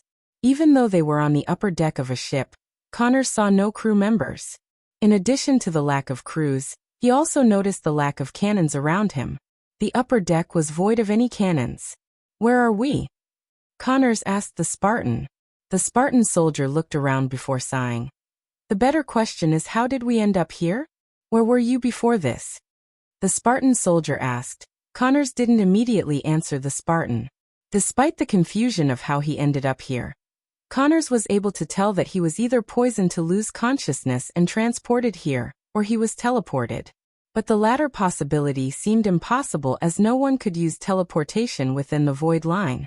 Hence, Connors bet on the poison theory, which made sense as he felt a sharp pain like a bee sting in the back of the neck before he lost consciousness. Connors couldn't trust the Spartan. What if the Spartan was one of those who kidnapped him? Suddenly Connors realized something as he quickly touched his chest. Shit, Connors cursed it out loud. When he touched his pockets, he couldn't find the crystal inside. If you are searching for a weapon, don't. They stripped all the weapons, the Spartan told Connors. I'm not looking for any weapon, Connors growled. His mind disregarded the possibility of him being teleported. Instead, he thought someone poisoned him and transported him with the others to the ship. You have no idea who you are messing with. Suddenly Connors shouted loudly. He was so pissed as he wanted to kill whoever kidnapped him. I tried that, the Spartan soldier shook his head. Shut up, Spartan, Connors snickered. As far as Connors was concerned, Spartans were nothing but glorified slaves to the senators. They were pawns. Did you hear the voice? Connors asked the Spartan as he nodded. It didn't sound human, did it? The Spartan asked. The Spartan seemed to be more worried about something else than escaping his bonds, unlike Connors. Connors was struggling and trying to bite the ropes that tied his arms. A guardian? While Connors was struggling to escape from the ropes, he yet again heard the animalistic voice. This time he heard the voice coming from above him. The Spartan and Connors looked at the sky as their eyes immediately went wide open. Their jaws dropped a couple of inches down in complete shock. What? Connors couldn't believe his eyes. A figure enveloped in a black cloud of smoke was slowly descending to the ship. His heart skipped a beat as he started to shiver. He kinda recognized the figure. He had seen the vague images resembling the figure on Peyton's board during the New Dawn operation. Lucifer, Connors mumbled as the dark figure landed on the ship. The black smoke enveloped the armor, but Connors could vaguely see the black armor and the crimson-red eyes. The last time he talked to Peyton before ending the New Dawn operation, Peyton told him Lucifer had been dealt with. He believed Peyton because she also told him the Alpha Guardian of Hunter Guardians herself came to apprehend Lucifer. Since the Guardians kept the matter of Lucifer extremely secret, he couldn't get any more information. Plus, he was too busy partying and spending his time in the arms of beauties to think about Lucifer. Chapter 398. The senators who had their eyes covered looked around bewildered after hearing Michael's voice. Meanwhile, Connors and the Spartan stared at Michael with their eyes wide open. Their eyes were glued to him as he landed on the deck. When he landed on the deck, he flicked his wrist as a tall, frightening throne made of skull and bones materialized on the deck. The 6 senators, including Vibius, were trying to see what was happening. What? Where? Vibius growled. He kept struggling against the ropes to free himself. Connors couldn't believe his eyes. He had heard about Lucifer and seen sketches of him, yet in reality, he looked more menacing. The skull mask on his face was a dead giveaway of his identity as Lucifer. Both of their eyes were glued to him. They saw him leisurely sitting on his throne, leaning back and putting his leg on the other. His crimson eyes landed on Connors. At this moment, they heard a creaking noise coming from behind. They looked over their shoulders to see a gray-haired man walking towards Lucifer. Connors could tell the man had some kind of injury in his leg looking at the man's gait. He was slightly limping. Surprisingly, the man didn't seem like a prisoner of Lucifer. Rather, he seemed like Lucifer's minion. "My lord," he bowed, standing before Lucifer. "Take off his blind." Connors saw Lucifer pointing his finger at Vibius. "Who are you?" Regardless of the shock, the Spartan soldier was brave enough to question Michael. "I should ask you the same, Spartan Captain Decimus. Who are you?" Lucifer added, tilting his head. The Spartan didn't understand Lucifer's question. Thus, he had a bewildered look on his face. "Your job was to follow orders, Spartan. Not poke your nose into where it doesn't belong. When you chose to do that, you put yourself and the others in danger." Spartan's heartbeat gradually raised as they heard another creaking voice from behind. As Connors turned his head behind, he surprisingly saw a woman dragging another woman in a red tunic towards Lucifer. She had a baby covered in cloth in her arms. "Dilia!" The Spartan immediately cried out loud, looking at the woman in the red tunic. She was being dragged by her hand by another woman in a gray long coat. His wife didn't move at all as she seemed to have lost consciousness. "Let her go." The Spartan growled as he violently struggled against the ropes to escape. But no matter how hard he struggled, he couldn't untie the ropes. The senators were trying to make sense of what was happening by hearing the shouts and Lucifer's words. At this moment, Gibson finally took off Vibius' blindfold to let him see everything. Vibius' vision wasn't clear. Everything in front of him was blurry. He also felt an urge to throw up, but he was able to control the urge. When his vision finally cleared, he was stunned by the black figure sitting on the throne. His heart skipped a beat. The figure's crimson-red eyes were not on him but on the Spartan. Vibius did not recognize the Spartan, yet he quickly recognized Connors. "You bastard! I will kill you!" The Spartan kept screaming while Maxine was dragging the Spartan's wife towards Lucifer. "Kill me? Ha ha ha!" Michael burst into laughter. He grabbed the unconscious wife of the Spartan, lifting her up by her neck. He stood up from his throne while Maxine remained by his side with the baby in her arms. Gibson was moving his head, staring at both Lucifer and the Spartan. "It will take me less than a second to snap her neck right this instant." Holding her in one hand, Michael ran his index finger through her face. A red line appeared along the way as blood slowly started to seep through the cut. The Spartan was struggling more and more violently. Connors saw the Spartan trying to stand up, but fell onto the floor ultimately. Still, the Spartan kept trying. Gibson felt pity for the Spartan. This is what happens when you try to be what you're not supposed to be. Don't hurt her.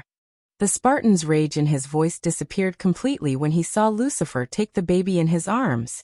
Compared to his 7-foot stature and bulky armor, the baby seemed tiny in his arms. Even Gibson's heart skipped a beat when he saw the baby in Lucifer's arms. Michael placed his hand on the baby's tiny head.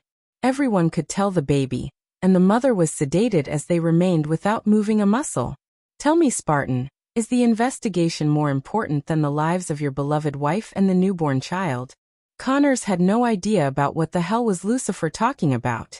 However, Vibius knew about the investigation the Spartan captain was conducting. His spies reported to him about the Decimus investigation of what happened during Senator Viridius' daughter's marriage. The entire Senate of Giselle was wiped off that day except for Caius. The Spartan captain was conducting an investigation to find out what truly happened that day. He suspected Senator Caius had a hand in that explosion which took the lives of all the senators, their families as well as many nobles. Decimus had received threatening letters from unknown people asking him to drop the investigation. Still, Decimus continued his investigation. What was your endgame plan, Spartan Decimus? As he asked the Spartan, Michael lifted the wife by her neck. In one hand he held the baby, in the other, he held the mother. Vibius' neck moved in the direction of Lucifer. He was too stunned to utter a word. Until now, he didn't believe in the existence of the so-called Dark Lord whom the Order of Death believed in so much. Spartan Decimus kept struggling as Lucifer came in front of him. Connors was able to see Lucifer so close. The dark cloud of smoke faded away, revealing his metal armor. The intricate black armor had a skull on the chest. The armor looked both sturdy and flexible. There was not a single place that exposed what was underneath the armor. Each step he took towards them produced a heavy thud sound. Maxine followed him behind. Get him up, Connors heard Lucifer order the woman behind him. The woman quickly stepped forward to get behind the Spartan. Then she grabbed the Spartan by his shoulder, making him stand straight up. Take off his helmet. The woman quickly lifted off Decimus' helmet to reveal his clean-shaven face. Decimus had shoulder-length dirty brown hair. Due to his clean-shaven look, the scars on his face were visible. At the moment, his hazel eyes looked bloodshot red because of the overwhelming anger and helplessness. What are you? Decimus growled as Michael let go of Delia's neck. She fell onto the wooden floor, making a thud sound. Michael could hear Decimus' heart pound against his chest. He wanted to teach this idiot Spartan a lesson. Michael couldn't care less of who's getting promoted among the Spartans. As far as he was concerned, they were supposed to follow the order of Caius and help him take over the southern continent in the future. Imagine his surprise when he heard from Caius that a nobody Spartan got promoted after the death of the previous Spartan captain, and started to conduct an investigation on what happened at Viridius' daughter's marriage. Since there was no international court of law in the southern continent like on Earth, he knew the Spartan captain was collecting evidence to show the people and nobles and get himself elected as the head senator in the election. He was looking to replace Caius, which made Michael kidnap Decimus and his family along with all the senators of Maven Kingdom. Delia! Yet again Decimus screamed, looking at his wife on the ground. Normally Michael wouldn't hurt innocents such as the Spartan's wife or the baby, but this time he made an exception. He wanted to teach Decimus a lesson. The very next moment, while Decimus was struggling to bend down and pick his wife up, Michael put his boot on her neck. He did not put any pressure but placed his boot on her neck. Bass Pulch! Decimus' shout was interrupted by a punch to his gut. The punch had enough power to create a fist-shaped dent in his armor, as well as cough out mouthful of blood. The blood oozed out of Decimus' mouth. Connors looked up at the Spartan to see his eyes closing and opening. He seemed to be struggling to stay awake. Look at your beloved wife under my feet. I can squeeze the life out of her in front of your very eyes. Michael moved his boots, pretending to press her throat with his boot. However, he didn't put any pressure at all. He would hurt Decimus for the trouble he caused for Caius, but never intended to hurt innocents like Delia or her child. However, he wanted the Spartan, Connors, and Vibius to think that he would go any length to destroy his enemies. Stop, please, the Spartan breathed heavily. There was no anger in his voice, he was pleading with Michael. I will teach you a precious lesson today, Decimus. Every action has a reaction. When he flicked his wrist, Connors saw a Ling syringe appear in his hand. No pulch. Decimus received another punch to his gut. This time, the blood and saliva came spraying out of his mouth. Maxine grabbed Decimus' hair, keeping his head straight so he could look at Lucifer and the baby. Shit, Gibson cursed as he saw Lucifer injecting the needle into the baby's tiny arm. He was stunned completely as he started to sweat. He knew Lucifer was ruthless, but he had never imagined he would be cruel and ruthless enough to hurt a newborn child. Please, the words barely escaped Decimus' mouth. Connors was not a big fan of Spartans, but even he felt pity for Decimus at the moment. Your child will have the poison running through his veins all his life, because of your mistake. With a snap of my fingers, I can activate the poison and end his life just like that." Connors felt a chill running through his spine. If Lucifer could do that to a baby, Connors couldn't even imagine what he's gonna do to the grown-ups like them.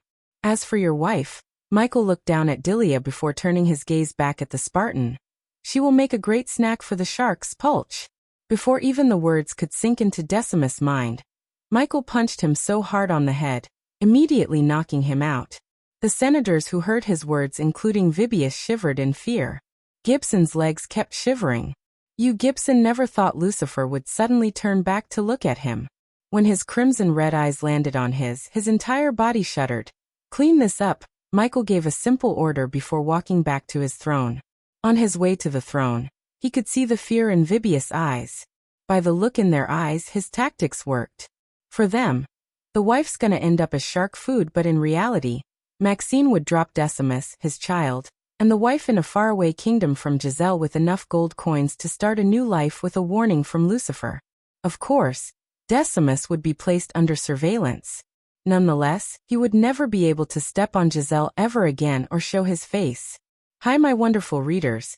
This day completes my 2 years journey as an author. I want to thank all my wonderful readers for supporting me until now.